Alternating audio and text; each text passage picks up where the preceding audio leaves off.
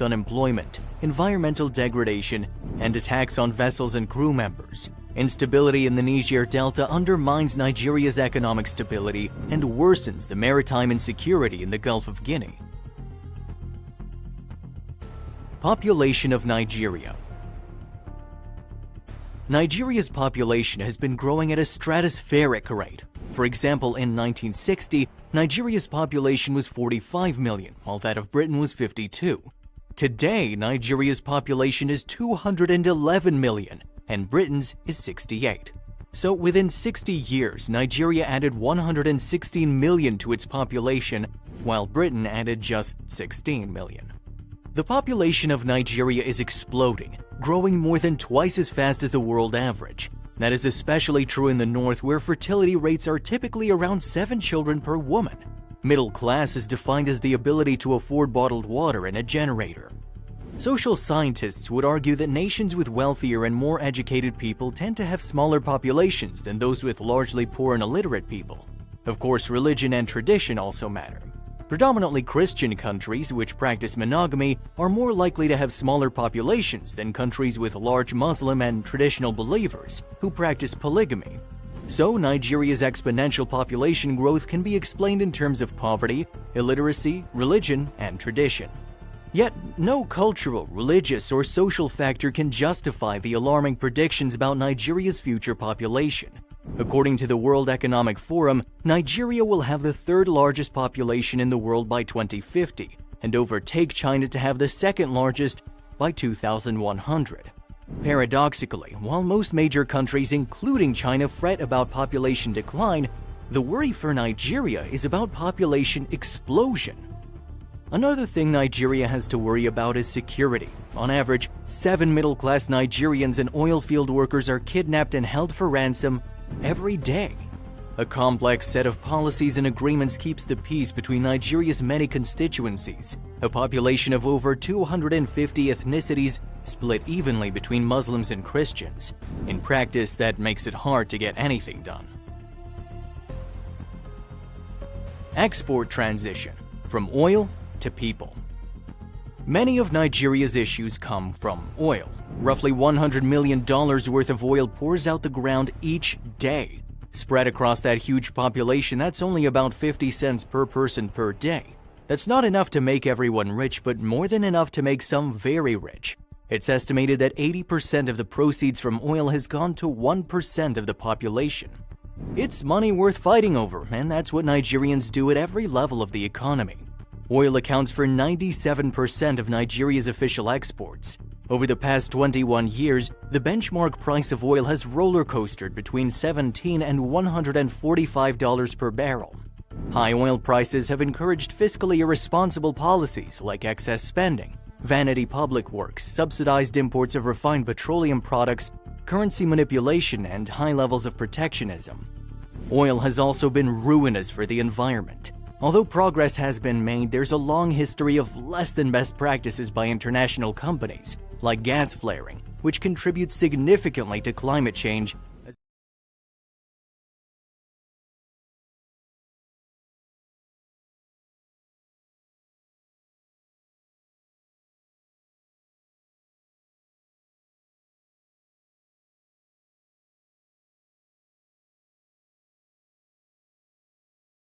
Amen and amen. Hallelujah. Please let's have our seat as we enjoy the rest of the program. Hallelujah. Shall we rise for the national anthem, please?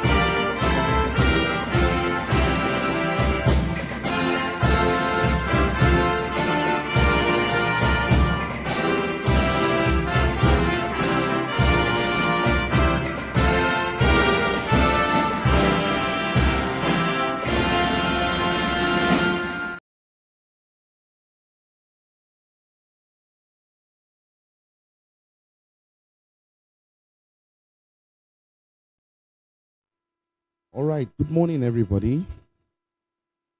Is it okay to have a better response? Can I get one? I said, good morning, everybody. Oh, it's afternoon. That's why you didn't say. I want to thank you for coming. Help me greet your neighbor to your left and your right. Tell the person good afternoon. It's actually midday, really. So it's good to see our beautiful faces. And I can imagine the level of anticipation we have in today's outcome. It's just a simple idea. I'm here today, first session of my work today as I was directed is to tell us why we are here. Why are we here? And I have a lot of reasons to thank God, first of all, that this is happening, because it's been a childhood passion for me to observe from when I was much younger. Someone said where I was that people would rather stop for cows than to stop for people. And that when people that are older than you say words in front of you, it never quite leaves you.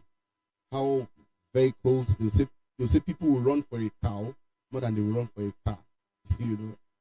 And I just began to think that, why is it so? What will make people, so to say, respect an animal more than, as it were, a human being?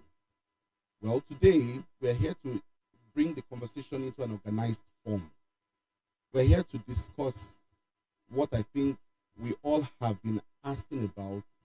And interestingly, it's not just a local conversation, it's global. The subject of life and the value for life is not local, it's global. It's not, when we're done here by God's grace, sometime in September, we'll be running the UK edition of this idea.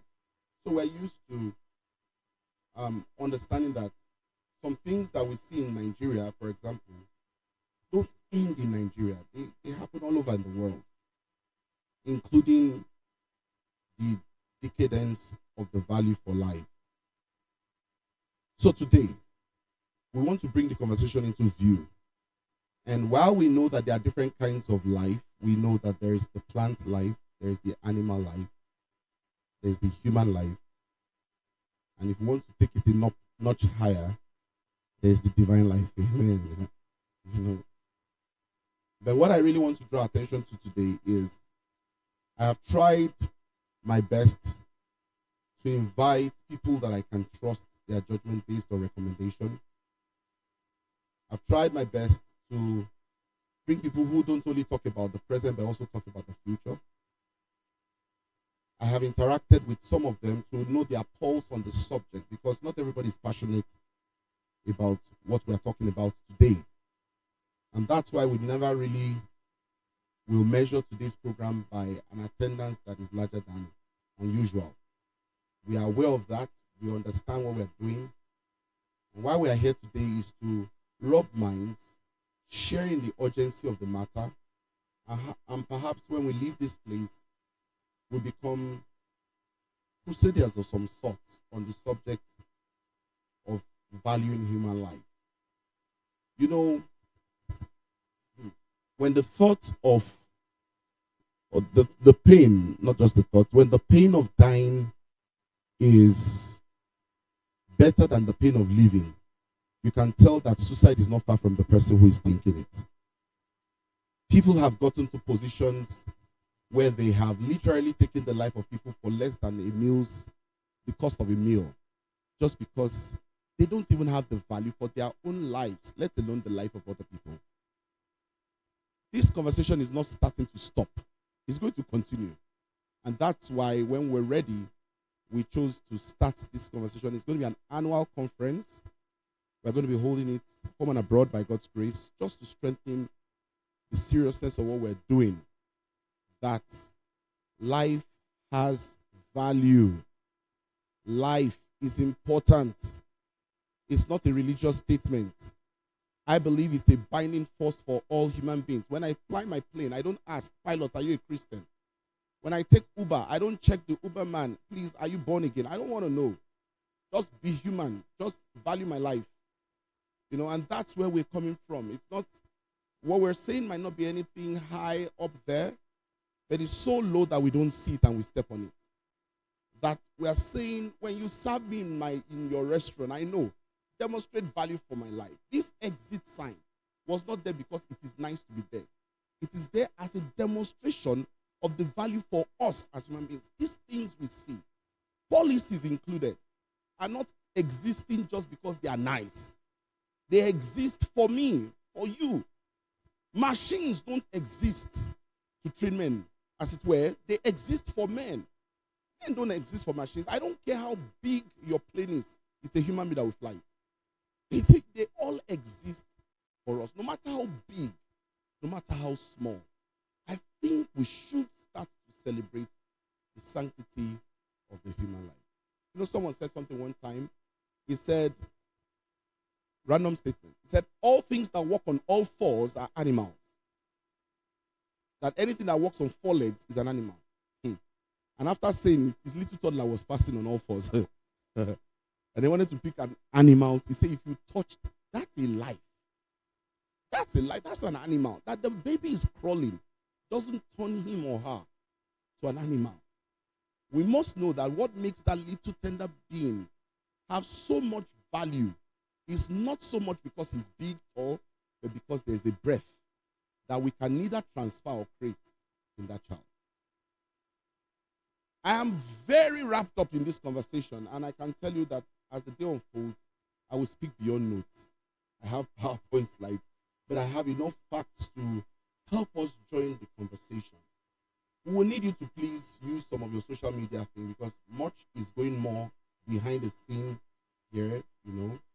So if you're the person who is active on social media, please tweet, share, like, hashtag on Twitter or whatever platform you prefer. But we will not stop this conversation and we will just be starting. We look forward to the first 3 years to become the platform that will create enough awareness. So you can imagine us using this for awareness. We are not stopping. And it will only get better. The investment going into it is intentional, and we hope to own this voice and this space. That life has well. I have a few friends who serve in the military. They are senior officers today, of course. But then you will see how much a very strong, dynamic captain of the Nigerian Army or colonel of the Nigerian Army, for example, seriously values life more in front of battlefield. And then he wonders why the people they are fighting, the power behind their ability to destroy is that they don't value this life. They don't. The real power behind why what will I call it now? A rebellious gang will last this long against a formidable military is because these gentlemen have resigned and totally lost anything about value for life. So they can fight. They're ready to die. They're ready to lace up themselves and be blown up. And we're saying we must come as strong as that. Invite any kind of platform we can. Introduce every kind of conversation we must so that the conversation is taken higher. We'll be looking at it in different places. Looking at the individual side, looking at the corporate side, looking at the government's role. But it's not all on government. Let's be honest. It's not all on government. I was talking to my sister here. We're making an illustration. Someone driving a G-Wagon just winds down and drops a bottle of, just throws it out. Nothing will do it. You don't understand the gravity. It's when you start to understand that that little thing that you drop can cause a clog on the road or in the drainage of a street and become a cause for erosion, and then it collapses the walls on buildings, and then flood takes over a society. You will never know how powerful and how much damage you cause when you do things wrong. We're not here to talk about the moral ethics. Neither am I here to become an aggressive group or a political function. No. I'm here to speak specifically to the fact that you and I need to start to value life. Where do you put your driver? Is your dog living better than your driver? The kennel of some dogs can buy somebody's house. I'm telling you. When a dog chain is made of gold. I mean, literally. So we'll start this conversation. We'll make it flow. We'll make it natural. As much as we want to be very organized, we also want to be very authentic. Is that okay, please? So we'll have real conversation. At the right time, some people will sit on those chairs in front of us there. And then we'll have the chance to ask them questions. But in the next couple of minutes, please don't be hungry. Don't be tired. The washrooms are on this side and on that side. You have to, if you just loiter around enough, you will find the washroom. You will stumble on one, I'm sure, while looking around. You just see restroom. And then please use it and enjoy yourself. Snap pictures. Don't go without selfies. Use the hashtags. Meet somebody new. It's nice to meet your neighbor. Can you just ask for your neighbor's name? Let's be sure that we have value for our lives. Are you meeting your neighbor, man? Speak it. All right. So we're going to get started. The next thing you're going to see is going to be a little video that we'll watch. And yeah, okay. So we're going to have the next flow. I think I've been guided on that. But before I bring the next person up, I just want to say that the whole idea that we see today started like a little burning light in our hearts. When we sing that song, "This Little Light of Mine, I'm going to let it shine," is a song that speaks to our own little contribution from where we started from. Someone said to me that your wife is on the poster. I said yes, and it's not church work. Yes, I pastor a church, that's true, but it's not church whatever. It's because I know she's also very passionate about lives. And I did not put her there just to make the cosmetic or the aesthetics look good. I didn't do that. I've done many programs that I didn't have to put her there. And she deserves this one. And I want to say sincerely, she's one of my major motivations in believing that this conversation holds a lot of water. Her passion, thank you very much. Thank you. Her passion for life, I see her celebrate people's success more than she has celebrated her own. Watch people grow has been a pleasure for the past 20 years with her. Ladies and gentlemen, she leads Internal Virtues. She heads our programs and projects in the Virtues for Life Foundation. Her name is Fumilola. Her surname is Farapojo. Give her a round of applause as she comes up, please. Amen.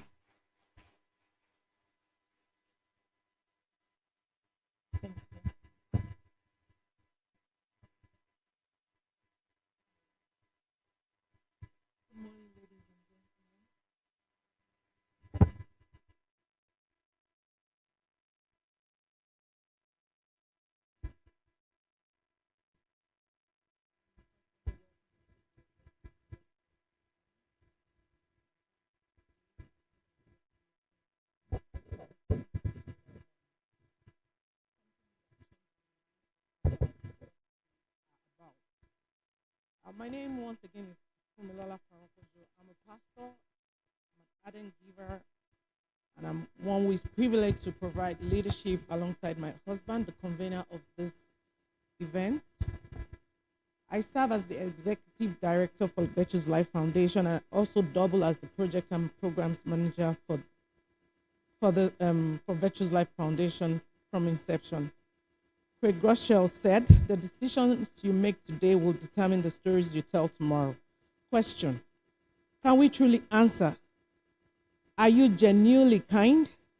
And are your motives pure? I want us to think and ponder on that throughout this conference today. Virtues Life Foundation is a foundation committed to the service of humanity. We decided long time ago, sometimes back in the days, like a decade ago, to move this from a shared passion to give back to the community who could use some of our help in food support here and there. We made a decision as a family and as a ministry to impact the community where we are, where we live, in and around Ikeja, no matter how little, to be a blessing to them. Virtues Life Foundation has been a dream, but today we see it manifest before all eyes to the glory of God. Today, it has grown from an act of convenience to an obligation of empathy. People, please can you celebrate this vision and this visioner, Mr. Alexander Farapojo. So I'll drop the titles. Amen. We've quickly noticed as God kept increasing us that this was beyond what we could do on our own, so we took up the commitment to scale it up to a different level of impact, hence the name Project Impact. Making Impact became a project to us that we immediately share with some of our friends and well-wishers, and as one would have it, some of them bought into it, and today they are still standing with us. In the last 10 years, we have provided tons of clothing, both new and fairly new, foodstuff, financial support to some few, medical support at every of our outreaches to people in Ikeja and its environs. With this gesture, we have been able to reach children through different initiatives, tagged Shoebox Initiative, our Back to School Initiative, and to women, especially widows, with what we tagged Christmas Hamper. At every of our events, every year, we have over 20 volunteers, including medical professionals, who assist with their skills to provide support to a modest audience of about 500 people annually, including women, children, and men are not left out. We give out free clothing, both new and fairly used, like I mentioned, free foodstuff, free books and stationeries, free medical services, free legal advice at a minimal scale. We then moved forward to give it more structure, got the initiative registered with the appropriate bodies, and sought for opportunity to do more. We believe what we've been doing can go bigger, can become better, and can reach more people. This has led us to, in the last 10 years, seeking places and people to partner with making things better. Indeed, this is part of why you and I are here today. Please, can you celebrate yourself one more time? I believe we can do better than that. At some point, it became clearer what the core concern was. It was, and still is, that the society we live in does not value the life of people appropriately. Value for life was missing across almost all strata and cadre of the food chain. We began seeking for ways alongside our regular arm of generosity to improve lives, and began with the statement, value for human life. Our philosophies and ideologies hold a lot of opportunity for partnerships. Our desire is that the life of the human being becomes valuable once again. That this sanctity is upheld, that this value is regained from the attempt of wickedness which has sought to debase it. Today we familiarize this conversation. Today we formalize the conversation once more. Today we give it direction. This day we build a momentum around it, and we seek that this journey, you will journey with us. Because we believe that every life matters. Every life counts. Everyone deserves some value, and we will restore this consciousness one person at a time. Our vision is to make a statement that influencing culture while becoming and raising better citizens. Our mission is to enhance the value of the human life through every culture to make humans value humans, animal and plant life globally, starting with our local environments.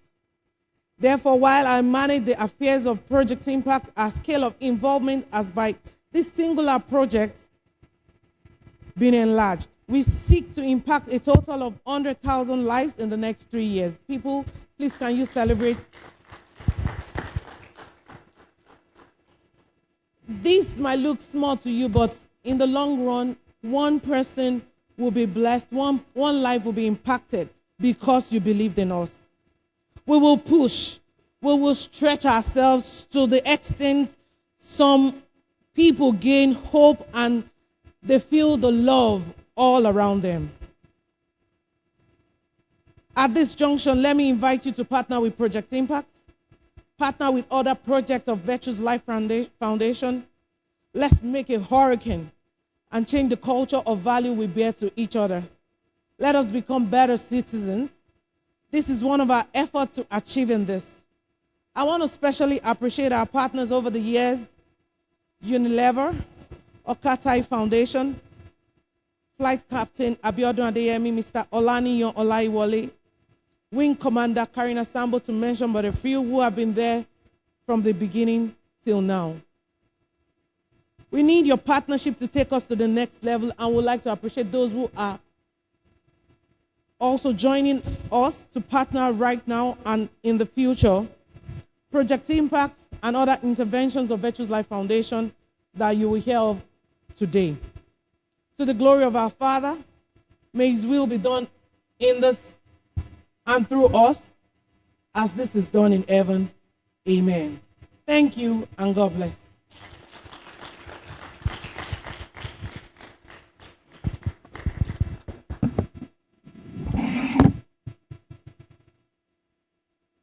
Because they accused him of being a witch. And because of this superstition, people on the street didn't want to touch him and even made fun of him for falling down.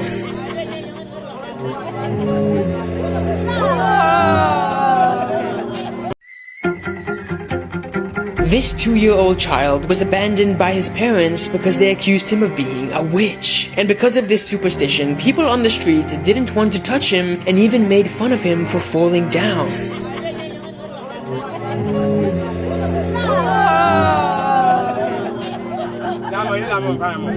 But wait, before you lose faith in humanity, you have to see this woman. Because she changed this kid's life forever, and you'll never expect what he looks like today.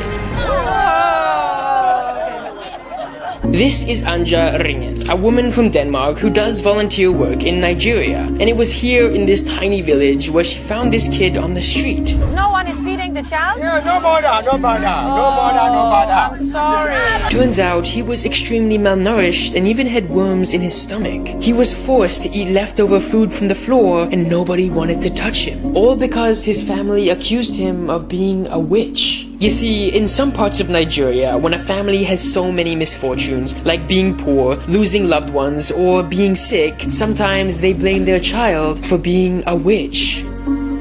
This is exactly what happened to this kid. And right when he was about to give up on his life, this woman found him. And she did something that will give you faith in humanity. Nu tager vi dig med. Ja, du skal med mig. Nu skal du ikke være her længere. Men du skal med mig. She adopted him and called him Hope. Even though he was extremely sick, he beat all odds and survived. And it turns out that Hope wasn't the only kid rescued by Anja. She was on a mission to help all the kids in Nigeria, just like Hope. And her story went viral. People from all over the world gave her donation. And that's how she built this orphanage and called it the Land of Hope, where she rescued nearly 100 kids. And one of them is, of course, Hope. He recovered, he gained weight, and for the first time in his life, he smiled. And now he's a happy grown-up kid who looks like this. And just like Hope, kids like him, her, and him turned their lives around. And think about this, it wasn't even thanks to a government or some kind of big organization. It was thanks to one simple woman who wanted to save a life. Because of her, these kids accused of witchcraft ended up being happy, smart, and talented kids who have huge dreams for the future. I want to be a teacher. I will teach the children and expose them to the understanding that no child is a witch. Now Anja is on an even bigger mission because she understands that the solution to this issue isn't only about rescuing kids, but about educating adults. And she is living proof that sometimes it only takes one single person to change the destiny of many.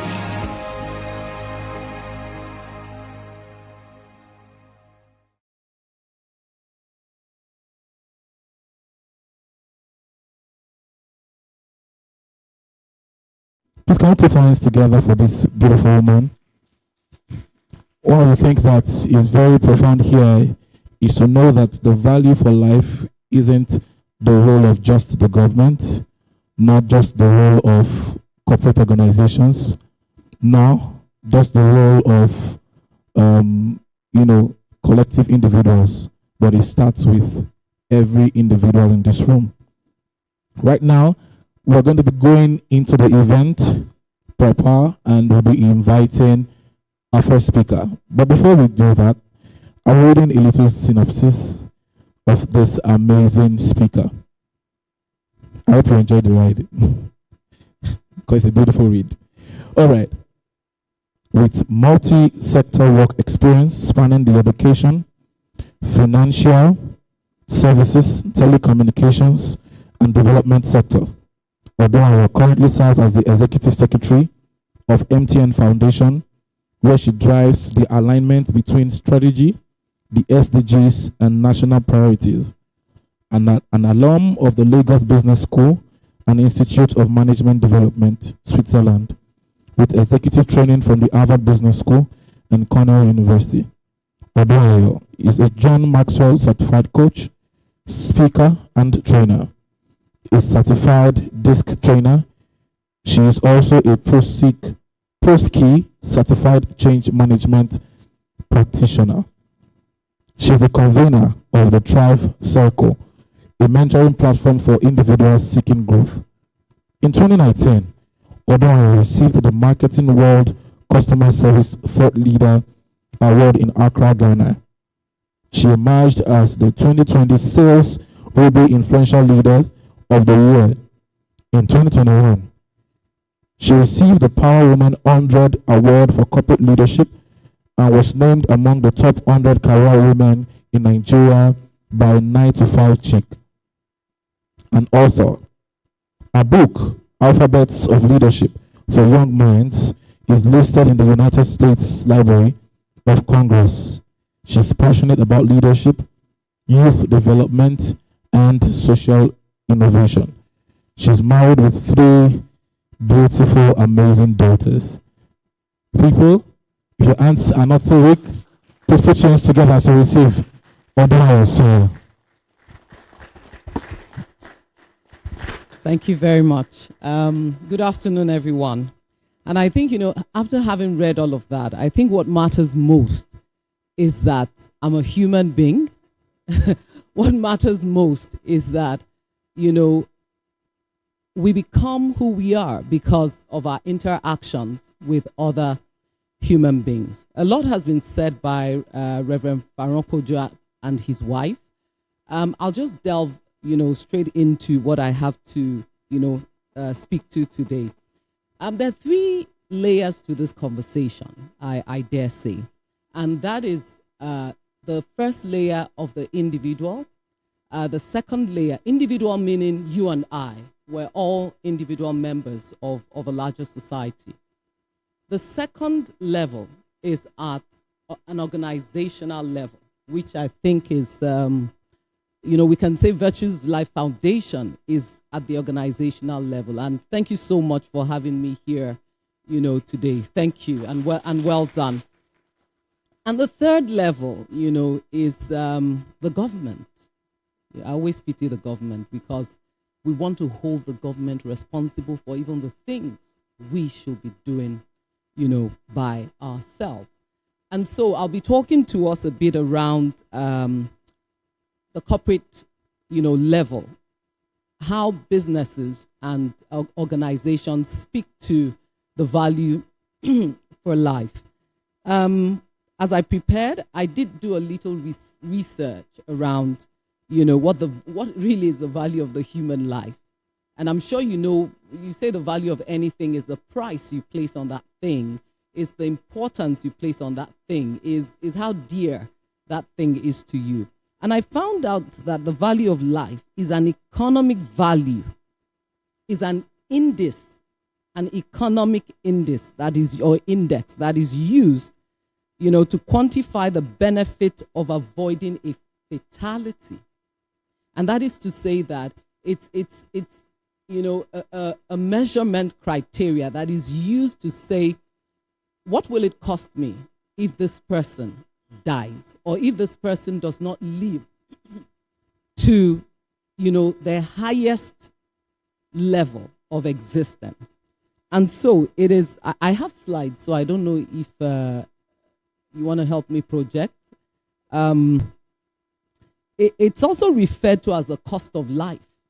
You look at a family and say, what will it cost? What's the value of life, for instance, of the father, the next one. So I'll be talking about the role of corporate governance in demonstrating value for the human life. So it's also referred to as the cost of life. I was going to give an example. You look at a family and you say, what is the cost of life of the parents in that family? It's massive, because if anything happens to them, the purpose and the destinies of their children are actually short-circuited. That's the truth. They end up, moving from one uncle to the other, and at the end of the day, they may never fulfill their purpose. And of course, it's historically, I found out that it's a concept, is a subset of the study of what we call the human capital. There are, I think, about 4 forms of capital. You have human, you have financial, you have manufactured, that's production capital, and you have environmental capital, that's natural capital. And in trying to understand the human capital, it came up as the value for human life is a subset of that. And it was, of course, used in Anglo-Saxon law. And there it was a case, it was used to determine the compensation due to a worker's relatives if he was killed by a third party, knowing fully well that it is better that that person doesn't get to the point of death if it can be avoided, because it costs even the employer something to look for a replacement. And we see it, for people, a number of people, I see a number of my friends here, and they're HR gurus, and they can tell and tell you that it takes a lot for, when a staff leaves an organization, what it takes you to actually get it, because you don't want that same replacement, you want it at a higher level. And so there's a whole load of ripple internal costs that the organization has to deal with. Now, the next slide, please. Yeah. What really is corporate governance? Remember, we're talking about it's really about the intersection between, corporate governance and the value of human life. Of course, it's a set of rules, processes, procedure, policies that guide, the operations of businesses. I'll use business companies and organizations, those words interchangeably. And it guides their operations, and it also guides their interactions with the larger society and their stakeholders. The world of business has moved from taking care of only your stock, holders, so your shareholders, as they're called. Your customers are your stakeholders. The environment, the communities you operate, they're stakeholders. Your employees are stakeholders. And in fact, your employees' families are becoming key stakeholders now. And of course, the absence or the presence of corporate governance does make a difference. It's when a company or a corporate body is without corporate governance, is like a child that has no boundaries. It's like a child without rules. You understand? So it can lead to destruction even of that corporate entity. So it's very, very, important. It has great implications for the reputation of the organization, for the profitability, and the ability of that organization to exist in the long term.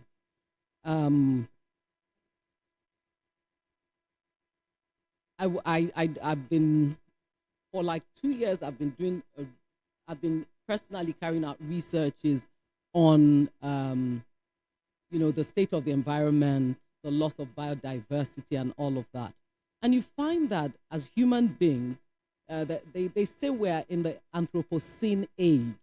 And what is that? It's just an age where human activities, far exceeds the carrying capacity of nature to replenish itself.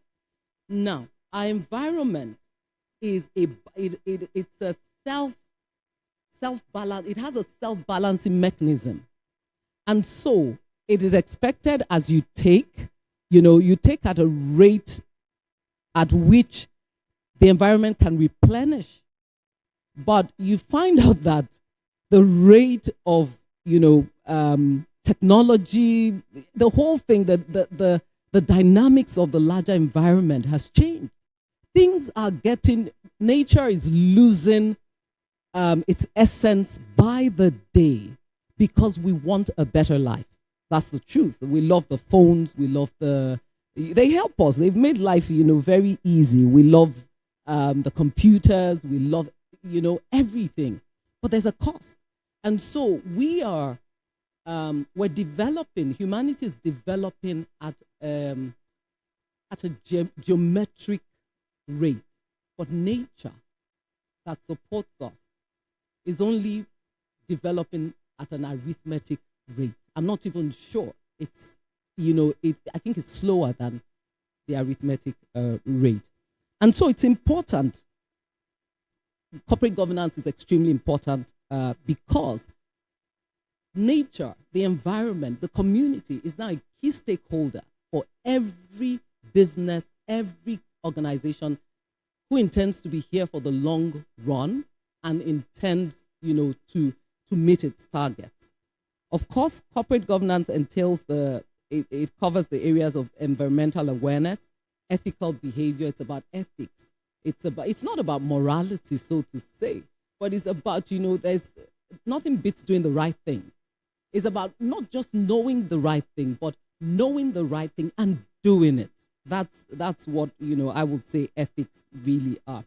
And of course, it's about corporate strategy, it's about compensation, risk management, and I could go on. And of course, there are principles that undergird corporate governance, and that's where you talk about ethics, accountability, transparency, and of course, responsibility. And can we go to the next slide? Now, I want you to think about this quote on the system. And can we? Okay. So we begin to ask, the role of the individual has morphed. The role of corporate organizations have morphed. The role of the government too has changed, has continued to change as we develop. We're asking more, we're taking more, we're doing more. But then one begins to ask the question, what really is the purpose of business? If you want to go into for the professors among us, I think it was Milton Friedman that said, he said the only purpose of business is to make profit.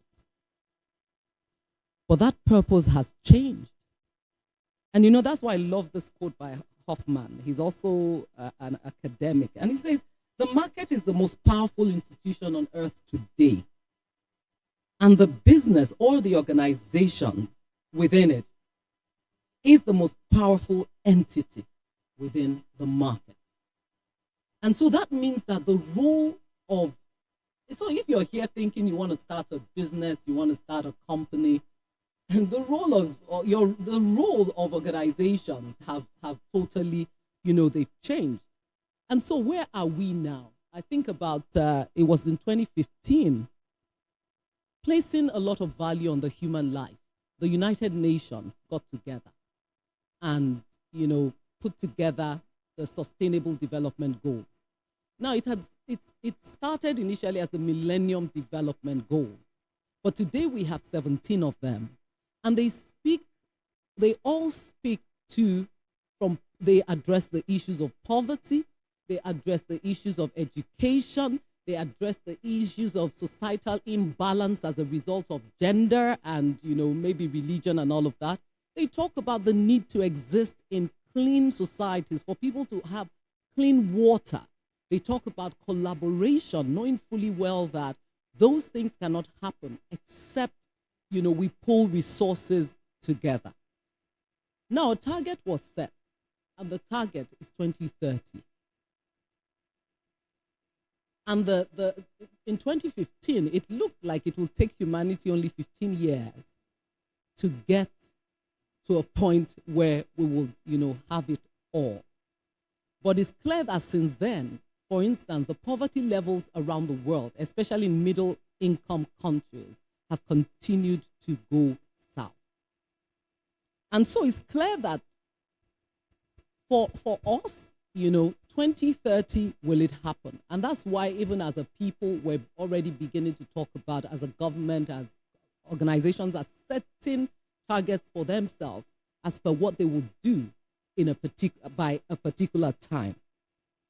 Now, the intersect like I said I was going to talk about, between corporate governance and the value for human life is, I would call that intersect sustainability, the intersect of sustainability, where, existing is sustainable for the human being in the environment, and it is also, business is also sustainable on the other side.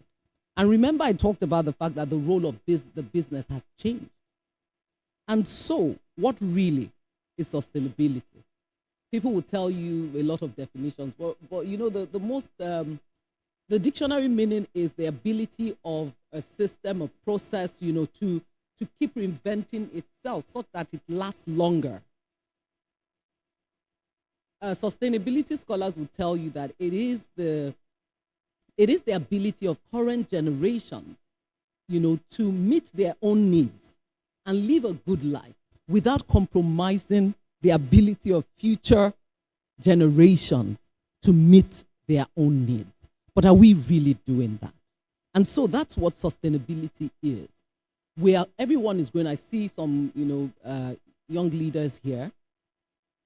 How are we, as the adult generation, what are we leaving for them in terms of the environment, in terms of the values? And this thing we're talking about, the value for human life, is such that you can't value what you don't have value for. And so that tells you that it is foundational. It is foundational because I look at corporate organizations today, and they're made up of people like you and I. When people start talking and critiquing, and I'm like, but those people came out from us. They are our brothers, they are relatives. People who occupy positions, whether in the corporate world, anywhere, they are a function of us. We belong to families. And so it is about, fundamentally about values. Because if I don't see the human life as anything valuable, it's going to be difficult for me to place a value on it. So sustainability brings us back. Can we go back, please? Okay. It brings us back to say, the question then arises. What do I need to do? How can I contribute, to ensuring that our environment is sustainable, my family is sustainable in terms of the way maybe I raise my children, and the organization I work for is also sustainable, because organizations are just mere buildings. Human beings breathe life into organizations. Now, the second thing, another intersect, is when we talk about ESG. There's always a fad. It comes, it goes. We're talking about ESG, and ESG simply means environment, social, and governance. And what this is a framework for organizations to run, to say that we focus on the community. So I work with the MTN Foundation, and I'm not here to promote the foundation.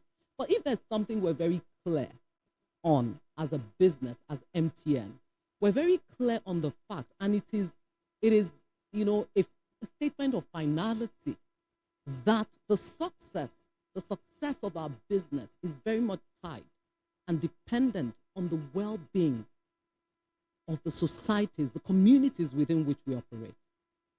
And so because we have that, it is difficult for anyone within the organization to do otherwise, to harm or hurt or take away from, deplete the communities that we exist in.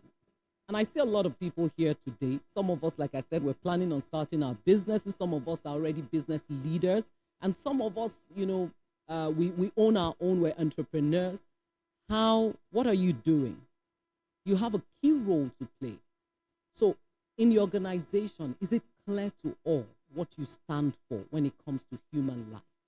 Is it clear to all what you stand for when it comes to the communities within which, you operate? Of course, environmental is E. Do you care for the environment? I was speaking, he shared the example And yet there are times on Lagos roads you see a G-Wagon just roll down and there's a heap of dirt thrown out.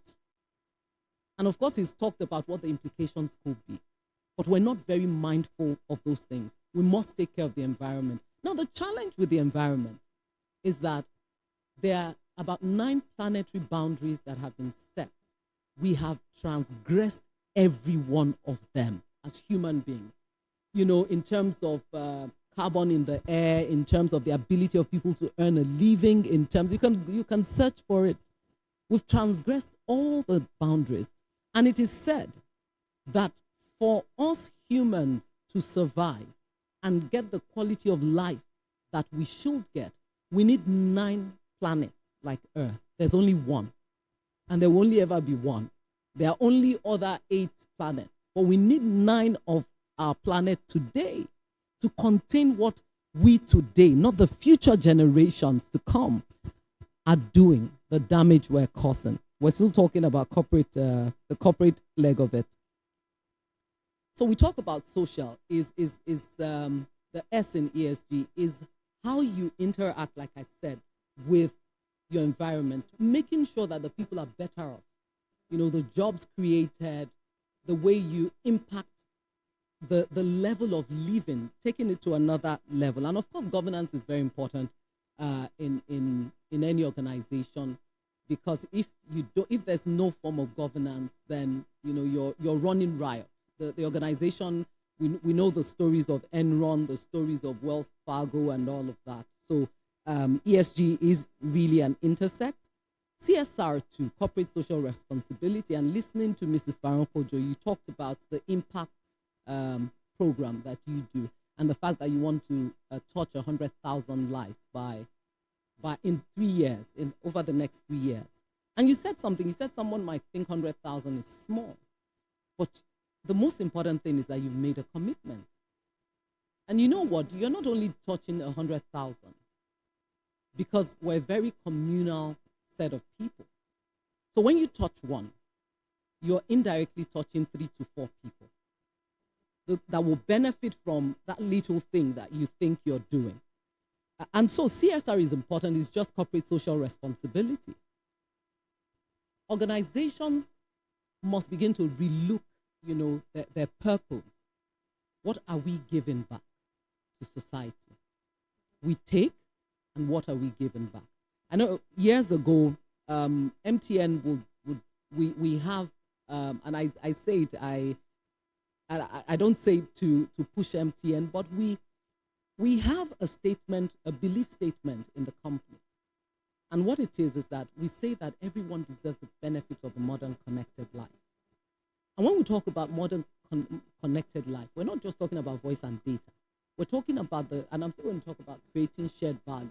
We're talking about creating value, bringing products and services that lift many out of poverty, that enable people to be connected even in the very remotest areas, and they can trade because they can use services. And so corporate social responsibility is not just a fad. It is something we must do. In the company I work for, every year we set aside 1% of our profit after tax, and it goes towards corporate social responsibility, and we use it to, you know, make sure there's water, equip hospitals, get people into school with scholarships, train people. We do a whole lot. But you know, the challenge is that one person can't do it all. We all must rise. So the corporate organization has a key role, you know, to play in the transformation of the society. And of course, we talk about triple bottom line.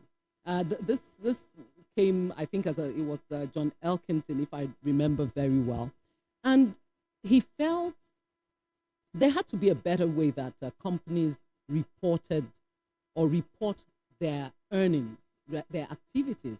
And he said, you know what, it was not enough to report profits alone. It was good enough to look at planet, profits, and people. You know, how do you impact people? And that's why we are here. We're talking about the value for life, and not only the human life, but also biodiversity. And that's where you talk about the environment. And so he put forward and he said, you know what? Successful organizations must report their profits, yes, but they must report how they impact people within them, within the organizations, and in the communities they operate. And lastly, they must report and be accountable for how their activities impact the planet. That's the third P. That's why it's called the triple bottom line. And so you find that a lot of organizations, in fact, investors right now are making and taking decisions based on the fact that, you know, organizations are environmentally aware.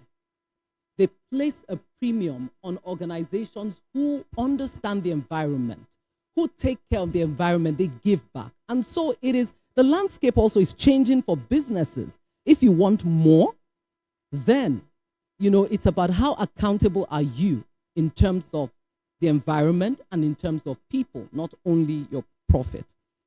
Of course, another intersect is the shared value. And under shared value, it's not really, it moves a bit away from CSR, because even CSR is taking on a different life. I personally believe that, you know, CSR has changed. And why has it changed? I read a book a few years ago, The Prosperity Paradox. It was written by a Nigerian and a few other Harvard professors. And he said, you know, he was so full of zeal. The zeal had consumed him. He wanted to come back home and provide water to his community. He visited and they didn't have water. He's from, I think, Delta State. And he came. He raised funding from his friends in the US across the globe. And he came and dug, you know, he installed boreholes. In some areas, he dug wells. In some areas, they were boreholes.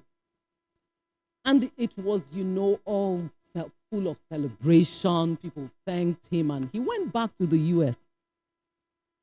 6 months after, he starts getting calls.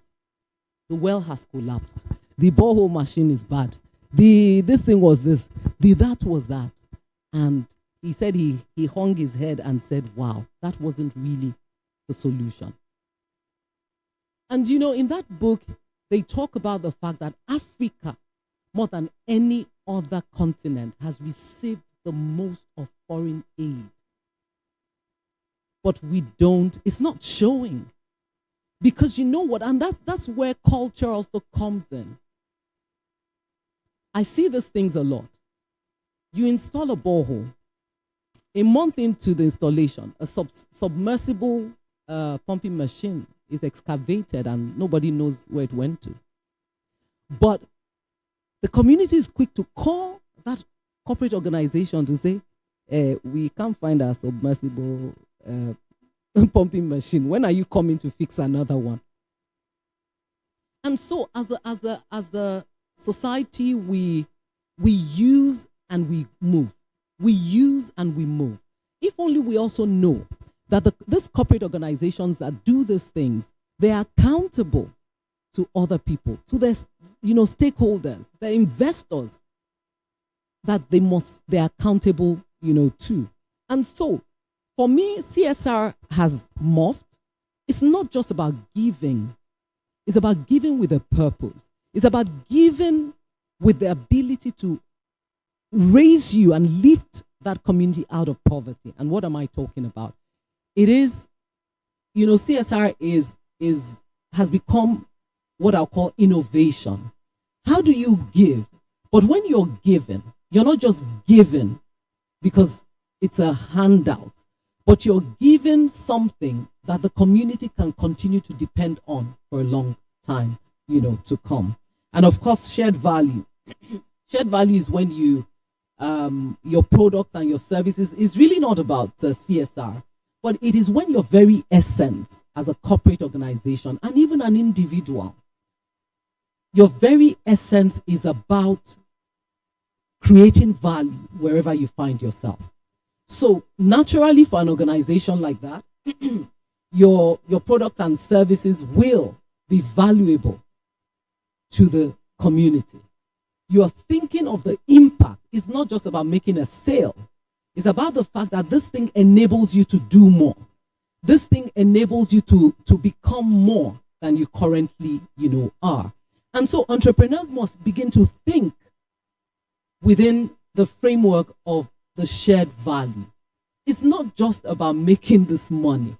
When people purchase your and subscribe to and for your products and services, are they better for doing that? Does it take them to a new level? Does it help them fulfill their aspirations and they become better people, in life? The next slide, please. It's a slide I took out of a Harvard Business Review, and it was trying to talk about the shared opportunity, the shared value opportunity. And it's about when we do well, we're making money. But when we do good, we solve social and environmental problems. And that, for me, is the essence of that every corporate organization, whether small or big, or multinational, should have at the very center. The next slide, please. I'm rounding up. So really, the intersect, I've spoken to this, is really beyond CSR. It's about how your products and services deliver value to your customers through meeting their needs and also their aspirations. It's about the non-negotiables. It's about quality. What is it as a business that for you, it is not negotiable? Because it impacts the value of human life. I recall there was a time in the country where we had this menace of fake drugs. And I'm sure if we had to calculate the opportunity cost is massive. We've been robbed of, future this, future that, doctors, and so it's about quality. It's not negotiable. Now, it's about new methods of production and disposal. Recall, our current way of doing things, and especially in Africa, is that we use and we throw away. We use and we dispose.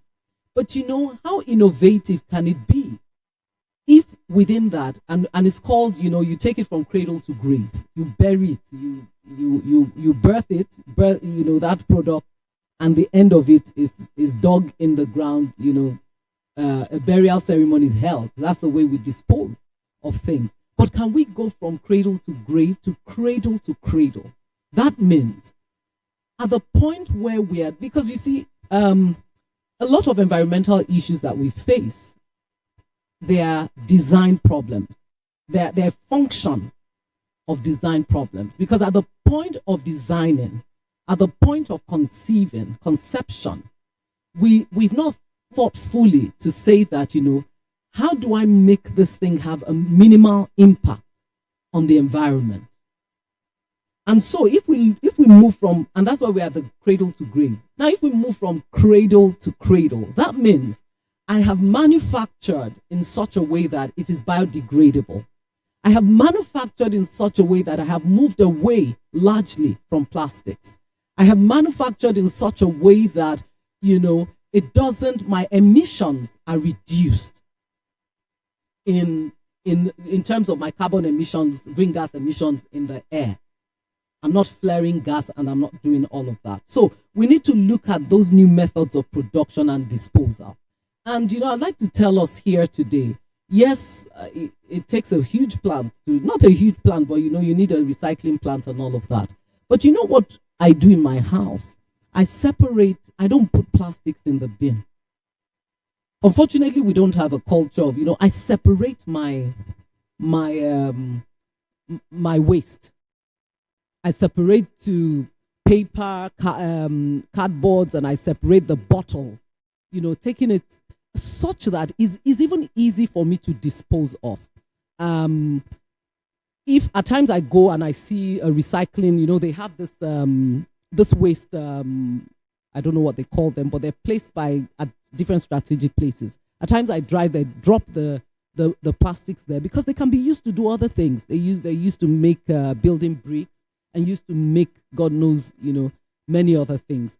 So I think it's a discipline we all can take. And even corporate organizations, how green, our processes, how green in terms of, do we recycle? Do we do water recycling? And I know it's not going to happen overnight, But those are things we need to start looking at. Do we harvest water, rainwater? What do we do with it? Or it just goes, water is becoming a scarce. They know me in my house. I'm the water prefect. You can't leave the tap running because I will shout and tell you water is scarce in the world today.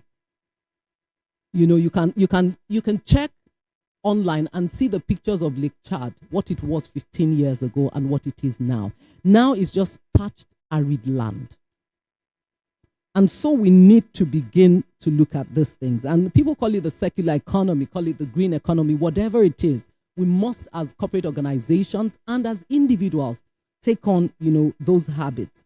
Of course, the intersect is about building employees to be responsible citizens. And that's a charge to, every corporate organization. And that is how we can pass on, this value of the value for life. It's about enabling the communities to build resilience. When communities, do we train them? Do we teach them, how they can hedge against flooding, how they can live under better hygienic conditions? It's about, generally, really, it's about the world being better because as a company, you are there. So today, what corporate organizations must look and say, is the world better off because I'm here? Is the world, better off because of my products and my services? Now, if they're not, the opportunity is not lost. It's just a time to go back to the drawing board and do more. Improve on your design process and then do more for the communities. And really, are there advantages? Next slide, please. Are there advantages? Of course, there are advantages for corporate organizations and even for individuals, because individuals work in those organizations. So the advantages include improved brand reputation. The brand is not pulled in left, right, and center in scandals that have to do with a negative impact on the environment or the human life. Innovation is another advantage. When organizations move in the direction of sustainability, what you find is that there are new orientations around innovation. People begin to solve problems in a different way. And what does that translate to? New products and services that create totally new markets within the environment. Now, when you create a new market, what you've done is that you have brought in more people who hitherto could not afford to buy or aspire to having that product. But by you creating a new market, you bring them in. And what that does, people have jobs, people, can trade better, they're better connected to, achieve their dreams and their aspirations. And of course, new value chains here and then, it improves the economy. Of course, another advantage is that it reduces employee attrition. Employees want to work in organizations that, care for the environment. Organizations that places value on the human life. Of course, reduced regulatory fines. That goes without saying. Increased profitability. It does, because you're able to, I spoke about it earlier, investors are looking at putting their monies in organizations that promote sustainability. And of course, it helps you reposition your brand from strictly a profit-oriented brand to a brand that values human life, a brand that values the environment, and a brand, that is willing to give back to ensure that people are at least able to live a certain, quality of life. And I think on that note, that's it from me. But thank you very much. I'd like to say something. The truth is that the corporate organizations can't do it alone. Corporate organizations cannot do it alone. So as much as corporate organizations move towards the communities, towards the people, the community also must move to meet them halfway. And so that's why I talk about the need to have a maintenance culture, a preserving culture within our communities. We need to reorient ourselves, to relearn how to treat a gift when we are given one, such that the person who gave you the gift doesn't have to take on more cost to re-gift you the same gift again. And I think it's about taking ownership. We must take ownership wherever we find ourselves. Thank you very much, and thank you to the Virtues Life Foundation for having me. Thank you.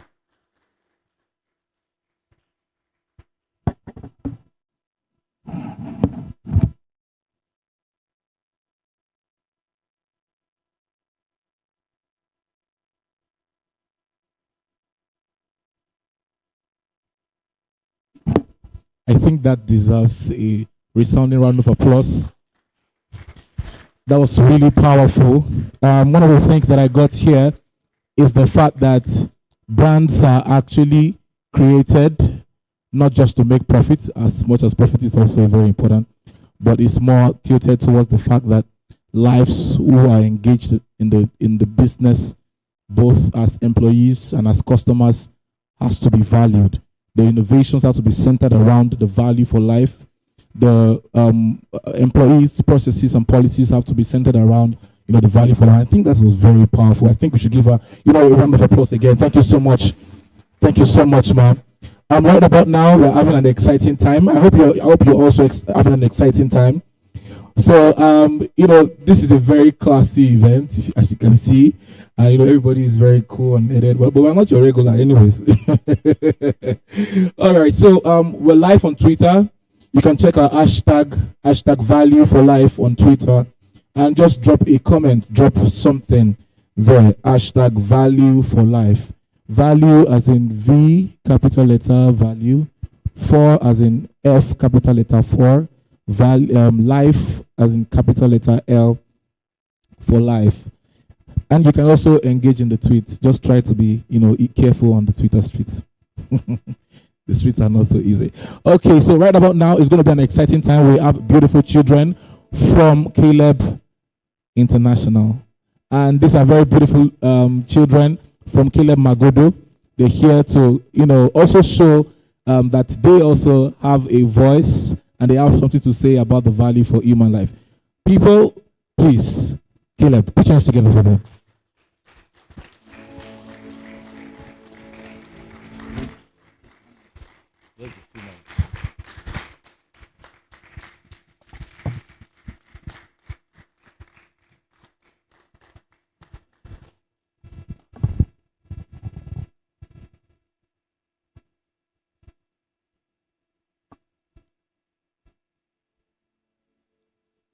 Good day, everyone. My name is Ade Diana from Caleb International School.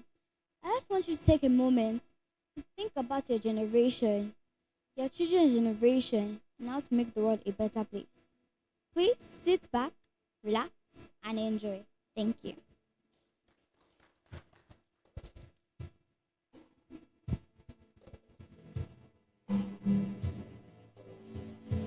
There's a place in your heart, and I know that it is love.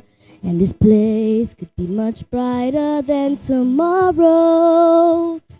And if you really try, you'll find there's no need to cry. In this place, you feel there's no hurt or sorrow. There are ways to get there if you care enough for the living. Make a little space to make a better place. Heal the world, make it a better place for you and for me and the entire human race. There are people dying. If you care enough for the living, make a better place for you and for me. If you want to know why, there's a love that cannot lie. Love is strong, it only cares for joyful giving. And if we try, we shall see. In this bliss we cannot feel fear or dread. We stop existing and start living. Then it feels that always love's enough for us growing. So make a better world. Make a better world. Heal the world. Make it a better place for you and for me and the entire human race. There are people dying. If you care enough for the living, make a better place for you and for me. And the dream you were conceiving will reveal a joyful face. And the world we once believed in will shine again in grace. Then why do we keep strangling life when this earth crucify its soul? Though it's plain to see this world is heavenly, because clouds we could fly so high, let our spirits never lie. I feel you are all my brothers. Create a world with no fear. Together we'll cry happy tears. See the nations turn their swords into plowshares. We could really get there if you cared enough for the living. Make a better place. Make a better place. Heal the world. Make it a better place for you and for me and the entire human race. There are people dying. If you care enough for the living, make a better place for you and for me. Heal the world. Make it a better place for you and for me and the entire human race. There are people dying. If you care enough for the living, make a better place for you and for me. Heal the world. Make it a better place for you and for me and the entire human race. There are people dying. If you care enough for the living, make a better place for you and for me. There are people dying. If you care enough for the living, make a better place for you and for me. There are people dying. If you care enough for the living, make a better place for you and for me. Make a better place. You and for me. Make a better place. You and for me. Make a better place. You and for me. Heal the world we live in. You and for me. Say before the children. You and for me. Heal the world we live in. You and for me. Say before the children. You and for me. Heal the world we live in. You and for me. Say before the children. You and for me. Heal the world we live in. You and for me. Say before the children. Thank you. Please, you can do better with the clap. The children has asked just one question, and they've also requested for just one thing. Can you please save the world for the children? Please put your hands together for Caleb. Thank you so much. One of the things that is really exciting about times like this is that children are also involved. The conversation has to start from the grassroots. That is very important. It has to start from the grassroots. It is better to shape culture. It is better to create more strategies and to bring it all up from the grassroots. Please put your hands together again for them. Thank you. All right. So right now, I am going to be receiving a very important person to me and an important person to us at Virtues Life Foundation. It's been years of hard work, making sure that we express values for life in all the programs we do, in all the, our engagements with life. And this time is a very important time for us because somebody saw the vision, and some of us are able to align with that vision. And we've decided to go heads on with all loyalty, doing this work like our lives depend on it, to make sure that life is really valued. I'm going to be reading a few profile right now. I'm going to be smiling reading this profile because all right, Alexander Farampocho is the convener, Virtuous Life Foundation, the convener of Value for Life Conference, and the founding senior pastor, Virtuous Christian Center. And of course, Virtuous Christian Center is an arm on the Virtuous International Ministries. He has, with an empathic vision of being and making men God's pride, with the evidence of influenced lives changed in his world, is an author, a learner, and the enthusiastic host of the weekly radio and television program Moments of Virtues. He is also your host on the 30-second Minds on Wheels daily social media broadcast with reverberating tweets that is always worth retweeting. You might want to check out the handle. It's at A Farampocho. I know that handle. He provides executive coaching to teach to teaming leaders and a profound public speaker to matter of concerns and nation-state affairs.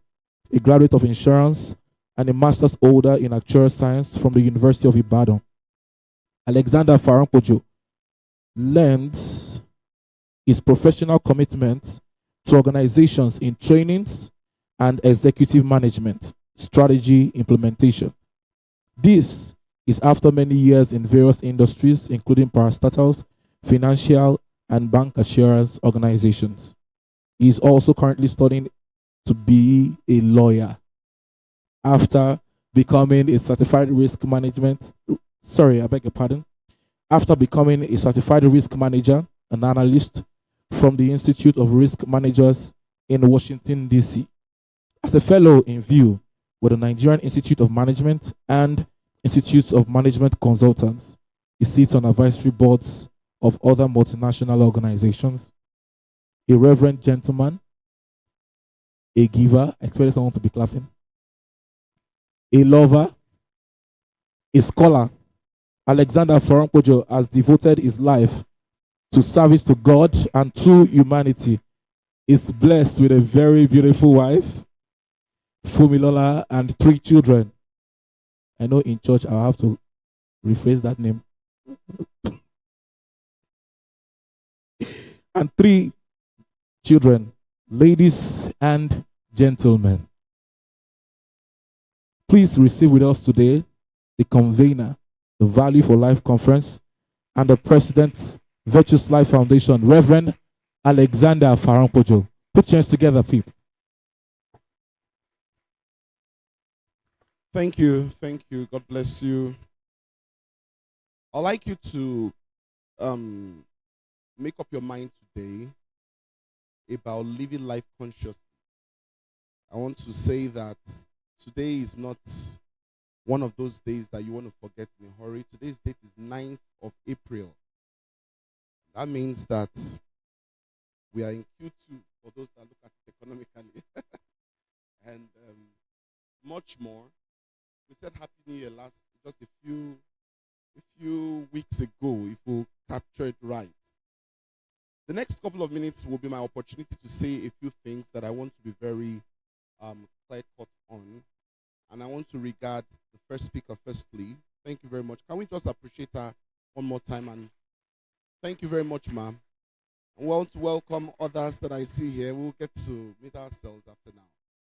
Now, please, before I speak, I want to put value on you. Would you like to receive yourself with a round of applause? And let's give ourselves one more time. Thank you. I will be speaking from 2 write-ups. One is a slide The other is a PowerPoint presentation. Actually, I just did the PowerPoint presentation just to cue my thoughts. Not really because, just in case I forgot anything. You know what I mean? Yeah. You know, nobody does the work of proving he truly cares for life as much as the firefighters, I would say. The motivation behind being a firefighter, in one of their forms, which I saw, was that I'm ready to stake my life for the life of another. And there's no way, like we were told earlier on, that you will hope to to value the life of another person when you don't even value yours. It's difficult. You know, and each time I look at it, I think it's a trap for our military men to defend us, protect us, or whatever we call it. And so I'm sometimes having to admit the need to be spiritual. Be spiritual about my hopes concerning our security as a people. Of course, the government has accepted the sole responsibility, so to say, the major responsibility of protecting life and property. And for that singular reason, we hold them to a lot of things responsible. However, there's just so much the government can do. There's just so much the government can do. Value for Life conference essentially seeks for the opportunity to bring to the bear what individuals, like we wrote there, organizations, and as it were, the government will have to do. Let's find our role. Let me start by telling a small story. The story is told about the man John Howard. If I mention that name here, I'm not sure too many people know who that is. John Howard is an elderly man way back in 1899 who preserved the life of a gentle journalist, a young journalist in South Africa. It used to be called Transvaal, under the Boers War, you know, that's in Pretoria. And so there was this young journalist that came banging at his door. Boom, boom, boom, boom, boom, boom, boom, boom. And then he opened up and was concerned. What do you want? A young British boy, you know, with the pen and the paper, a sling bag, said they wanted to kill him, and he sought for refuge in there. He got the refuge. A few weeks after that, he was shipped out of South Africa, and he went over back to his home country. Because he was a journalist, he could do some editorial work. People got to like him. Before you knew what was happening, he grew on the line. He applied into politics or got himself into politics, became popular. Soon enough, he was going to oust out the perceived weak prime minister of the UK then. I don't want to mention his name. You know? But interestingly, this gentleman became the prime minister. And ladies and gentlemen, you need to believe it. Today we have a world preserved because this gentleman was preserved, if I'll use that word. Guess his name? Winston Churchill. It was Winston Churchill who literally formed an ally with the allies that supported him to overcome the war with Adolf Hitler. And when I look at the story, I'm forced to appreciate what was in the mind of the man who saved him. The attempt to save Winston Churchill was not an attempt to save that Winston Churchill alone.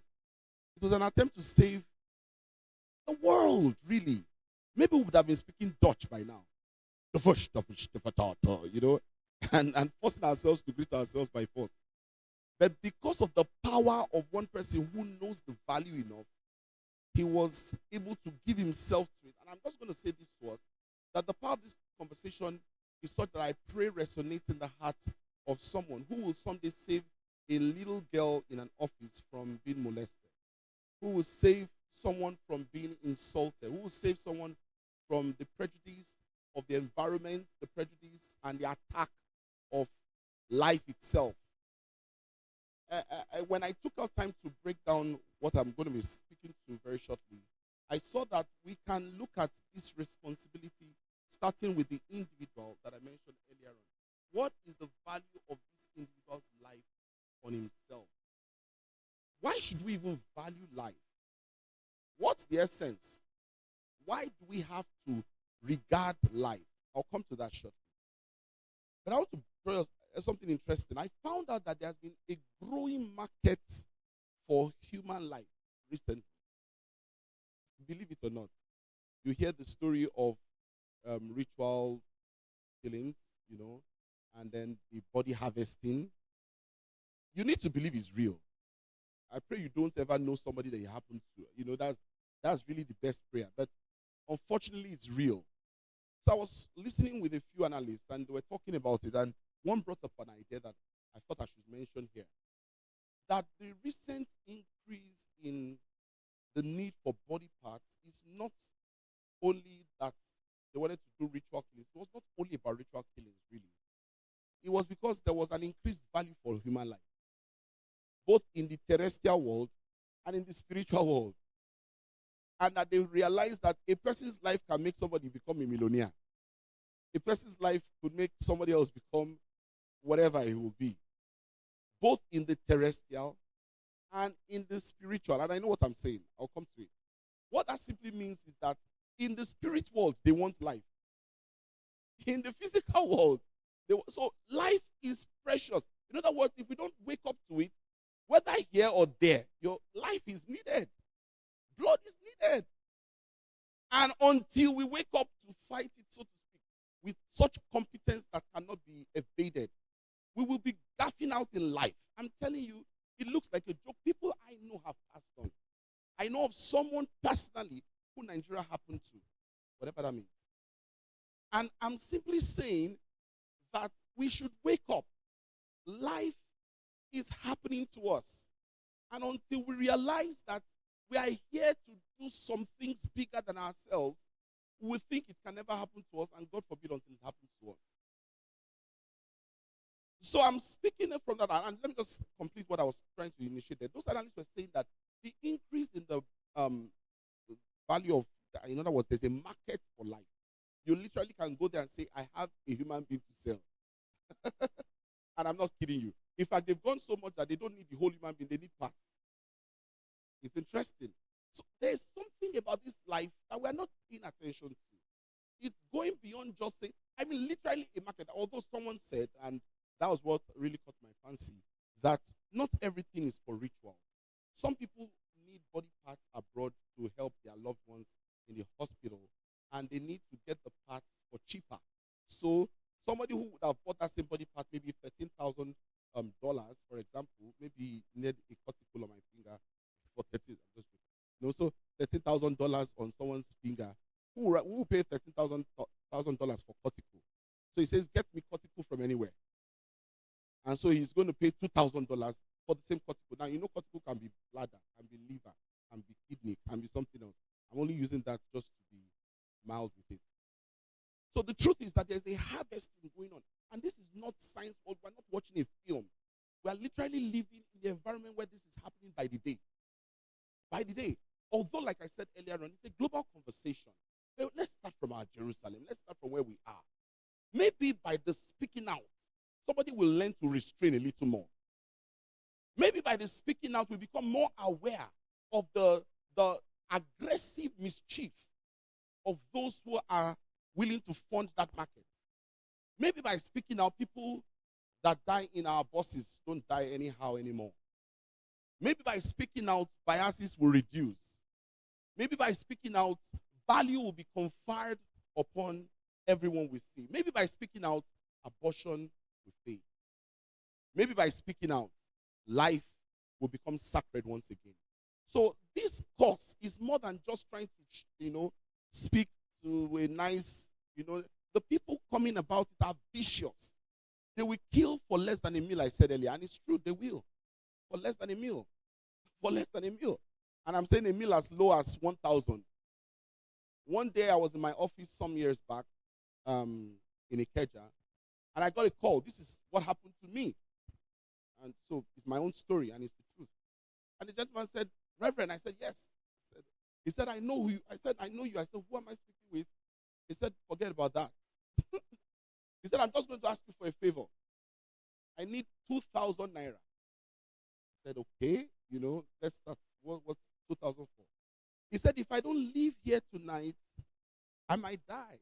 I am an assassin. I mean, I was embarrassed to hear somebody say, I said, please, can I drop this call? Don't even introduce yourself to me. He said, I know you might be thinking many things, but I can see you from where I am. And he said, please do me a favor. They are looking for me. Tell the security man down your building. I've shared the story before, those that are close to me know. Give him 2,000 naira. I will collect it so that I can go to Ghana. And I said, for real? Well, long and short of the story, so I don't bore you out. But the story was 8 months later, he called me with a loud crowd and said, Reverend, thank you.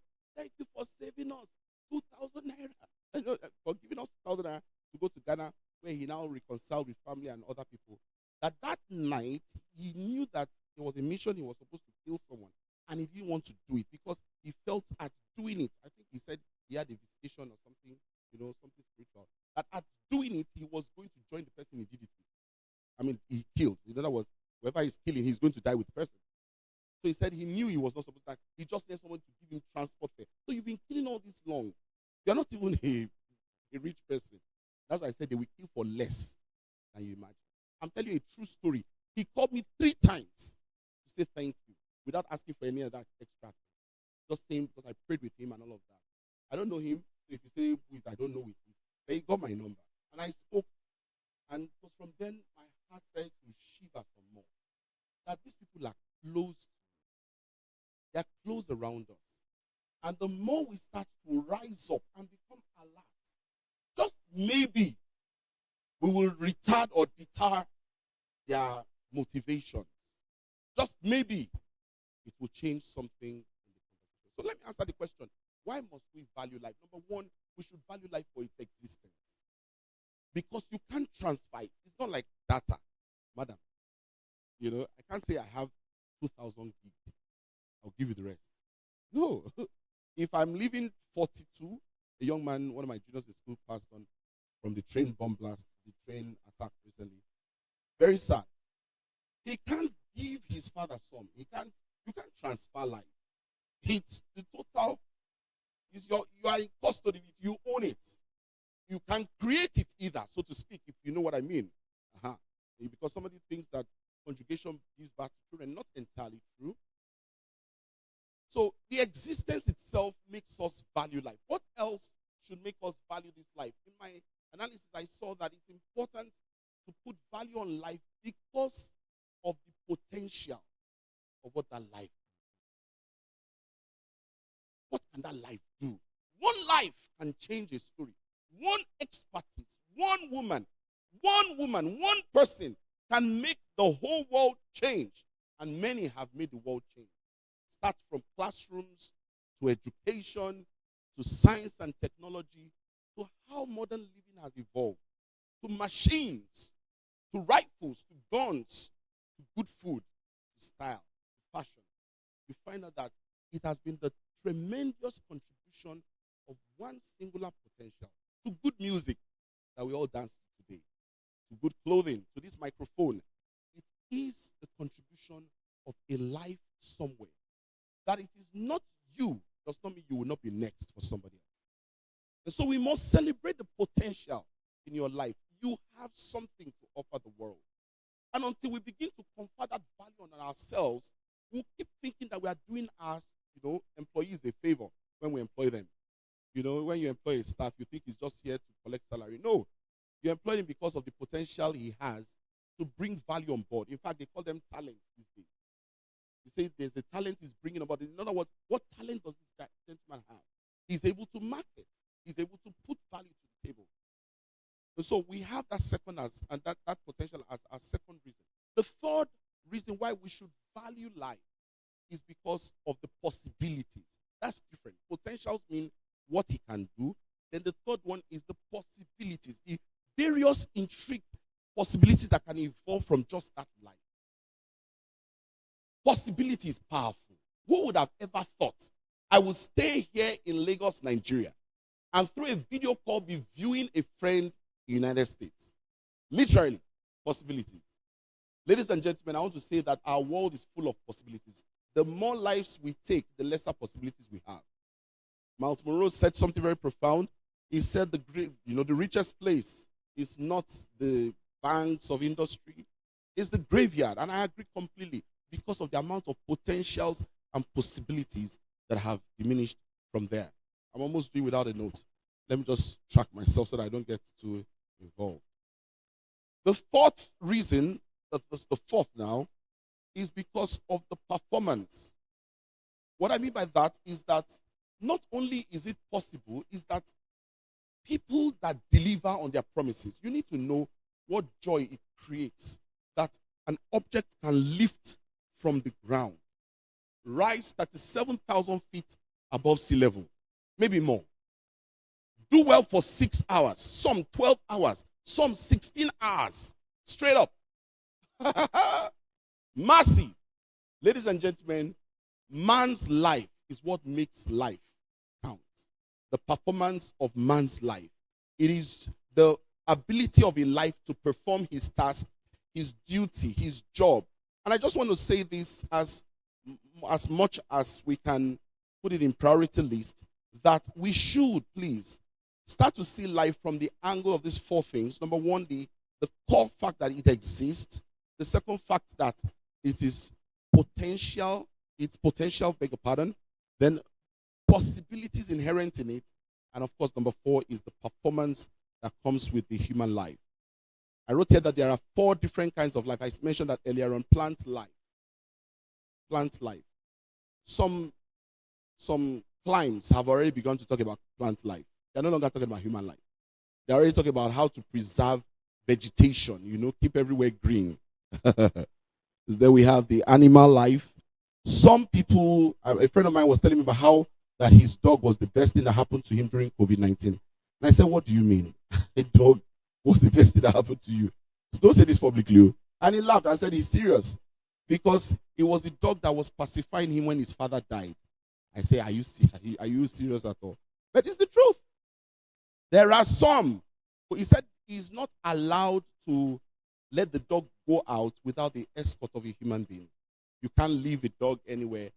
No dog kennel. The dog has a room in the house. I said, okay. We'll come there. Well, some people are still struggling for BQ, or even some room somewhere. A dog is living inside somewhere. So we look at this and say, there's also the human life. And I'm thinking to myself, while that human life might sound very basic, let me highlight something I have noticed. In this conversation that we are having today, there is no intention to try to say someone should not live a luxury life. No. My real contemplation is to say we must learn to cast value on lives that we see. They don't have to be as rich as you are. They don't have to be as comfortable as you are, but we must learn to realize that the only good reason why you should stay on this earth, or why you should extend your stay, perhaps I should say, is the value you are able to extend. And I just want to suggest some very simple realities of how we can do that before I take my conversation to the next level.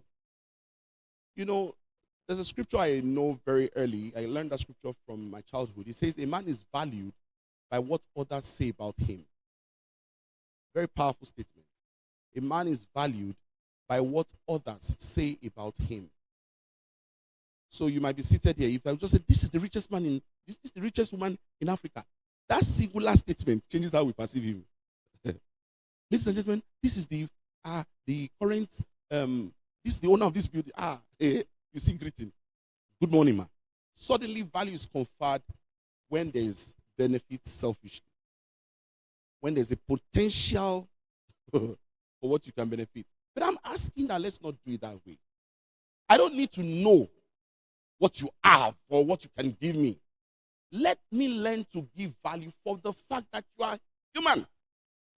We don't need to know what you can do for us. And that's what I'm asking for. I'm not saying you should not be rich. Please be. We need a lot of it. Our foundation needs a lot of money too. But I'm saying learn to regard. If someone says something that he's not going to regard how he speaks to his colleague or how he speaks to him, he's going to watch how he speaks to his nanny. He's going to watch how he speaks to his driver. Because that's where you cast value without any reward. And that's what I'm asking for. That you don't need to know how much I have before you greet me properly. I don't even need to introduce myself whether I'm big or small, but that you have value.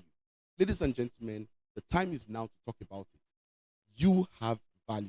And it's time to start to put value on yourself and much more, extend it to others. It's time. It's time. It's time. And I'm thinking, go ahead and give a round of applause there if you think it's good. I think the time is now. The time is now. So what I tried to do here was to highlight how some people value life in death more than when they are alive. You know how some people is when they die, they now show value. Ah, wonderful. Wait, you'll be wondering, are you kidding me? This man, oh, yeah. Hey. Some even go as far as building his best car into his grave. Don't you watch social media? They will drive a BMW. As if that is when you should show value. Some of them couldn't greet him at the hospital. And I'm asking, is it in death we show value or in life? Even organizations try to show their value late. While he was alive, he never got an award. He was never upstanding. It's at the graveside. You start to post, thank you, man. They say, ladies and gentlemen, he was the best staff, posthumous, for the last 5 years. And I'm simply saying to myself, we need to take this thing from just being individual conversations into becoming an organizational policy that people start to see. My dream really is to see how that a young child from childhood is greeting, is saving a life because of the value she or he places on life. And I'm thinking, how would a child get to know the value of life if he is not taught? One of our dreams in Virtuous Life Foundation, we're already in the conversation with NERDC, is to give us a chance to include this conversation in the curriculum. Just like they teach moral instructions in primary school. Maybe they talk citizenship in secondary school. Maybe you start to talk about the value for life. Without religion, I'm a pastor, I'm an ordained reverend, so don't think I'm forgetting that I am. I'm not forgetting. But we can do without putting religion inside. I can talk with you without even knowing your tribe, your religion, your creed, have a good conversation. We exchange cards because you are human. And that's what I'm asking for. We don't need, I believe that on that note, we just might be building the ground for unity. We might be breeding the ground for having a common shared value. Since we can't agree on religious lines, let's not fight that. Since we can't agree on tribal lines, I can't become Kanuri simply because you are Yoruba. I'm saying, can we agree on the common denominator that we all share, which is the value for life? Can I respect you not for what you do, but for who you are? Can I begin to put regard on your person for who you are and not what I will get ultimately? So I wrote that here, and I will just quickly peruse over a few more things. So organizations need to also factor it in, maybe as policies. The concept of saying we should not use swear words or hate speech is an attempt to express value for life. The creation of pedestrian bridges, like I was sharing the other time, is not just because bridges are beautiful, it's to express value for life. Zebra crossing is not just there because they want to paint the street white or the floor white. They exist because they want to demonstrate and confer value, that there is value in the life that we cross the street. Please, car, stop for him or her. The exit portions, the policies. You know, there's something that, as a reverend gentleman, there's no way I can do without bringing it. I keep wondering what the Pharisees had in mind. Jesus healed a man on Sabbath day. What they were troubled for was, why should you heal somebody on Sabbath day? You see how value for life has been low since that they were bothered. Why would you heal somebody on Sabbath day and not? Now, which do we want? Now look at what he answered them. He said, you save your animals. You save your animals. So I'm saying, in other words, what I'm trying to say is this. If we are not intentional about saving or putting value on life, we'll be guilty. Let me say a story. Please, if you know the story, don't laugh too much. But there was a time a gentleman was climbing with his wife, his spouse, on an elevator. and he just bought an iPhone. And at the same time, the iPhone almost slipped off his hands. The wife also almost slipped off the stairs. And rather than go for the woman who was falling down, what do you know he went for? The iPhone. What do you guys think? It was spontaneous. He didn't plan it. He didn't plan it. It's not something he calculated. iPhone 600,000 that time. How would I go for human? It was spontaneous. And I'm simply saying that aside from the selfish nature in man, we need to be very deliberate to bring consciousness. Somebody's house was burning. The first thing he took was his certificate before he remembered the baby that was sleeping. True story. Picked up your certificate or had reached outside before you now ran back inside. So it was already almost getting late. He came out with some burns, but thank God he saved a life. So I'm drawing our attention here, and I hope that I'm throwing enough examples up. My father served in the army. I grew up knowing him. We grew up in Okwebi here. And I used to wonder why people would salute him, come down. I'm like, what's going on? Somehow, gradually, I got to understand as I was growing up that, okay, he was a military officer and he deserved some stuff. He's 84, going to be 85 this year. And it's interesting that the army that once celebrated him after he resigned, I'm not sure they've checked on him again. Nobody, who cares?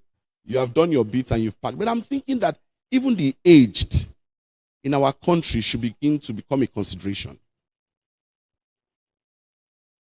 People who can't help themselves. Abroad, there's a structure. What we are running abroad to do, many people are running for health care, is to care for the elderly. And you have elderly parents here that we are not caring for. While they might not have the manpower to give us activity, they have the mind power to help our lives be better. So we must not craft a skill of just escaping from our country, Nigeria, in the claims of seeking for better prowess and leaving our aged parents here to suffer and take care of other people's parents abroad. I'm gradually coming to a thought that I think might interest you some more, and then we'll stop here for today. Is the fact that what are the things we can begin to do to not only demonstrate value for life as individuals, as an organization, even as governments, as it were. It was our intention to have government people here today, but for some reason we just couldn't make that happen yet, because we also felt that some of the conversations, they will be speaking on behalf of a government if they speak too much, if you know what I mean. And we thought that might not be very fair on them. So we toned it down with the mind that we have enough here. There are areas where I have listed here that life should be demonstrated as value. One of it is in the area of health. And I'm a little comes down this, because you hear of the story of gunshots. You bring the patient to the hospital. What's the first thing they ask for? Police reports. Someone had a gunshot. Police report first. So I would have thought that your essence was to save a life. But if you don't bring police reports, the people might watch a life die. And they tell you they try their best. And the apathy that comes with the announcement is very disturbing. So we are simply saying that much more than the government's instructions, there should be a human face that demonstrates that I value the life more than the money you will pay. I'm here to save life. I watched the film some time back, and I saw this lady cross barriers, cross boundaries just to preserve it. And I'm like, when would we get here someday? So on the health front, I think the medical profession especially are supposed to be custodians of this value. They are supposed to help us demonstrate it in word and in deed. I invite also engineers, builders, masons. The last story that happened in Ikoyi is of maybe if you know people that these things happen to, it might affect you more. I don't know. I don't know. But I happen to know one or two people that it concerns. And you wonder, how did we move a building from 15 to 21? And it collapsed. I asked questions and somebody said there is such a thing called structural integrity. That if it is compromised, the building will come down. It's a matter of time. And I'm saying that means when you go abroad, I was sharing with someone here that when you go abroad and they start to do soil tests before they build, they will say they want to wait for rainy season before they build. It's not because they want to waste your time. It's not because they don't know what to do. It's because they understand that a life is more important than the building that you're trying to erect. And so I'm simply saying, if you are here in office, insisting that we do it right. You know, when I was working in one of the organizations, there was something the HR person said one time. I said, this staff is a recruitment error. I can't forget that statement. And for a minute, I thought about an error that you wanted to pick water, but you picked the glass frames. What an error. That they wanted a particular talent, but somehow they did not go through the right, process to getting that talent, recruited that talent in. Imagine that talent being a doctor who is to work surgery on somebody. But because it's a recruitment error, we compromised how we got him or her in and had to kill many before we discovered was dangerous. Imagine how much danger we put ourselves in. And the thing is that so far, as long as we keep escaping, we think it's okay. It's okay. We just keep managing. My intention today is to highlight the importance to the health sector, and maybe those of us that are HR people here, that this is an important call. We visited sometime back, many years back, Makoko. If you see the degradable lifestyle there, you will know that you are privileged to be in this room today. It's unbelievable. No matter what anybody tells you, you cannot believe some things can be pictured. You saw the life of that gentleman called Hope that we showed the video earlier on. Something like that. That's still in Nigeria. That's in Nigeria. In 2020, that video was maybe some 5 years ago. And it will amaze you that this 2-year-old child was abandoned by his parents because they accused him of being a witch. And because of this superstition, people on the street didn't want to touch him and even made fun of him for falling down. Beyond the government, it becomes a collaborative decision that I watch for your back, you watch for mine. We are thinking of extending an intervention to those in Makoko. We want to open our doors of partnership and volunteering to anybody who is interested, so that we can have more time, more value, greater experience, worthwhile story of what, human life can look like when we all collaborate to preserve it. I'm going to look at 2 more things and then I'll put it here. Can you give me the slide quickly, please? The slide I shared with you. I hope it's still there.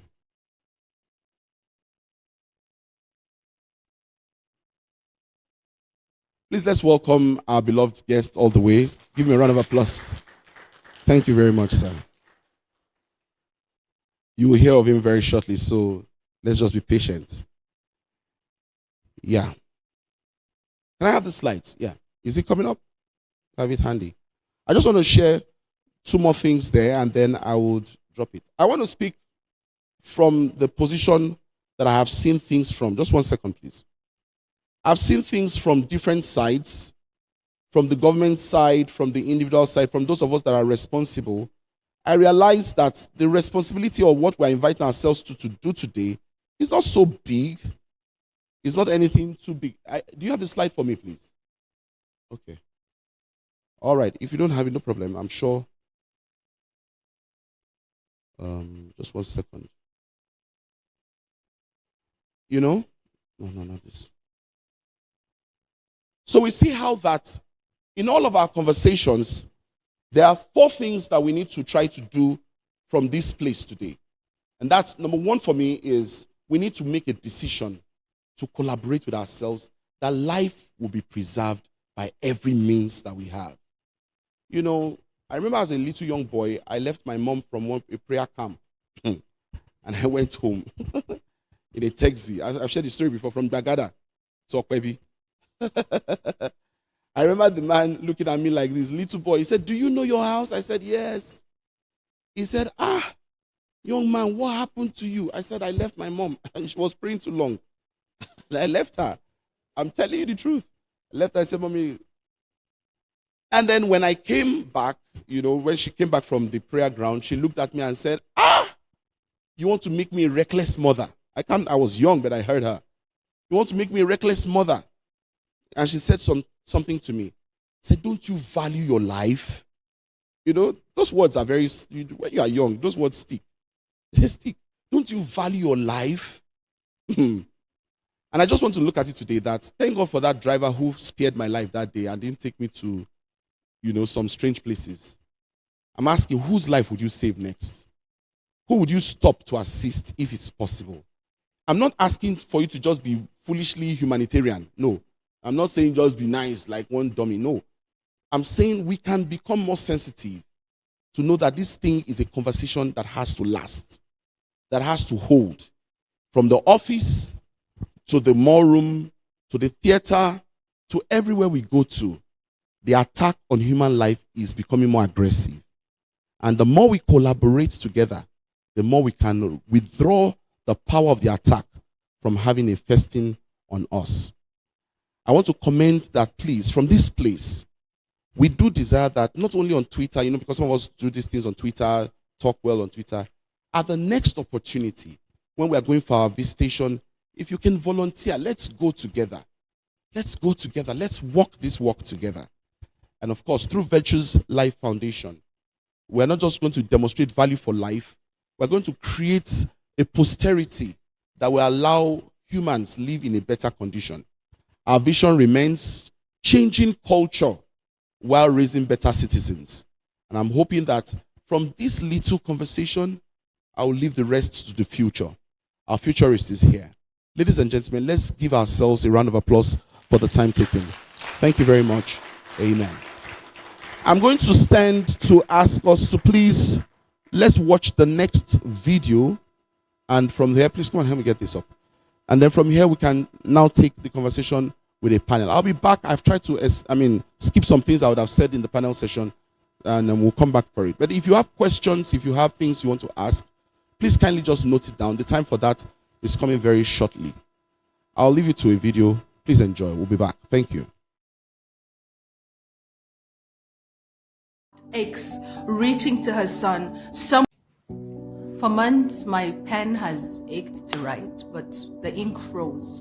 Not sure if the simile or metaphors will convey aptly how I feel, so today I dropped a poetic metres and I will just tell you what I know.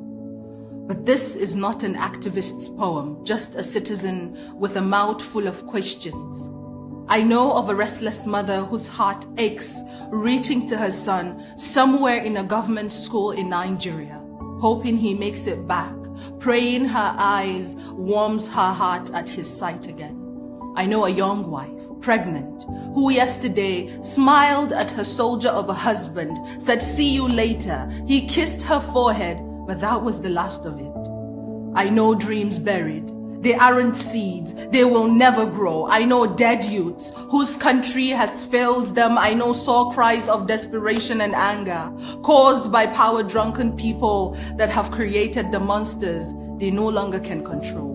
But this is not an activist's poem, just a citizen asking if I am next. Just like the Tengina kids, just like screams, voices from the train attacked, travelers set on fire, just like a movement hijacked or the homeless ones rendered helpless, will I be next?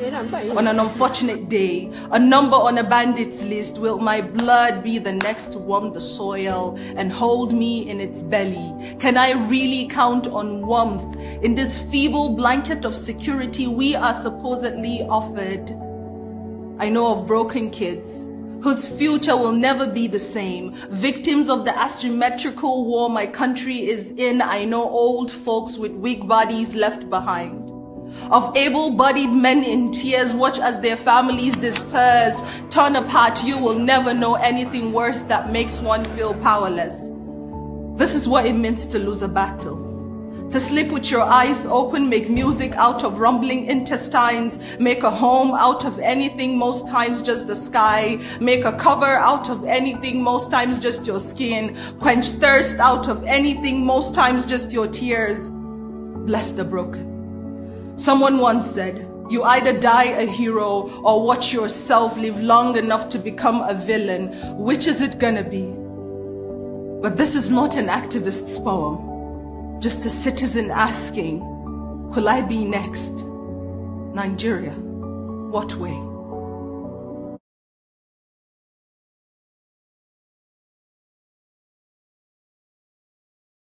If you want to put your hands together, you can do that better. I want us to please give our convener and our president, Virtuous Life Foundation, please a round of applause. A resounding one at that. That was really powerful. I mean, we've heard, some of us have, we are blessed to always hear words from our president, and it's always resounding. And this one was another powerful one. Please put your hands together again. Thank you very much. Right about now, we're going with the flow, not to waste any time, because we acknowledge that time is very precious to people who are here. And we're very observant that the people who are here are really strategic people. You find people in nation states affairs, you find people in organizational leadership here. You find people who are individuals who are, wanting to shape culture and all that. So these are the kind of people that you have in this hall, so that you can understand why we are very strategic with the number of people that are here. Others are joining online, and I'm sure that what the discussions we have here will be able to shape culture and build global citizens, just like our vision. Right about now, we're going to our third speaker, and I'm going to be reading his profile as well.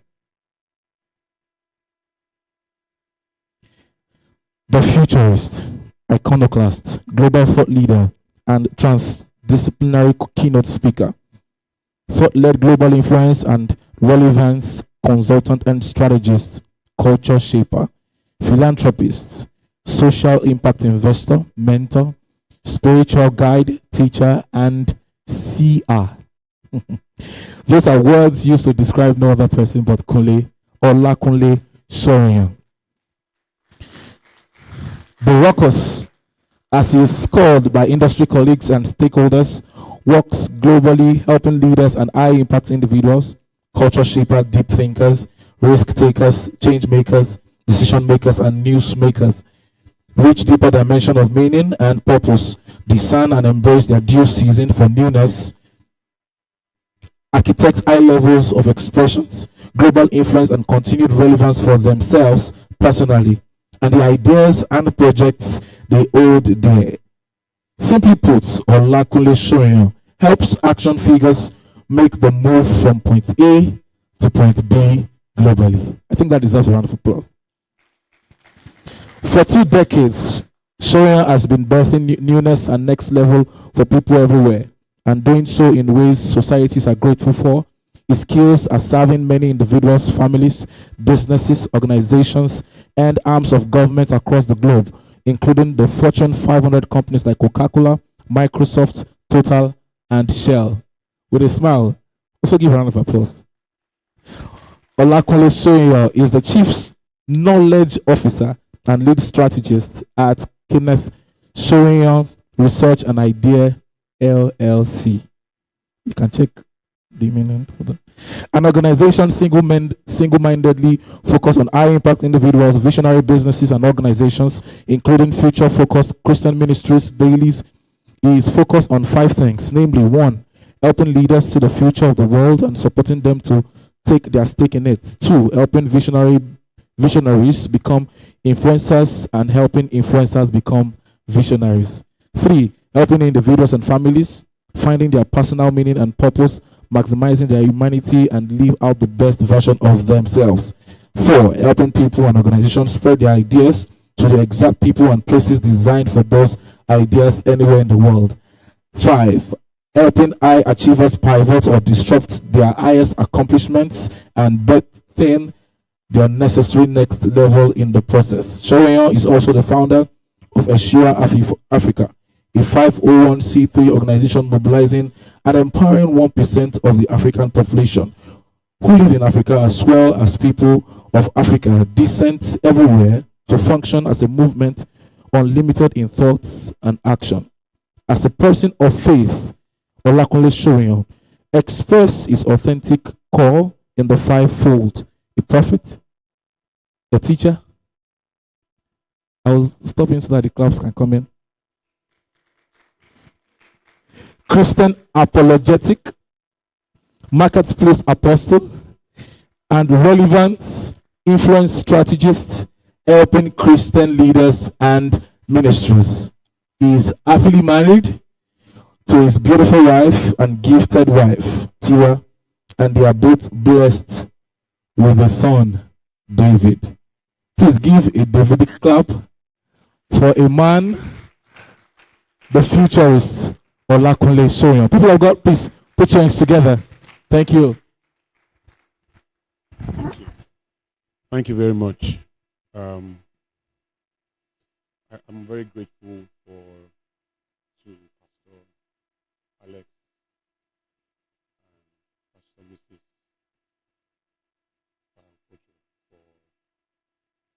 for considering that I deserve to hold the microphone today. I don't take it for granted. I'm very grateful, and I mean that. Every time you have the blessing of standing anywhere to share is from a great place of trust and confidence from those who feel that your voice will be necessary in that moment. So I don't take it for granted. I'm excited, and I do pray and hope that the vision for today, will be planted deeply in the heart and the soul of everyone here. God bless you all. I also want to appreciate all the visionary speakers who have spoken today, probably who will still speak after it's done. Thank you all for your contribution to the conversation. No part of it is taken for granted. There's so much I wanted to do as far as this event is concerned, but I was constrained by too many unplanned interruptions, such that I did not even have time for myself. In the last 5 days, I've gone to bed. I think the earliest I've gone to bed will be about 5 a.m. And each day I have had to sit either in the boardroom or in the strategy session from 7 a.m. So it's been a major attack on my body and my mind that I've not been able to catch more than 2 to 3 hours of sleep in the last 1 week. So that just puts you in a fog of some sort for many days, so it can be really tough. But I've also been doing this thing for about 2 decades, more than that actually. And I found out that at times the most effective events are not those with a lot of people. At times it's just those few people with open minds who are really committed to the idea that change is a constant and they will be part of it. And that with or without them, change will happen. Or that they will choose to be part of it, right? So that's important. So that will be the spirit of the conversation today. Pastor, am I allowed to move? So, I'm going to be very frank in this conversation. There are so many things I can say in pretense because society permits me to do so. The faith that I belong to as a Christian and as a Christian voice and leader also permit me to accommodate the level of pretense that I'm talking about, except that it's not progressive. That does not mean the faith that I belong to is not progressive, but there is a way the spirit of that faith can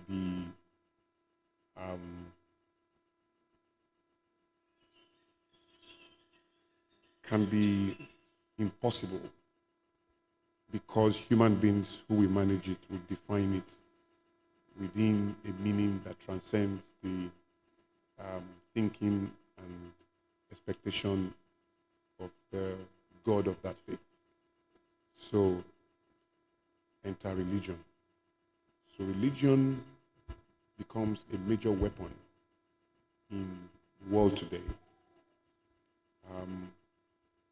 Religion have slowed down the world, almost limited potential for human beings everywhere because people refuse to understand the distinction between spirituality and religion.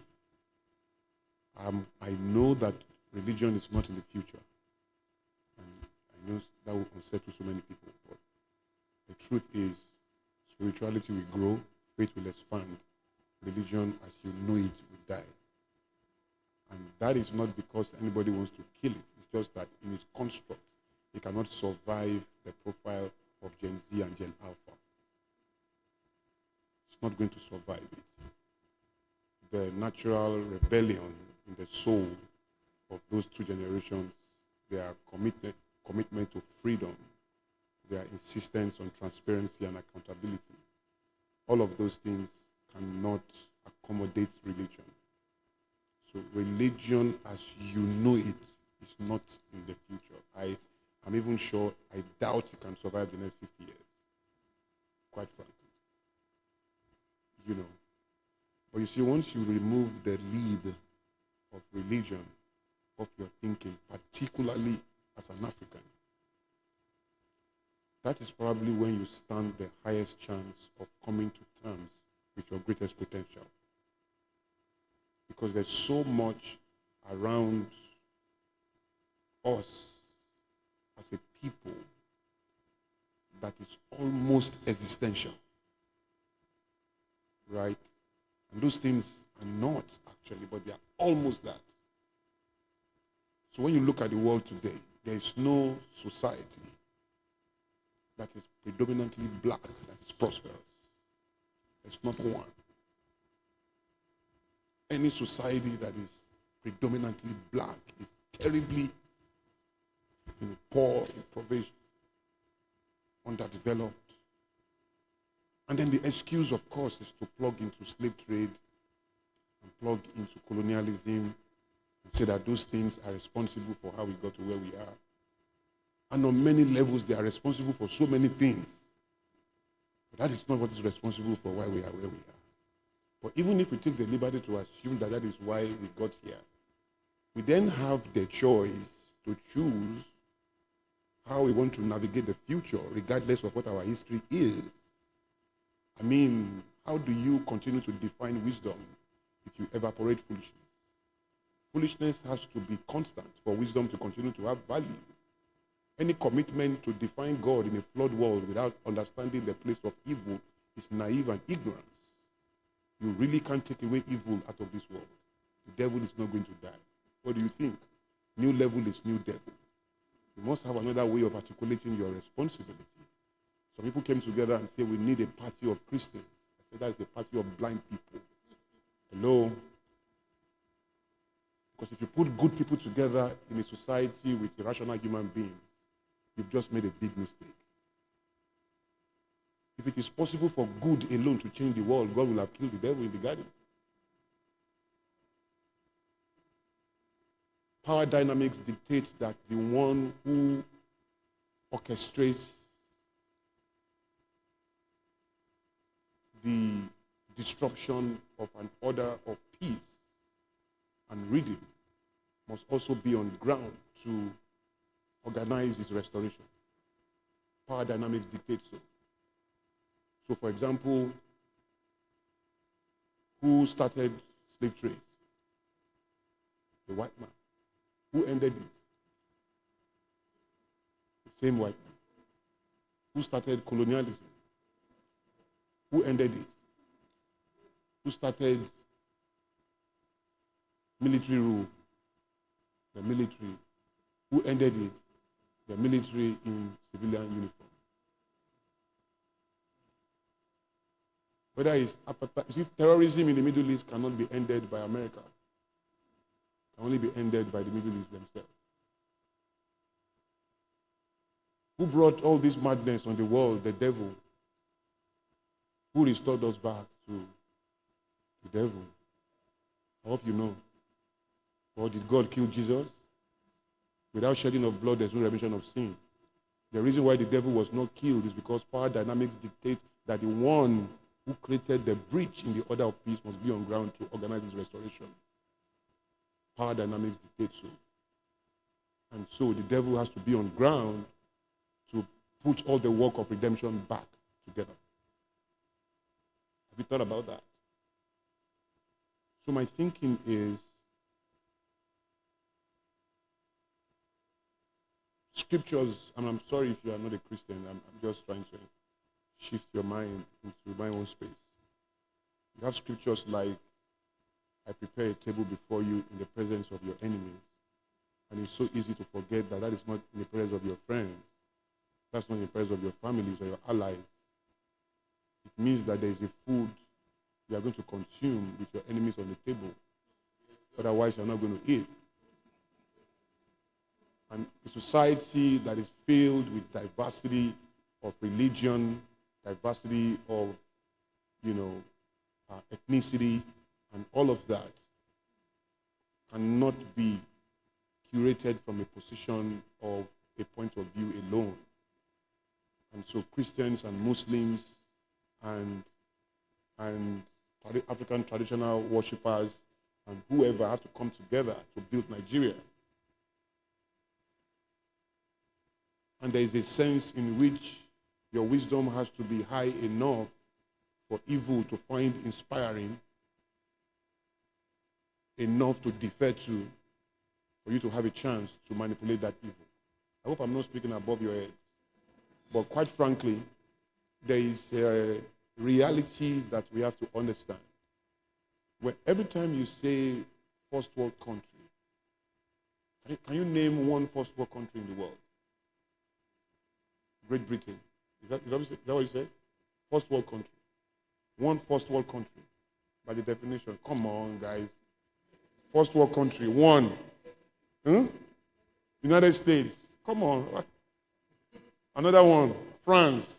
Another one. Canada. Another one. Australia. So, name one third world country.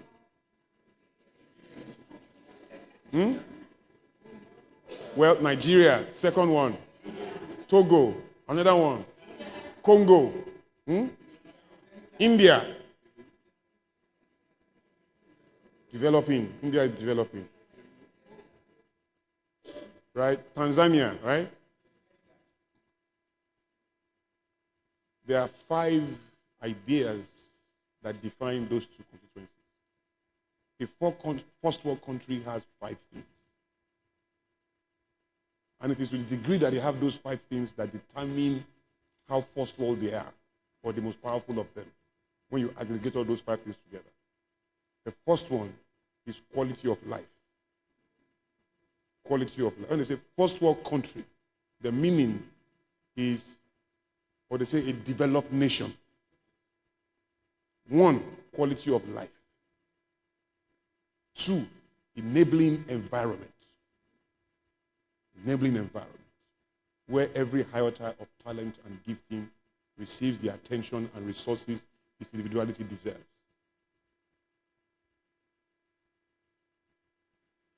3 is equal opportunities. Equal opportunities. 4 is power of the currency. 5 is access to credit, where interest rates are low and where long-term loans are possible. It's the opposite in third world countries. It's high interest rate, short-term loans. So if you take those 5 things and come to, let's say, Nigeria, since we're in Nigeria right now, let's start with the first one. Quality of life, 0. Enabling environment. Equal opportunities. Power of the currency. Access to credit. Now, you then go to the people who are concerned about changing that. Changing Nigeria. First of all, they are not aware of these 5 things.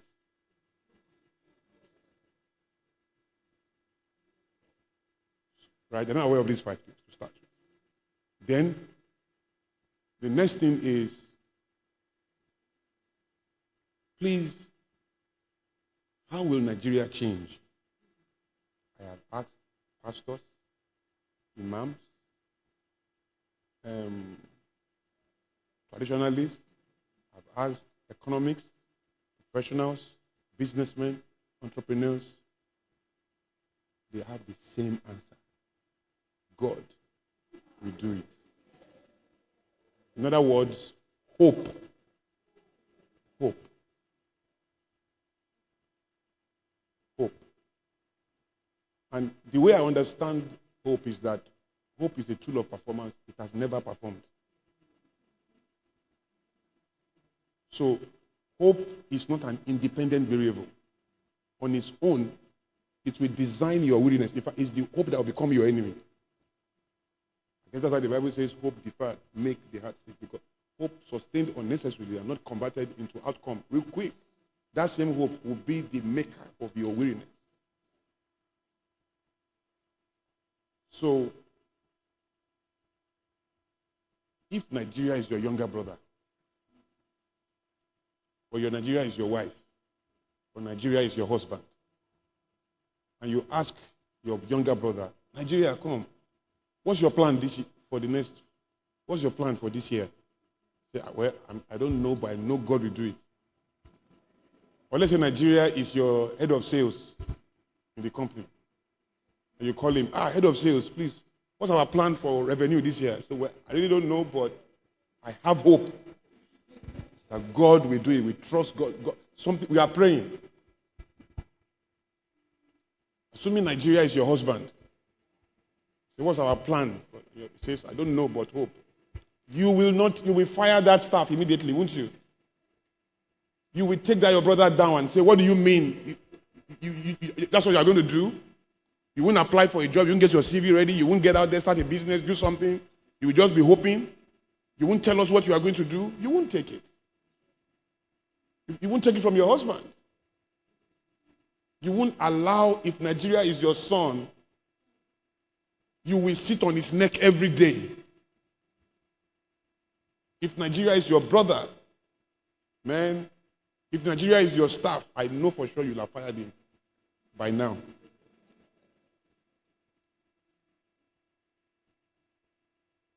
But when it comes to Nigeria, we all tolerate it. Nigeria will be fine.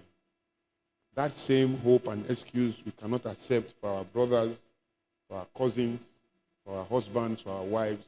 We accept it for Nigeria. So, I want to challenge you.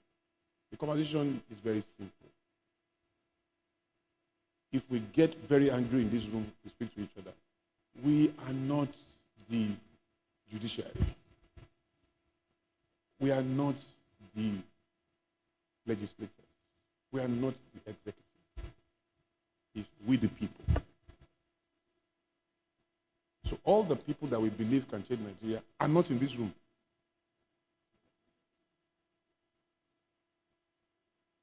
So we can't be talking about them. We shouldn't talk about them. Let's talk about ourselves. Now, there's a parable I know. And I've told that parable across the world. You have a basket of raw eggs. A basket full of raw eggs. Every 4 years, you have to go to that basket and pick 4 eggs to represent that basket. You pick the raw eggs randomly. You broke them into the fry pan. They are all rotten eggs. You were mad. You got angry. You went back to the basket 4 years after. You picked another set of 4 eggs. Randomly, from the same basket.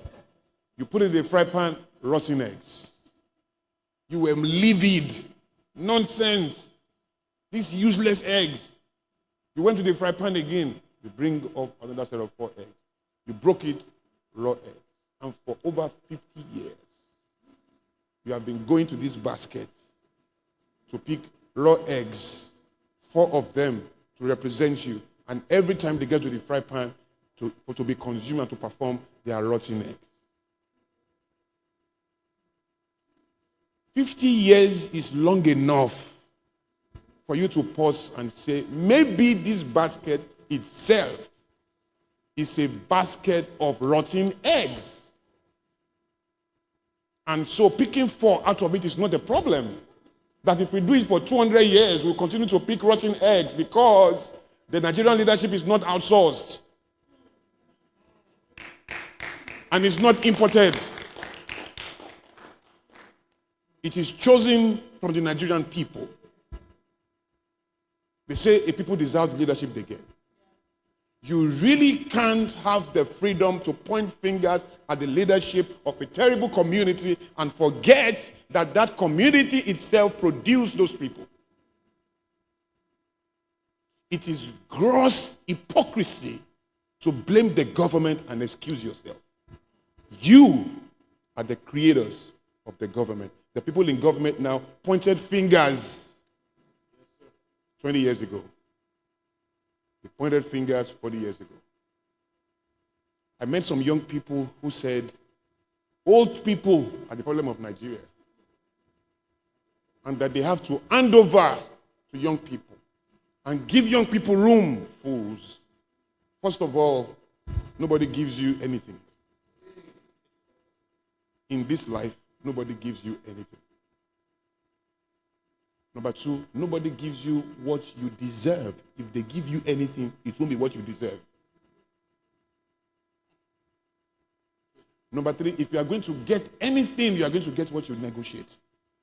And then what you negotiate intentionally.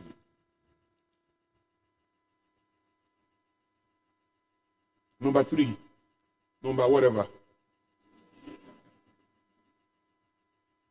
In 1960, when Nigeria got independence, there was not one old man in power. Young people destroyed this country.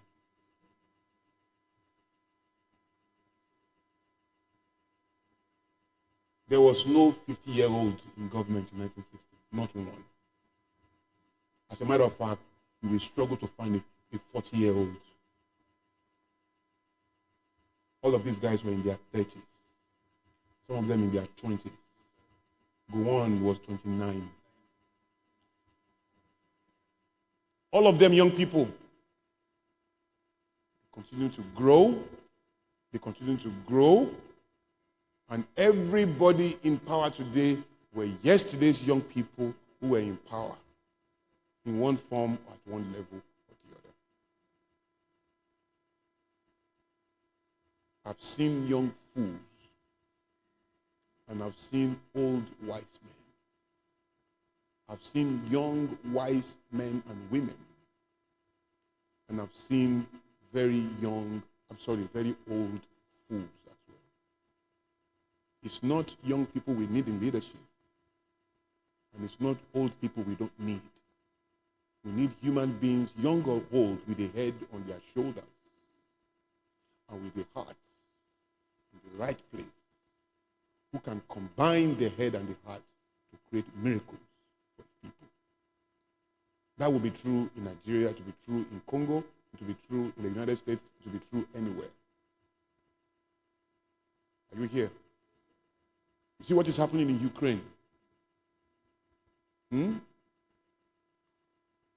Where clear underdogs that have no chance are insisting that it is better to die conscious than to accept any form of presentation that does not cover the aspirations we deserve as a people.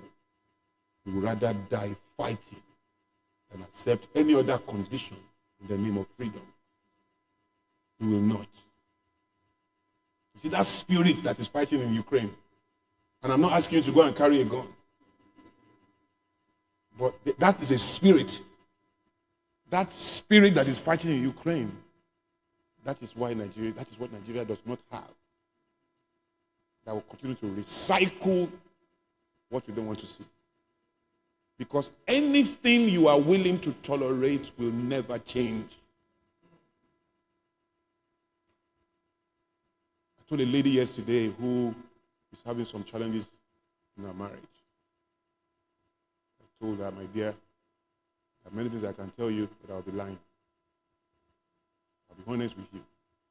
Anything you are willing to tolerate will never change. Never. If it has to change, then you can't tolerate it one day. Are you all here?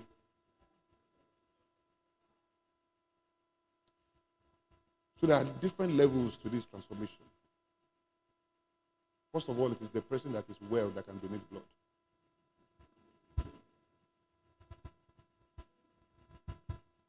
Go to the hospital now and you are maybe COVID positive. You want to offer them all your blood. They will appreciate it. They can write you a letter and say thank you for coming, for offering. They can even give you whatever, but they will reject your offer. Because what you are offering is incapable of delivering the goal that is important to them. If, for example, and I don't mean any disrespect, assuming you are suffering from a leukemia or you are HIV positive, your blood in itself is endangered in that sense. And I don't mean that derogatorily. And so there is a wellness you must demonstrate to donate blood. That wellness is capacity. So what I see is people in prison offering freedom. I see prisoners trying to set people free. And you find faithless men standing in a place of wonder and accomplishment and preaching possibilities. And you have people without principle attesting to the possibilities of nation building. Find people with very weak values suggesting that family is possible. And men without loyalty in any form trying to install methods for others to follow. It's not going to work. No matter how sincere you are, sincerity is not a factor of production. People are sincerely in jail. People are sincerely poor. People are sincerely frustrated. People are sincerely raped. People are sincerely confused. People are sincerely in jail.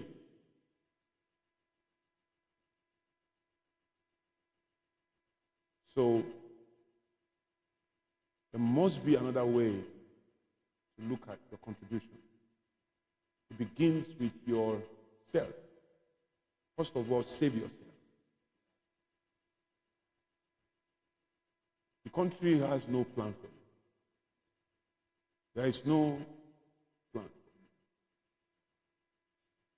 I'm sorry to say that. But 10 years from now, it will still be true. The country has no plan. Is there anybody in this room that is below 20? Apart from you are below 20, can I see your hands? 20. 1, 2. Below 20. Below 20. 1, 2, 3. Below 20. Okay. Anybody here below 30? Below 30, apart from those three. Below 30. 1, 2, 3, 4, 5, 6, 7, 8, 9, 10. Below 30. In 30 years, everybody, how old are you, man? Sorry? You are turning 10 or something. In 30 years, you'll be 40.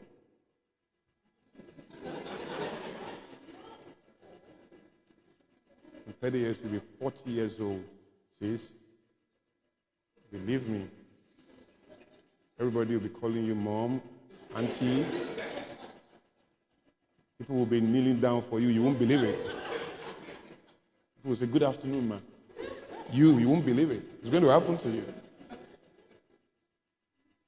People are going to say, hey, how are you, man? Adults, tall people will say, how are you, man?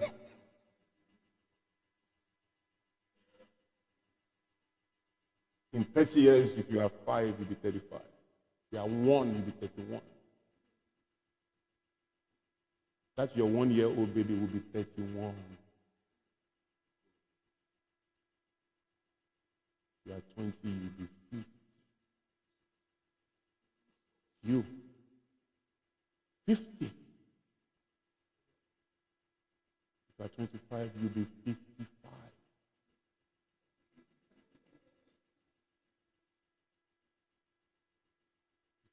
If you are 40, you'll be 70.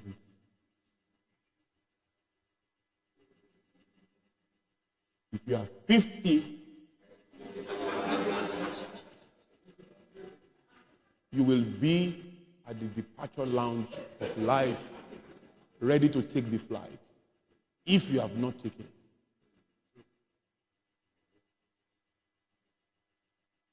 You shouldn't be aggressively optimistic at age 80. You can't still be trusting God at age 80. By age 80, you should be ready for any eventuality. Your faith at that point should be low resolution. Because you've had 10 years, 8 times to prove every point you want to prove. 8 times. To still be that optimistic at age 80 is damage control. You must have messed up a lot of things. I've seen 10 years 5 times with some experts. At times you just say you are 30 years old. It may be easy to count it in decades. It's 2 World Cup and 1 Nations Cup. It's gone. 2 Olympics. It's gone. 10 years is easy. Everybody in this room right now, and those who are not here, if you are living on planet Earth right now, you are a full-blown adult in 30 years.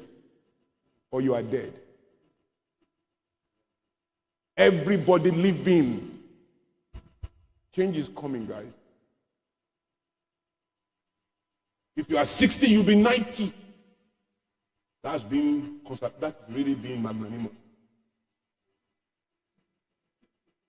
If you are 70, I told the man yesterday, no, not yesterday, about 3 or 4 days ago. I told him that you were saying something like, Uncle, you shouldn't be saying this type of thing. This is we are saying you are not in it, most likely. Uncle. But by that time, you will be 100 plus. Who do you know, sir, in your lifetime that is over 100? You shouldn't be saying this type of thing. You should be saying something else. Your focus at this point should be legacy. Period. And the moment you clock 40, you should stop pursuing opportunity. If you are still chasing opportunities, there's something wrong inside out. Once you are 40, you can't be hustling. Can't be chasing opportunities. If you are 40, if you are 29, and somebody comes to say, give me $2 million, I will invest it for you. And I will give you $3 billion back in 2 years. At so percentage, really. That's an opportunity. You can do that if you are 20-something. If you are 40, you should rather say, can I have 10% of the business, equity in the business? I can will that to my children. As opposed to you coming back and giving me cash back. What is money? Money is not real. Do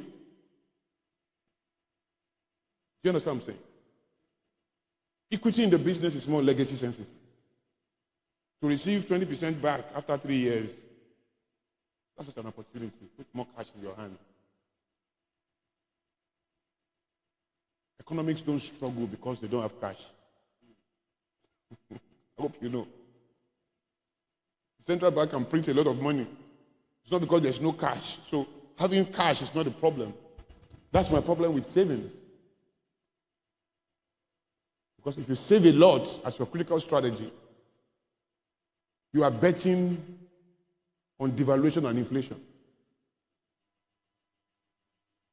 And every day you save, you are poorer. Every day you are saving, you are getting poorer. You are getting poorer. The money you spend is the money you have. The money you put in the bank is not your money. Something that wants to come and collect it soon. Once you have money, spend it. You know that joke that's on social media that says, don't worry about my future. Anybody I get, spend it. It's true, you know. Any money you have, spend it. Don't just spend it on liability. Acquire assets with them. But spend it, because keeping it cash in one low resolution of a currency is endangering the whole value.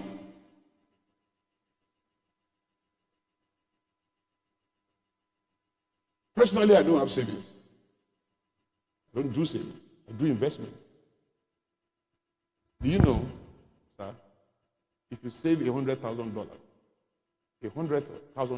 every day, for 20 years, you are not a billionaire yet. You don't understand. Wait, did you hear me? If you save $100,000 daily, and you will sweat to find who can do that. But assuming you can, if you save $100,000 daily for 20 years, you are still not a billionaire. Do the math. Do it. $100,000 for 10 days is how much? It's $1 million. Right? For 30 days is how much? It's $3 million. 3 times 12 is what? $36 million. Times 10 is how much? $360 million. Times 2, that's 20 years. Is how much? $720 million. You are still not a billionaire.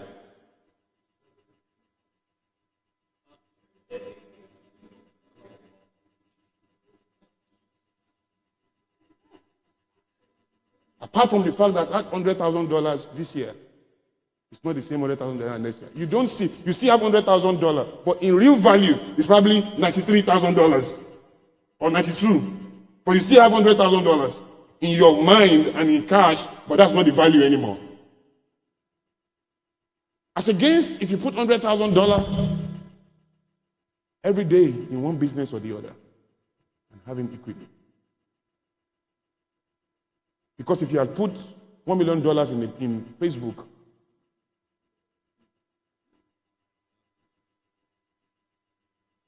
you can start a company today and in 3 years you can become $1 billion company. Depending on the idea, the speed of consumption, the speed of scale, you can be $1 billion. Google was $1 billion company in 5 years. So investments can make you a billionaire faster than savings can. Assuming that's your goal. All you have to focus on, particularly if you now live in the 2020s, is to set up businesses that can take away the middleman. And you have a faster route to being a billionaire, very fast. But that's not the conversation. The conversation really is, how much control do you have? There's nobody in this room that has a right to wait for government to perform. Because saying 10 years, actually, we have added your final resting years.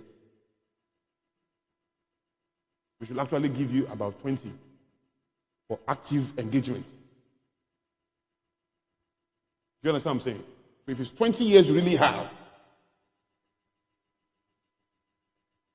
how many elections are in that 20 years? If you are living in Nigeria. So why don't you begin to accept a new type of responsibility? And to understand that time is ticking. You have a legacy to leave for those coming behind. Nobody's going to understand that it's government that failed. That's why I didn't have a legacy. There's nothing like that.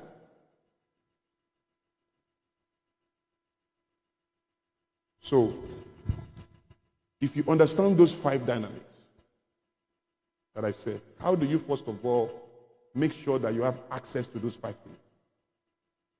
Quality of life, enabling environment, equal opportunity, power of the currency, access to credit. Those are the 5 things that define any first world country. And those are the 5 things absent in any third world country. The reason why lives are in danger, let me tell you. If you wake up if a Frenchman wakes up this morning and sees an opportunity in a newspaper in New York, and a Nigerian at the same time with the Frenchman is in Paris, the Nigerian is in Lagos. Both of them are reading the same magazine at the same time. They saw an opportunity in New York. The Frenchman picks up his bag, gets his ticket, and is on his way to New York. His Nigerian counterpart can't pick up his bag. Let's pick up his passport first to check if he has a visa. If he doesn't have a visa, he will now go and apply. Meanwhile, his French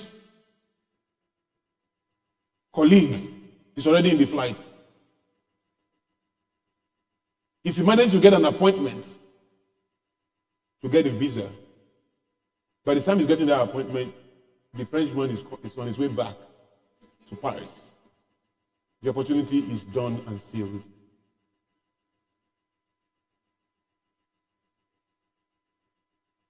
A friend of mine wanted to realize how I get my business class ticket, gets me some amazing discounts. So he wanted to tap into the opportunity. So I gave him a number of the company in the US who sells the tickets. And so the secretary to call the company. And they were calling and calling and calling, and they were not getting it. So he called me and said, I can't get Sha. He said that. He said, why can't we? Okay, let me call out for you. So I called. Hey, Sharon, what's up? My friend is trying to call you. They've been calling you and you're not responding. So I didn't see their missed call. But they've called you, though. I said, oh, really? Wait a minute. Where are they calling from? I said, Nigeria. He said, oh, that's +234, right? I said, yeah. He said, oh, we don't receive call from that country code. We have blocked that code out. We blocked it out. If you and I Google some things right now, and I'm Googling in America, and you are doing the search in Nigeria, there are some things both of us will see. But there are some things I will see, you will not see. So there's an invisible wall around every third world country. You don't see it, but it's there.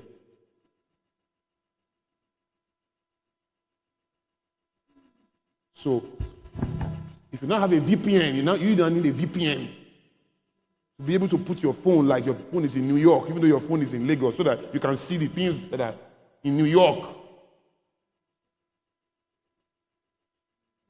Do you understand? But because you don't even know what is against you, you won't even feel bad. Because it's an unconscious loss. You are not aware of what you are losing. So there's no remorse, you don't even feel bad. Because you can't see a funeral. Are you here, please? So, when you say you are doing well, by what standard? Say I'm 30, I'm doing this. Okay, what are 30-year-olds doing in Silicon Valley? Is that what you are doing? If you say I've done well, I'm 40, okay, what are 40-year-olds doing in Brussels or in Jerusalem or in California or in the United Kingdom? You are most likely a local fabric finding resonance in the darkness of your environment and defining your excellence by the eyes of the blind, observing a one-eyed king in a community of no eyes. Local champion, better put. The strength of a material is in its universal appeal. A microphone has to be a microphone in every country. It can't be a microphone in Nigeria and be a shoe in Gabon because they cross border. You can't be tall in Germany and be short in Lagos tomorrow because you flew. Once you are tall in every economy. You can't be wise in Nigeria and be a fool in America. You were never wise. You can't be a millionaire in Naira and be a thousandaire in pounds. You were never a millionaire. If you are a millionaire, you'll be a millionaire in every currency. At 300 million Naira, assuming you have it, you don't have $1 million yet. No, people really need to be humble to really understand weights. At 400 million Naira right now, you are a big boy. You are driving 2 German cars. You are living by the beach in Lekki. You are traveling abroad. You are flying business class, but you don't have $1 million though. And somebody is a billionaire in any currency.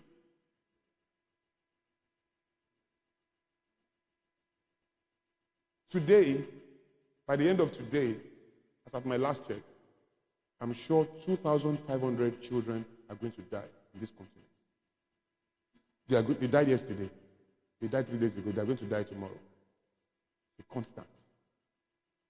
Now, what's killing them is not bombs, it's not guns. It's simple things like lack of food, shortage of water. That's what is killing them.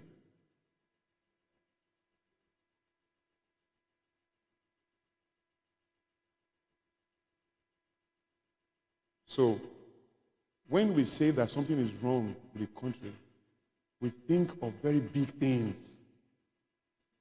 But it's not that complex at all. It's just some basic things that is not deposited, that is not present deep in the soul of the people you see every day. Our realities are upside down. If somebody is looking at 9, he's calling it 6. Because really, this is how he thinks he's working. But actually, this is how it's working. So when he sees 9, you say it's 6. When he sees 6, you say it's 9. When he sees confidence, you say it's arrogant. When he sees principles, you say it's mean. We call principled men mean men, tough bosses. The guy is not tough, he's just principled. We see prudence, we say he's stingy. It's not stingy, it's just prudent. We see love, we say he's a fool. He's just a loving guy, we say he's mugu.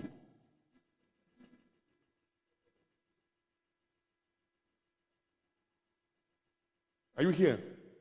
I can go on and on expanding all that is wrong, except that when you are done, the problem is still there, looking at you.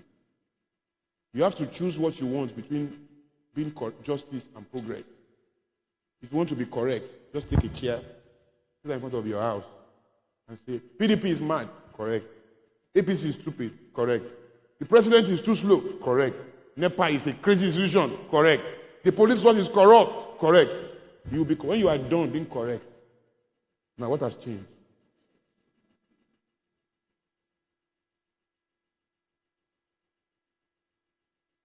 So we have to leave all of that. And I always tell people, you don't have to save me. You don't have to save the world. But at least save yourself. In the least, promise yourself something and deliver it. If all of us promise ourselves something in this room and we all deliver it, you save society about 200 people less than they should worry about. It always comes down to that single phrase I coined so many years ago. Personal social responsibility. Personal social responsibility, PSR. That is the way I believe more in non-profit advocacy groups and entrepreneurs than I believe in any political party. Political parties are weak as far as nation building is concerned. I don't know one country in the world that was saved by its politicians. I don't know one. There's a documentary out there titled The Men Who Built America. They didn't say the government who built America. The men. And decided you should go and find the documentary. At the end of the day, it comes down to human beings, individuals. They say teamwork is great, yes, but 5 billion fools coming together, what will they produce? If 5 million lunatics say nobody is normal but you, will you testify? If 1 million fools say you are our captain, 1 million fools say we know no captain but you, will you rejoice? Because you are the captain of fools. 1 million of them is multiplier effect of foolishness, compared to one wise ally that is supporting you. So I think it comes down to the value each of us can create at this point in time. There's a limit to how we can scale if the government does not put itself together, but there's so much we can do. So my mantra is, I can't save the world, but I have a corner that I represent. I can save that corner. And if all of us focus on the corner of the world that we can represent, we can create miracles every day. And when I say miracles, please, I don't mean people blind seeing. I mean things becoming faster, cheaper, and more affordable. Creating access. Those are miracles. So, to close, I want to challenge you. I want to challenge you to consider a part of what you hate to see in this country and to take responsibility for it. You don't like how the streets are dirty and filth and stench everywhere. You own it. Set up a non-profit. Set up a lobbyist group. You don't like the police force. You say they are corrupt. How do you know the police force is corrupt? What is the meaning of corruption? When I was younger, many years ago, I grew up in Pedro, in Shomolu. There's a market next to our house. We had Adaranijo market. We had, what's this other market in Unikman? Forgotten that market. When you get to the market to get groceries, you will get to the grocery store. There's nobody in the store. There's just groceries. Tomato, onions, tatache, rojo, they are all there. Then you see we call in the West, and in that neighborhood, they call them ile. So they are all already arranged, stacked, and each one has a price on it. That's not the magic. The magic is there's now coins there, just in case what you bring requires change. You will pay and take the change yourself. That is how safe this country was. If you are traveling those days by the expressway, you will see people selling corn. There's nobody there. It's just corn, price, and money. You will buy the corn, you will pay, you will take your change yourself, and walk away. And everybody, the woman is not threatened. She didn't think the corn will not be there. She didn't think anybody would take that. One fool must have gotten there one day and said, wow, these people are crazy. See corn, see money. And they want me to pay for it again. They are crazy. He took the corn, he took the money, and went away. Took the groceries, took the change, and did not pay, and went away. So when the woman got back, don't forget, the price of corn is not going up. The price of tomato is not going up. This is just corruption at its best. So the woman came back and cannot find her groceries. So what will she do? She has to employ a sales girl. So she employs a sales girl. Who's going to pay for the sales girl? Of course, the tomato. She's going to spread the salary of the sales girl into the cost of tomato, even though the cost of tomato has not increased by one kobo. And then the sales girl too began to pilfer. By 2001. What would the woman do? She'll go and get CCTV. By the time she gets CCTV, who's going to pay for it? Assuming that the price of tomato is getting cheaper even, but the price of corruption continues to increase the cost of living. And this corruption does not have a face. It doesn't live in a house. It doesn't wear suits. And the most powerful thing about it is that it doesn't need to be taught. You see, wisdom must be taught. You have to understand some of the power available in retrogression. The devil does not need to teach. You don't teach what is wrong. It's almost existential. But for what is right is learned ability. It must be taught. So it's more investment. So when you find what is wrong and you just think default can create it, you are making a big mistake. Default is retrogressive. Whatever you are not forcing to go in a particular direction is going in a negative direction. That's nature.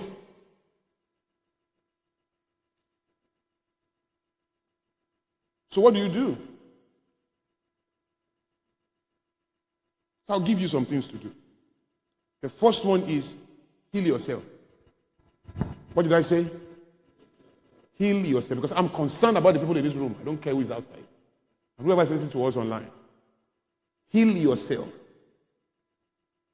How do you heal yourself? Do one thing. Just one thing. And continue to get better and better in doing that thing. That's self-healing. What is that thing?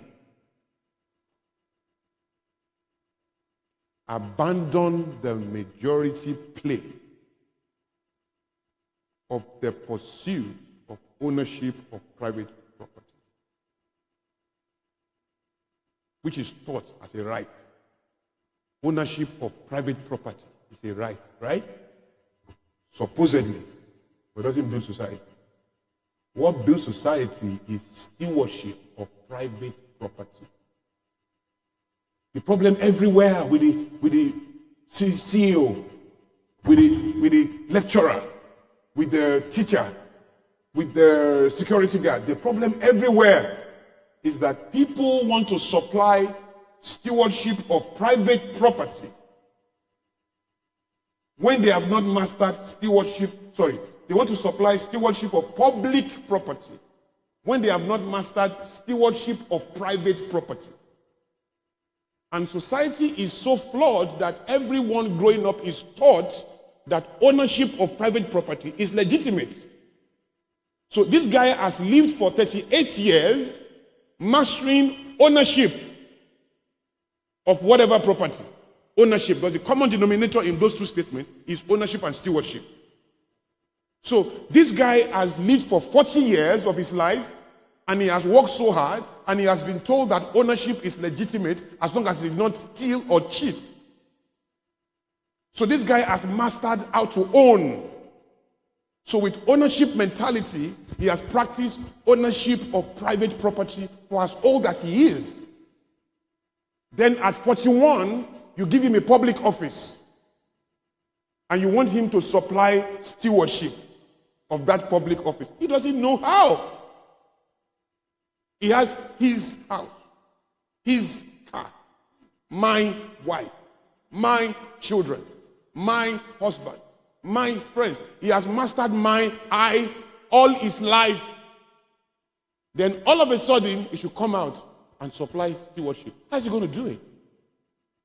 He will make promises to himself. He will break as many as he has made. You see, you don't become a thief because you stole. You steal because you are a thief. I'll say it again.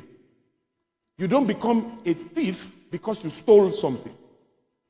The reason you steal is because you are a thief, such that in your lifetime you may not have the misfortune of stealing. It doesn't make you a thief. It doesn't make you less a thief if you are a thief, whatever made you a thief. I'll say it again.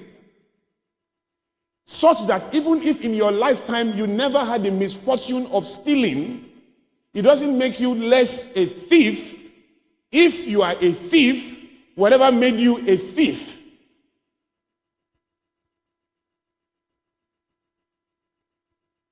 Because even in good people, the potential for evil on a grand scale exists. You know, people get into government, they say they changed. But people don't change, yo. They get revealed. See, my husband changed, you know? Your husband didn't change. He was revealed. My wife has changed. There's nothing like that. People don't change in that regard. There's nothing called new. New is old, happening to new people. It's revealed. If you squeeze cockroach, can blood come out? If you squeeze cockroach, you squeeze a roach, can blood come out, please? Why? It doesn't have. If you squeeze this bottle of water, can blood come out? Can milk come out? What's going to come out? If you squeeze a car, can milk come out? Can burger come out? Can chicken come out?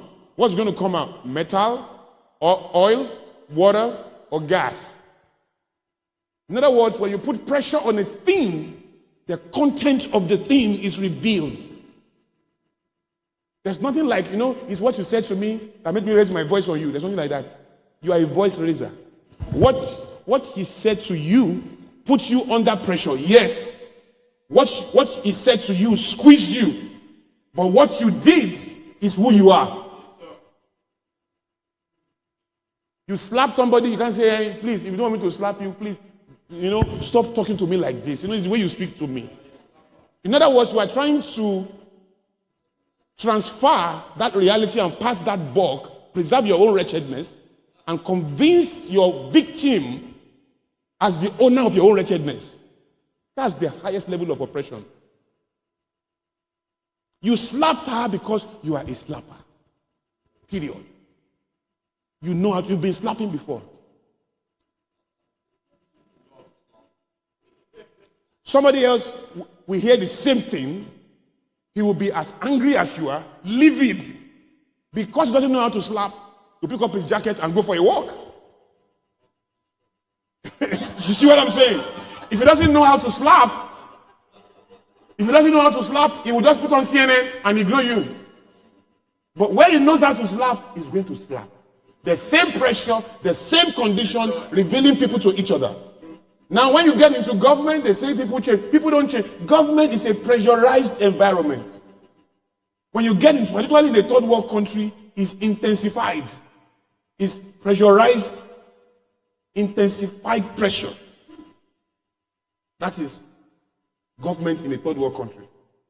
So when they get into government put him under pressure. And he began to act in the way he's acting. People now say, he has changed. No. The pressure in government introduced us to him, introduced him to us, introduced him to him. Both us and him are meeting him for the first time. We are all meeting him for the first time. He too is meeting himself for the first time. Say, wow, I can do this, me.